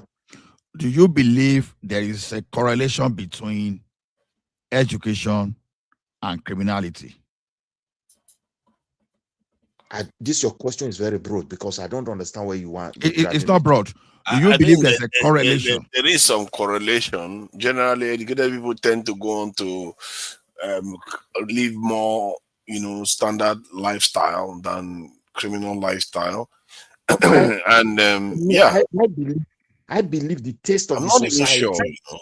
I believe the desire, or maybe the taste, I don't know how to put, the structure of the society has a correlation with criminality. Take, for example, where I live today, most of the big guys they have that really have the money, you don't know them. They don't exaggerate. They just think investment. So it affects the next generation, no matter the level of their education. But Midwest, these people didn't just start today. Hold on. Bible, Bible, you may not like it, but there are some kind of thing you can connect to a civilization within the Bible. Go to that verse that say people perish because they lack knowledge. Perish this time around, don't take it as a literal that, okay, maybe you understand what I mean. Now, look at the emphasis on knowledge there. You understand? The more knowledge you have, the less likely people are likely to perish, because the knowledge create awareness for you, and it creates survivor instinct for you to survive. So when we talk of education, you understand there is a negative correlation between education and crime. The educated No, I people don't are agree. more likely to run away from crime than No. uneducated people. Okay. How about the So crimes that are committed in the Ola, wait. office or in Ola, the hold on a formal moment. structure? I beg, I want to I remind say us. they are Ola, more hold likely. on. You understand? Ola, You hold on. understand? Don't talk of No. outliers. Ola, hold on a moment. Let's take it to our country, because that's why I say the social life, the Yeah, I'm going society. to our country. No, you know Now, the reason I'm talking about this. You understand? Look at all yeah. those criminality about terrorism that we are talking about. You understand? Lack of education. You understand? I'm not talking of knowing how to read Quran, recite Quran. You Ola, understand?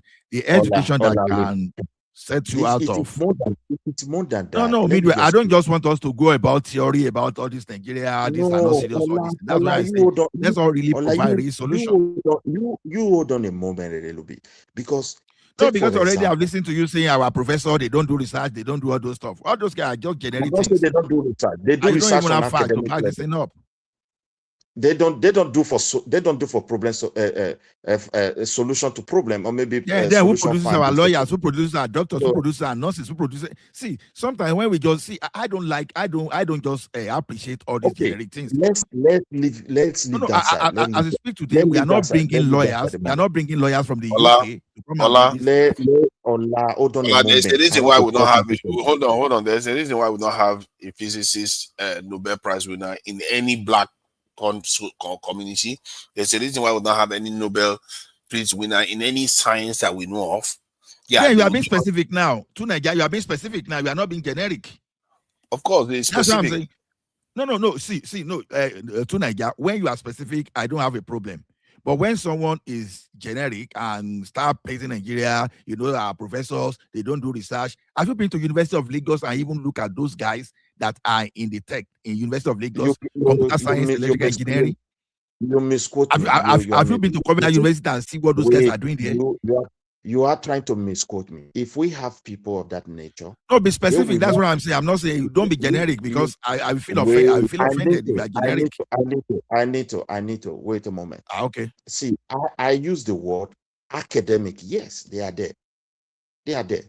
And they can never be the best, just as this guy said. But when they move to another country, the way they will structure them, before you know it, Nigerians are taking position as a leader. Now, but back home, the way the government structures it, it's just they don't bring solution to the society. You pointed to people that are illiterate. What of somebody that stood from NAPC like Desane with many degrees? Do you know the impact, the negative effect of that looting against the next generation of that country? So why are you saying academic people? The most deadly criminal you can ever imagine are knowledgeable people. Because if they do, it's going to be big, and they know how to cover it. That sometimes before you can trace it, it becomes a problem. So not this, like we are just treating the surface of our problem because Amajiri is there, they can recruit people. Somebody destroyed their lives because the resources that are supposed to change them has been looted by the educated ones. So I don't know if that is the aspect you are looking at. It is a different thing. Like the one you say, General. The question is this. We are wait a focusing on moment. the Wait, Ola. You jump into things like when I talk about academic here, like what Tunaja said. We want to construct road to, they go and look at your contractor. It is when Oibo stand. That is when they believe your governor is working. Are we not having universities that are training engineers all over those states? What happened to them? I think it's very obvious that Nigeria is not producing. The question is this. The question is this. Why is it that an average Southerner are more likely not to commit crime than average Northerners? I don't know the statistics. Hold on. Guy, hold on. Take okay, let me just maintain it that southern guy. You understand? We know Igbo people. We know rather than going to crime, they would rather be doing trading. They would rather be doing the trading and the apprenticeship style. You know, Yoruba people, rather than doing all those going to terrorism, they would rather go to school and look for job or establish their businesses. Then the same way Edo people, the same way Ijo have their own specialization then. So what I'm saying generally is this: when we are talking of the roles of education, is it a coincidence? Is it just a coincidence that the area where they have high level of education, that the crime rates seems to be very low compared to when they don't have that education? This is it's I think logical that's and it's quite factual. inaccurate, actually. I think the northern part may even have less crime. What you are trying to describe is militancy or terrorism. Because if you look at the West, they do have a lot of Yahoo people. In the South, they have all kinds of other unrest. This in the South, okay, maybe they are not as heavy in the South, but the North, what is their crime? There's barely any armed robbery in the North. It's barely, they don't, it's only militancy. That's the major crime that they commit there. So it might actually be lower in the North than the South. That's why you have to sometimes look into some of all these things. Because then you have to go back to Nigerian Bureau of Statistics and check your fact very well. You understand? Because I keep saying sometimes that when you talk of this crime, we talk of this crime we talk about. You have to look at it in terms of proportion. You understand? When you mention Yahoo boy now, you understand how many in the Southwest, how many in the Southeast or the South relative to the population that you will say you will see such thing. You can say the same for the North. How many are in militancy? Ola, you may be right. You have to separate the kind of crime you are talking about. Look, if you want to talk Yahoo problem today to Nigeria as a crime, it is the Southerners in proportion that will be higher than that of the North. You understand? If you make comparison. Now, when you talk of recruitment of people into banditry, like re-terrorism something, not the kidnapping, because the kidnapping is confusing anyway. You can say in the northern part. But when you use the word kidnapping, my own people are kidnapping their own people as well. Sometimes they pretend like Fulani. The whole thing is very complex. Your own side, your own people, locals are even involved. If it is the one that let's catch this man, collect money, they are involved. You know, this type of argument that I'm saying that is not where you all do pretend like Fulani or those stuff. See, guy, let's stop all this thing now. What? Okay. Let me some of the people Motigun has caught, they are mostly Yoruba.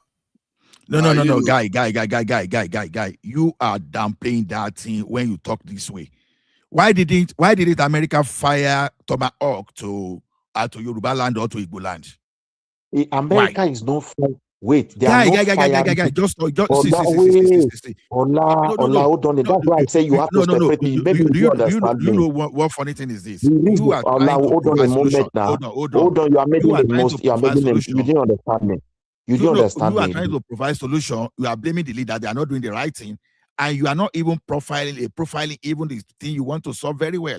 See what you are saying? Okay, statistically now. Hold on. Statistically, the northern part of Nigeria is responsible for up to 75% of crimes in Nigeria. I cannot see it when you start separating the crime. That's why you can say, okay, this one. Like, why do I think about? Am I the one providing the data? Am I the data provider? No. Nigeria is there. Let him use his own ChatGPT to search for it. My brother, ChatGPT is what people put in the internet. That's what they are using as well. Yeah, go to Nigeria Bureau of Statistics and don't just nullify things when you just for you to this thing. I don't. For me, I mean, I don't trust Nigeria Bureau of Statistics because most of so I should trust you just because your name is Midwest. Your name is Midwest. I am not saying you should trust me. No, this is what we do to show our lack of readiness to solve the problem. See, Ola, you must separate all these things before.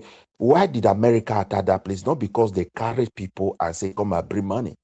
Those guys are doing completely different. That is full-scale terrorism. Burning houses, buying people, chasing people away from their village. You can't explain what is in their mindset. You understand me? So you cannot just generalize altogether. There are more them. There are those who want to let me go and if I'm able to hold these people, I will get money.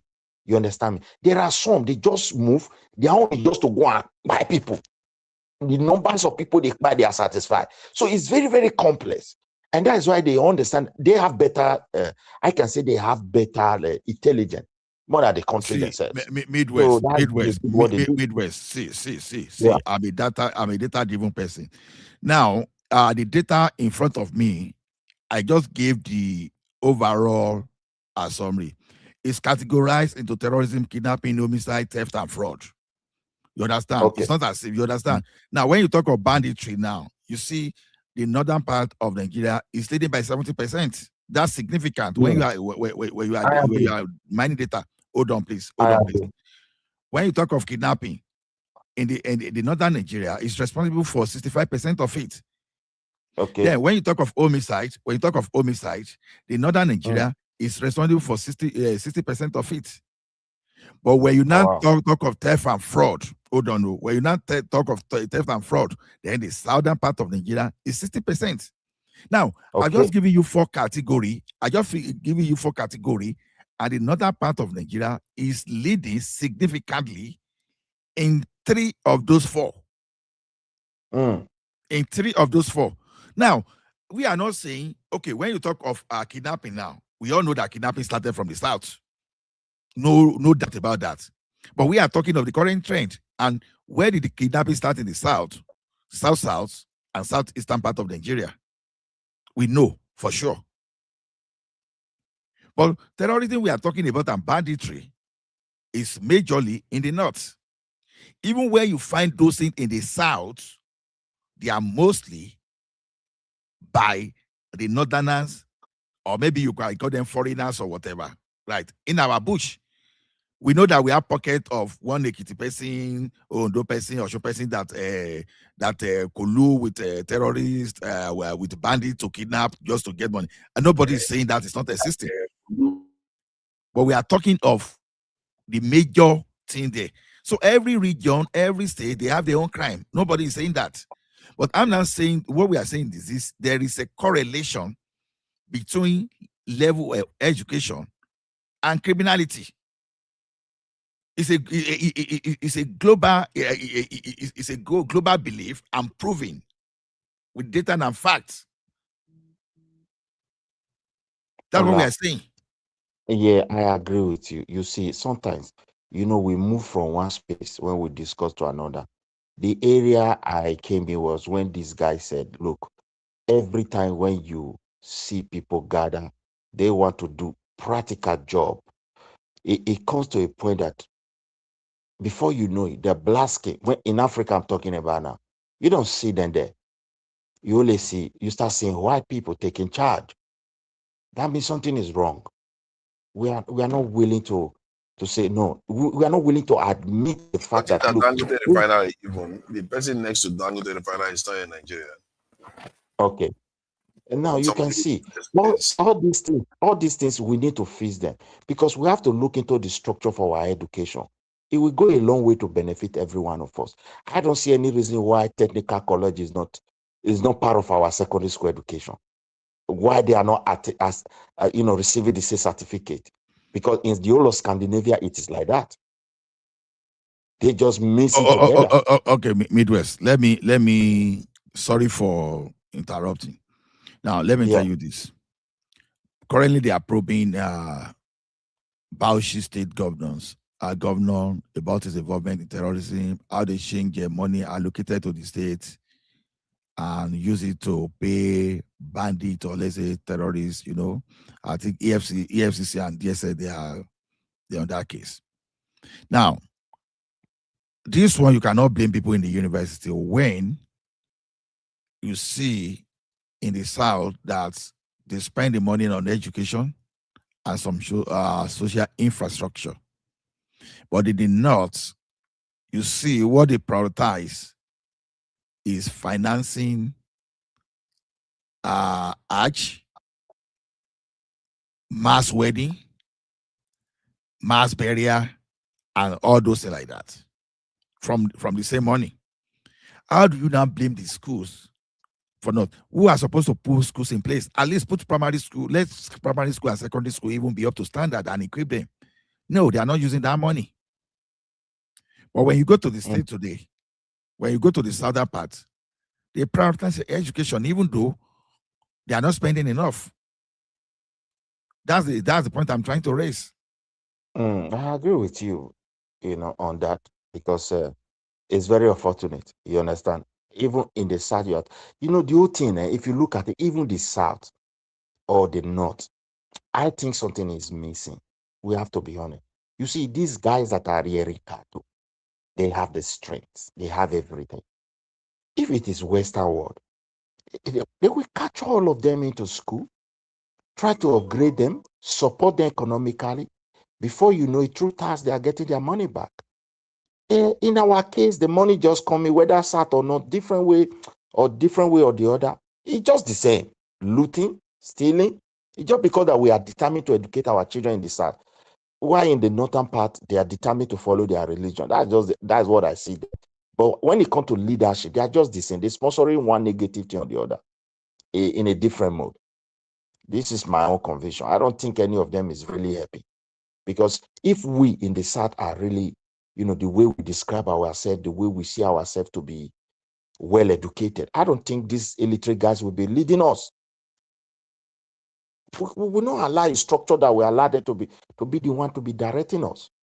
But because of the way we also, I don't know, the way we took our own levels of education, or we are blind to the future, and that's why we are following the analogy, because this problem we are into today, if really we are really educated people, we ought to have seen it that, look, at times things are going to be like this. If we don't do A, B, C, D, or AZ. You get what I'm saying? Let me ask you a question. If you were made the governor of, let's say, one of the northern states today,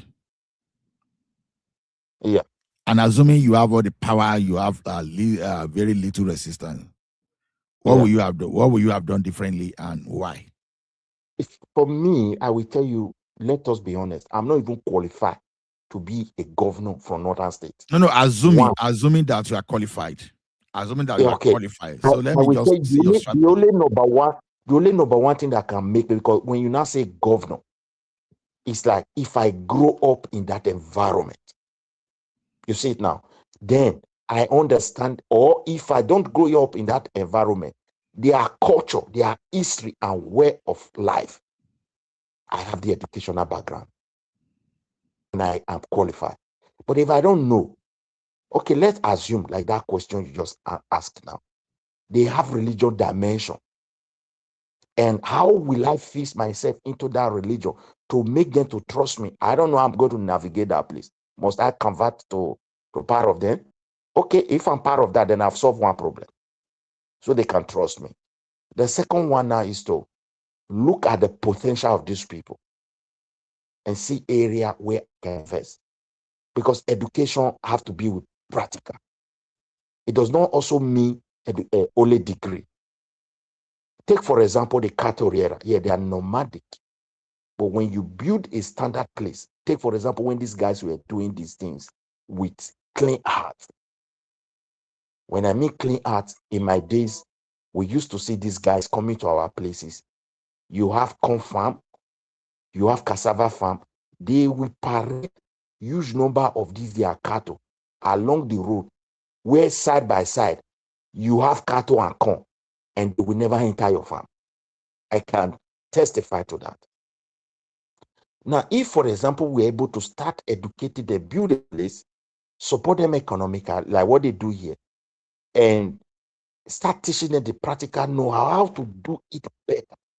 Vaccination, teaching them how to read and write, to read some, some instruction, because if you give them some certain things to do, they need to follow instruction. Even when you buy a new thing, for example, you want to install in your house, you see instruction book there that have to guide you, because you were not there where they made those things. So if we were able to invest in them that way, I don't think we would have this problem today. We see these people. Okay, let's also come to the southern part. When I was growing up in Edo, the whole of the land is agriculture. People farm. But those who were educated among us make those, I can say, those who were really in those subsistence farming, they make them to look like nobody in the society. Like their skill is not something to emulate. It is now we are getting exposed that we want to go back to agriculture in mechanization. What of if those days the governors and leaders were helping them with 1 or 2 tractors and their output is increasing and they are living to some, their standard of living is up to some certain levels that we, encourage others to follow that trend. So we need to be honest. As I said before, if they make me peradventure a governor in the northern part of Nigeria, and I'm part of those people, I will know better what my people desire. Like Sanusi said, no, this Amajiri must stop because that is Sanusi. Take, for example, a pastor said that. They will not take it. But if people like Sanusi is complaining and trying to break it down for them, the consequences, if they don't change, they may listen. Or even the Amajiri, you can modernize it and let them like carpenter, furniture, electrician inside that place because they master the language, they understand it. You can bring it there. So that may also work. This is my belief. Okay. Thank you. To Niger, if you were made the governor of one of the northern states today, what will you do differently? It's very obvious now. You know, seeing on my destiny. Very simple. I'll transform the state to one of the most shining beacons of civilization in Nigeria. First, secure it.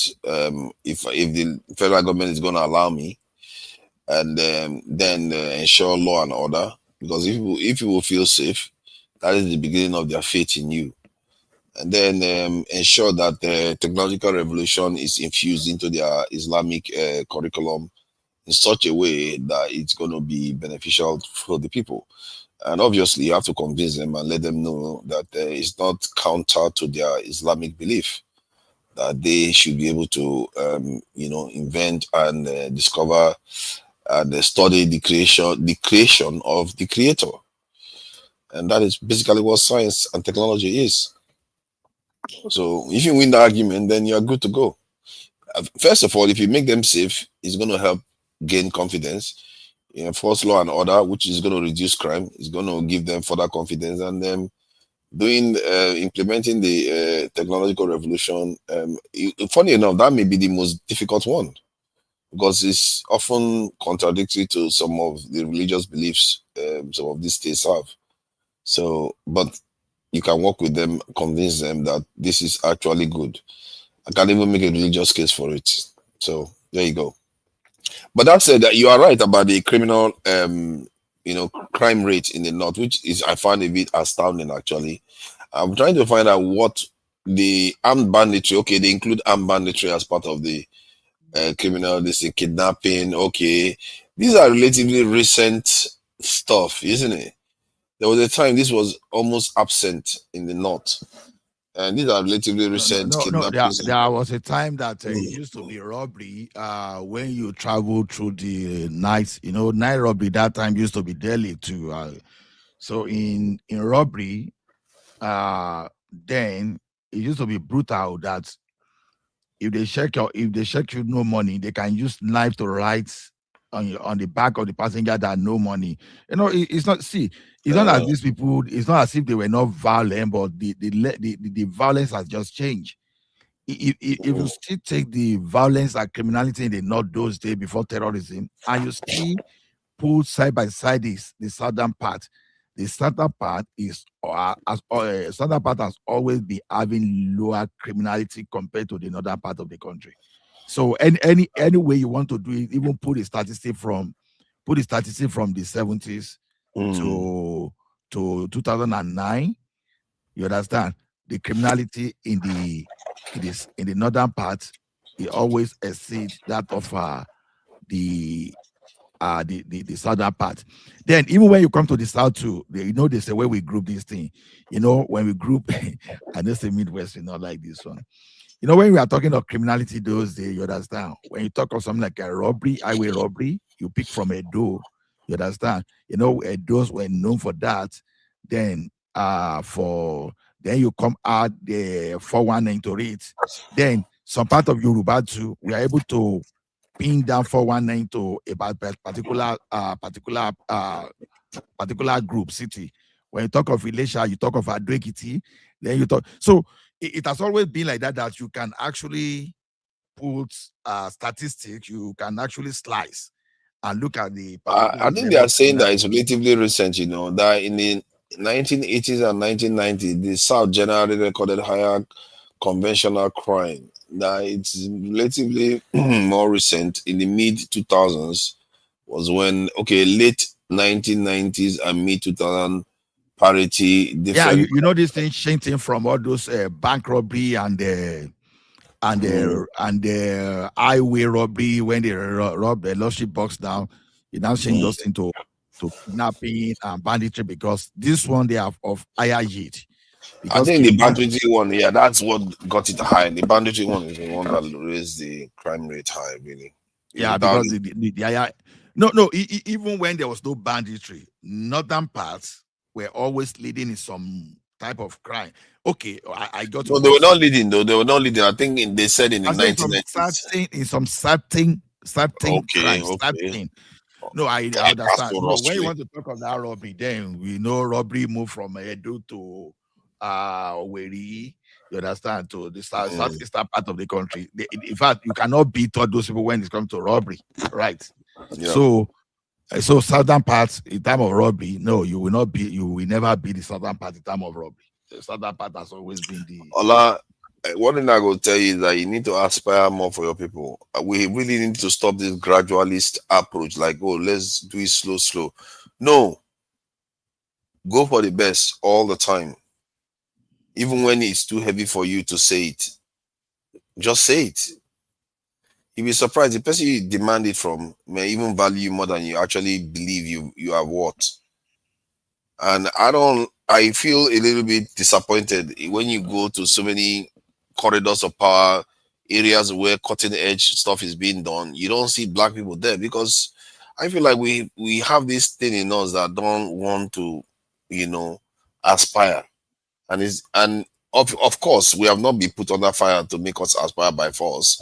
But maybe there are ways to do it without being forced. Maybe it's just a mindset change, and I would rather think that that is a cheaper price to pay than actually being forced to do it. Well, I say the problem is this. I'm not allowed to Nigeria. You see, not that we are not intelligent as people, as a race. Your voice is low. Are you stealing time at work? He's hiding under the table from Mrs. Okay. The thing is not that because it's not because we are not intelligent people. The willingness to do it that way is not there. It's like we have accepted this Yeah. idea of those who actually do the job. They don't have honor. They are even less pay. You get what I'm saying now? And that is discouraging our people. But except we have a governor that will just say, look, all these secondary school and technical college, like there are places where they merge it together. You just go there and find out what they're actually doing. You see, Kemi was even when she was talking, when I listened to one of her this Kemi UK, But he said, yeah, she said, apprentice, they have to invest on it. Because people are also deviating in the Western world and it's affecting their economy.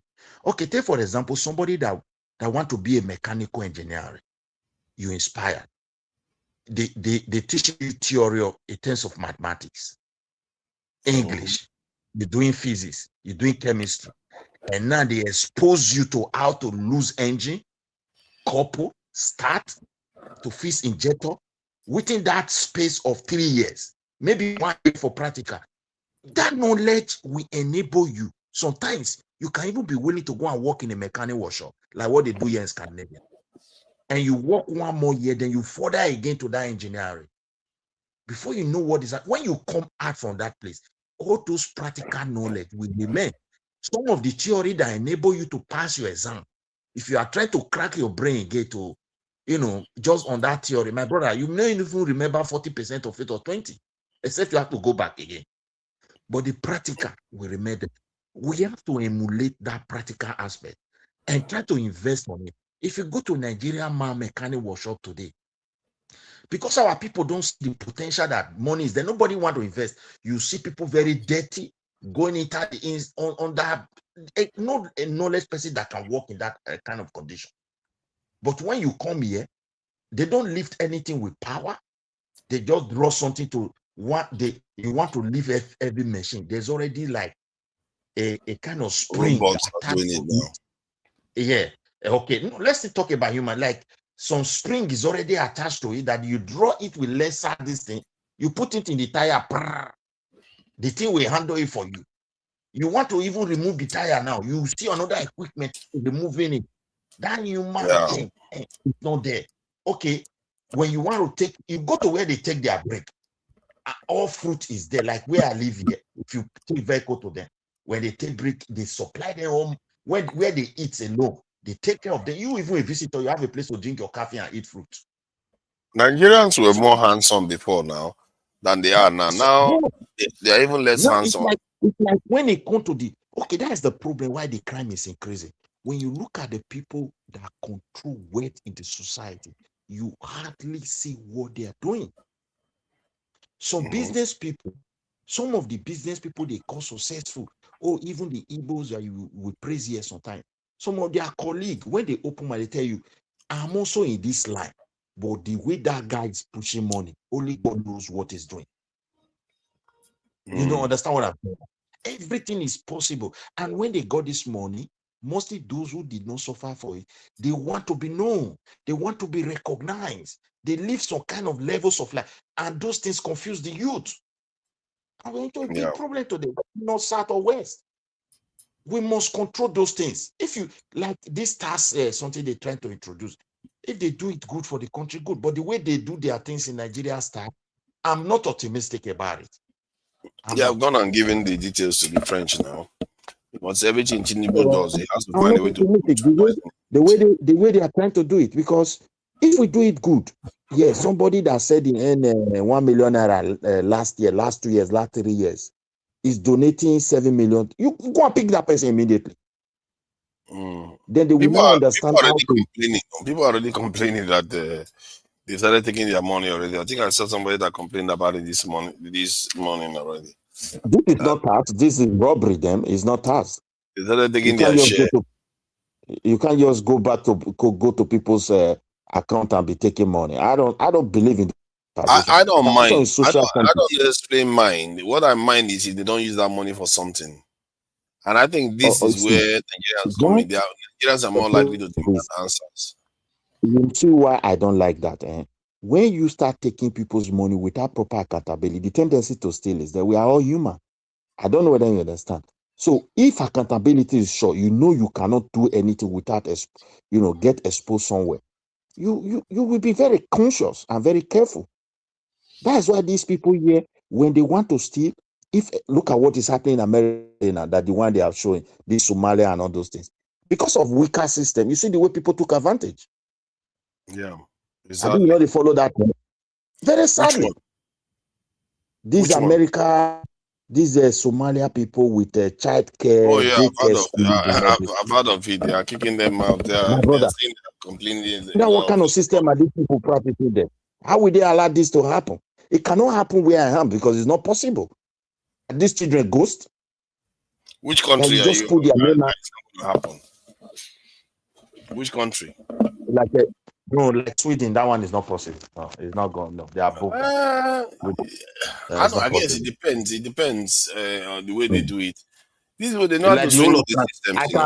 I can boast of the entire Scandinavia country. It can never happen with what they are saying in America. No, it can never. It's not possible. Maybe not the same way, but the Indians and the other group, they know how to swindle all these countries, man. They know how to do it. Nigeria don't know how to do fraud. Yes. I'm not saying they cannot do, but when it is something that have to do with kids, involve children, with the way they market with data and everything. No. Where are they putting that money? They will know. And after all, it is the community that finance that, not federal money. You see the problem now. So those local government community knows the number of children they have. So and they are the one that have to be responsible for that, to meet up the standard. Except if they don't generate that same enough money, then the federal can come in, because they are also aware of those data. We live in the same country. So they have a strong, not that they don't have loopholes, but of that magnitude where government will be pumping millions to go and train children that they don't have. It's very concerning, it's very disappointing for such All right. advanced. Let's round up for the day. I think we've had our conversations. I'm going to be doing some tomorrow too. Oh my God, Jude, don't do that. Don't even try to sneak up here. That's not happening. We are rounding up. Jude, don't start now. We are trying to round up for the day, and we don't want to carry on beyond this. So if you want to say something, I'll give you 1 minute to say something before I round up. Jude, go ahead if you want to say something. And look at that. You just managed to sign yourself in and not be able to say anything. Or you are fighting with your mic there. It's always possible. You are capable of editing. All right. So let me thank all people in the chat. Dami Ayo, thank you for joining us. I see you there. Crushing you. And then Mr. D Obedient. And yeah, I guess I can't see everybody there. Let me see the ones in the chat. Has Valiant, always supporting Ayo, supporting too. And I always from this conversation I had today, I would like to think about what Izon said about Nigeria, about why we should not necessarily, why we are not ready to become sophisticated. His example had something to do with if somebody's knees are not capable of carrying them because they are bearing some load, that is it wise for them to bear more load? The idea is that Nigeria is currently not very fit for purpose in terms of, being able to manage even its security forces or its streets and stuff like that. That how can we possibly be able to manage a nuclear power plant? And my argument was that the reason why we cannot even manage our police and all the rest, because of the hands of other people putting pressure on us to pull us down and buckle our knees. And if you want to stand a chance of taking those pressure off that they are using to press you down, you need to be able to start aspiring to greater heights. If you don't start looking at building nuclear power plants, collaborating with powers in the world to even help them build their jet fighters, submarines, to actually get involved in high tech, yeah, that pressure is going to remain on your shoulders and you're not going to be able to rise. You cannot even be able to sweep your streets like Nigeria is doing right now. And I say that because I've seen India go through similar paths, and they didn't start from zero. They started from where they were and they aspired. They built their nuclear technology. They built their space technology.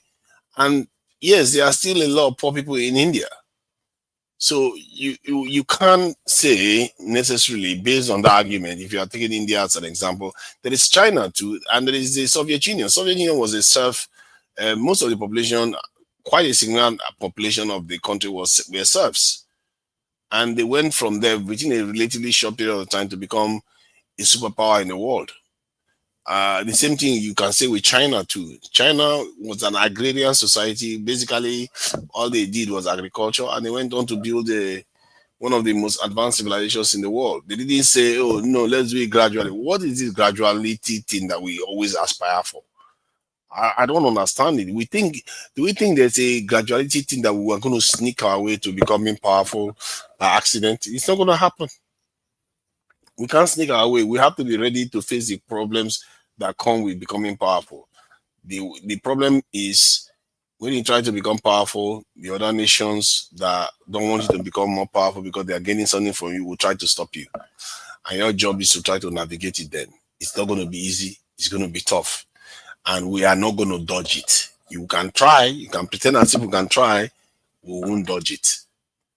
Pretending as if we can teach our children how to this thing, learn how to do this thing, what do you call it, the vacation is it vacation forgotten the key words. Vocational courses, degrees, and all the rest. He's not going to get all that of them. We have so many educated people in Africa. You know, Nigeria is one of the most educated countries in Africa, and yet look at where we are. We can barely take off anything. But let's not make no mistake, though. Nigeria is not zero, but Nigeria has not even come close to doing what it's supposed to be doing. And for that, I will leave it at that for now.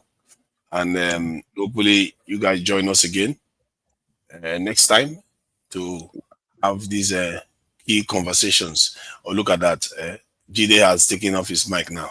Why you want to end the program? Because we have been talking for about 5 hours. Okay, I mean, you can take it to the back chat. That's fine. Okay. Except me, this is going to be there. I will be off though. But I said, gentlemen, until next time, we'll see you again. Bye. Happy New Year. Bye. Happy New Year. Happy New Year to all of you. Hope you all have a great year ahead. Happy New Year from Australia. Bye. Thank you. Goodbye. Leave it on the